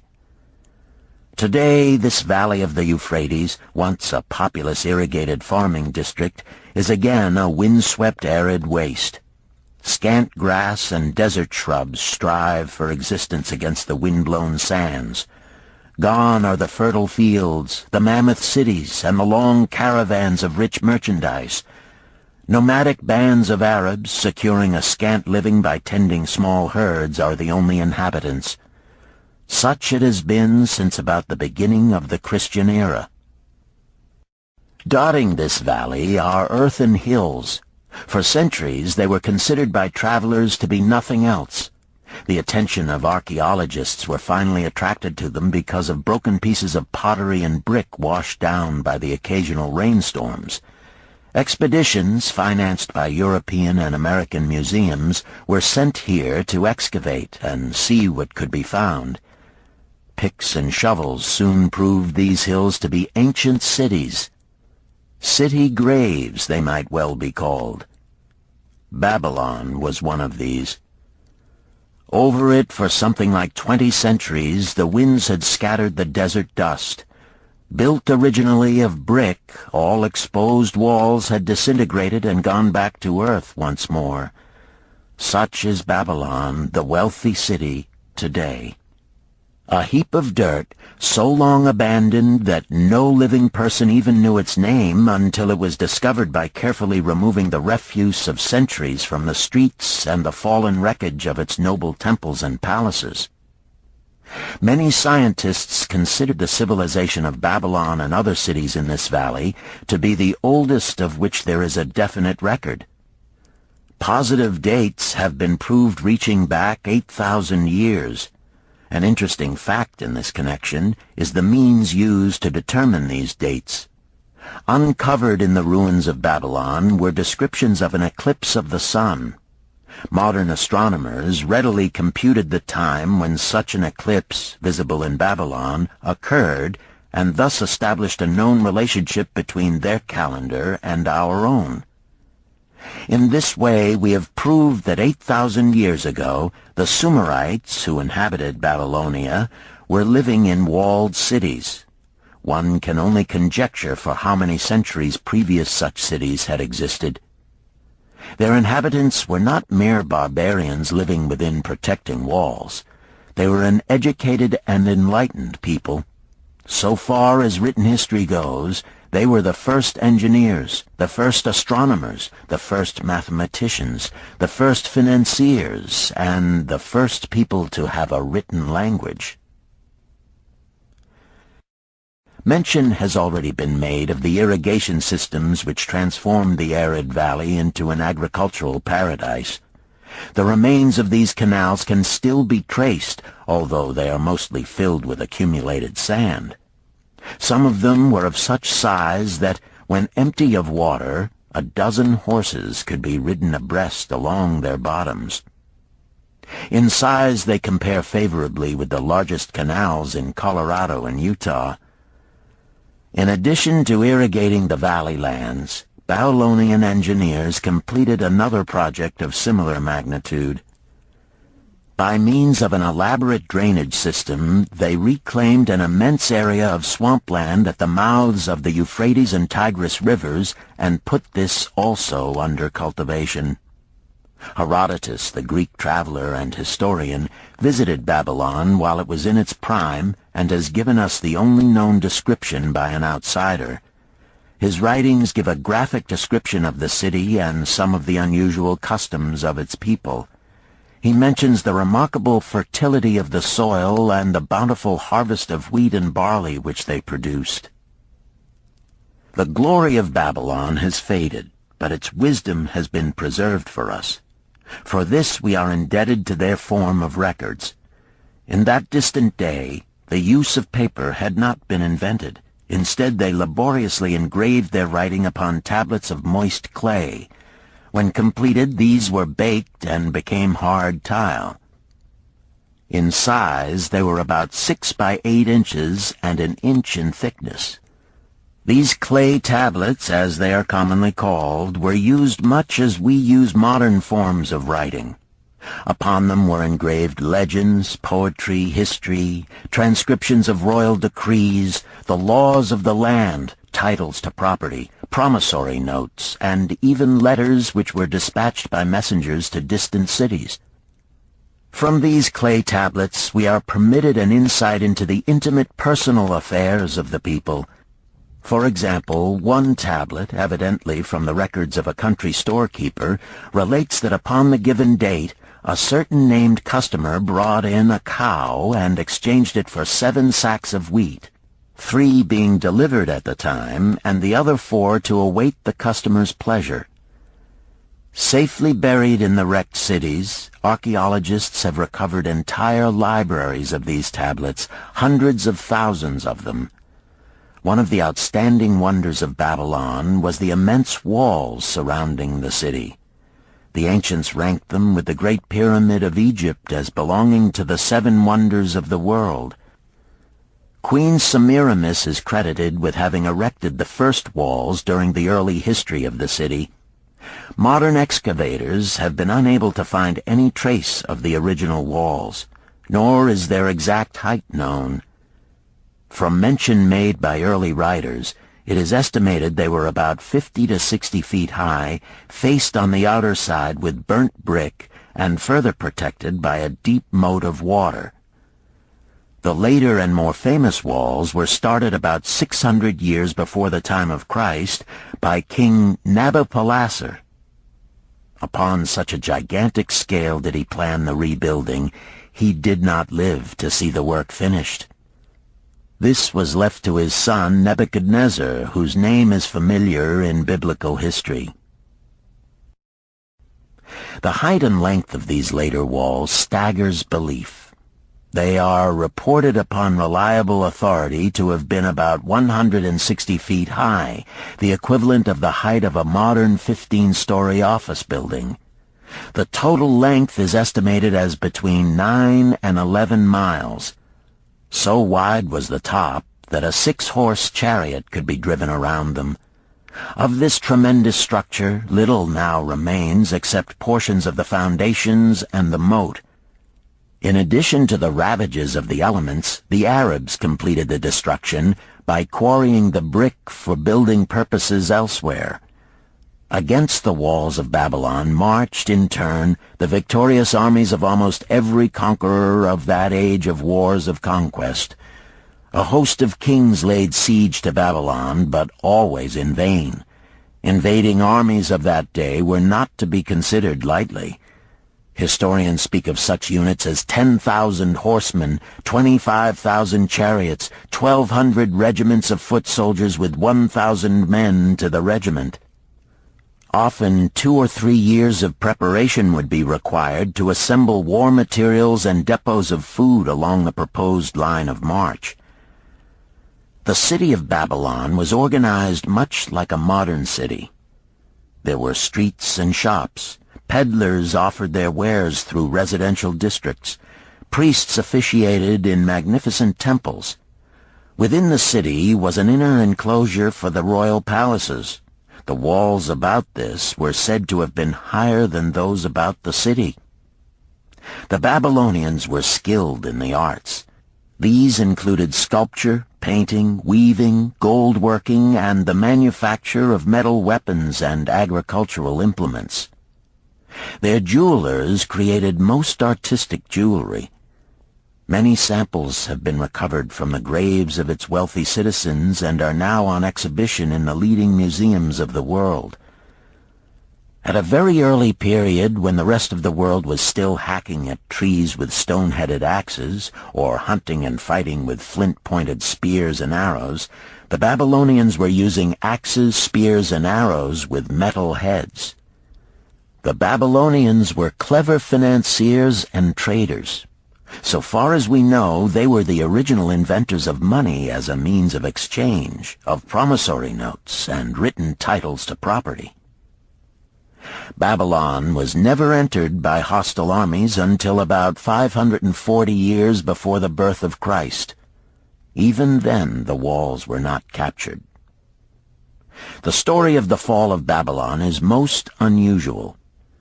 Cyrus, one of the great conquerors of that period, intended to attack the city and hoped to take its impregnable walls.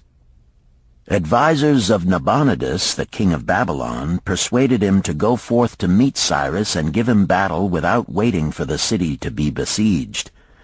In the succeeding defeat to the Babylonian army, it fled away from the city. Cyrus thereupon entered the open gates and took possession without resistance. Thereafter, the power and prestige of the city gradually waned until, in the course of a few hundred years, it was eventually abandoned, deserted, left for the winds and storms to level once again to that desert earth from which its grandeur had originally been built. Babylon had fallen, never to rise again, but to it civilization owes much. The eons of time have crumbled to dust the proud walls of its temples, but the wisdom of Babylon endures. The End. You've been listening to The Richest Man in Babylon by George S. Clason, narrated by Richard Ferrone, and directed by Ben Ruggiero. If you've enjoyed this book and this performance, Recorded Books recommends The Art of War by Sun Tzu, narrated by Joe Mantegna. This classic of military strategy includes a detailed introduction and commentary on the history of Chinese warfare and military thought. We also recommend Nickel and Dimed by Barbara Ehrenreich, narrated by Christine McMurdo Wallace. Nickel and Dimed reveals low-wage America in all its tenacity, anxiety, and surprising generosity. A land of big boxes, fast food, and 1,000 desperate stratagems for survival. You'll find a wide selection of titles in the Recorded Books catalog, including bestsellers, mysteries, classics, histories, and more. So to order another recorded book, or for a copy of our latest listing, please call the toll-free number found on the back of this book. Don't forget to ask about easy 30-day rentals by mail. On our website, you can browse our catalog, place orders, hear about our latest releases, or tune into narrator profiles and author interviews. So visit us there at www.recordedbooks.com. And thank you for being a Recorded Books reader.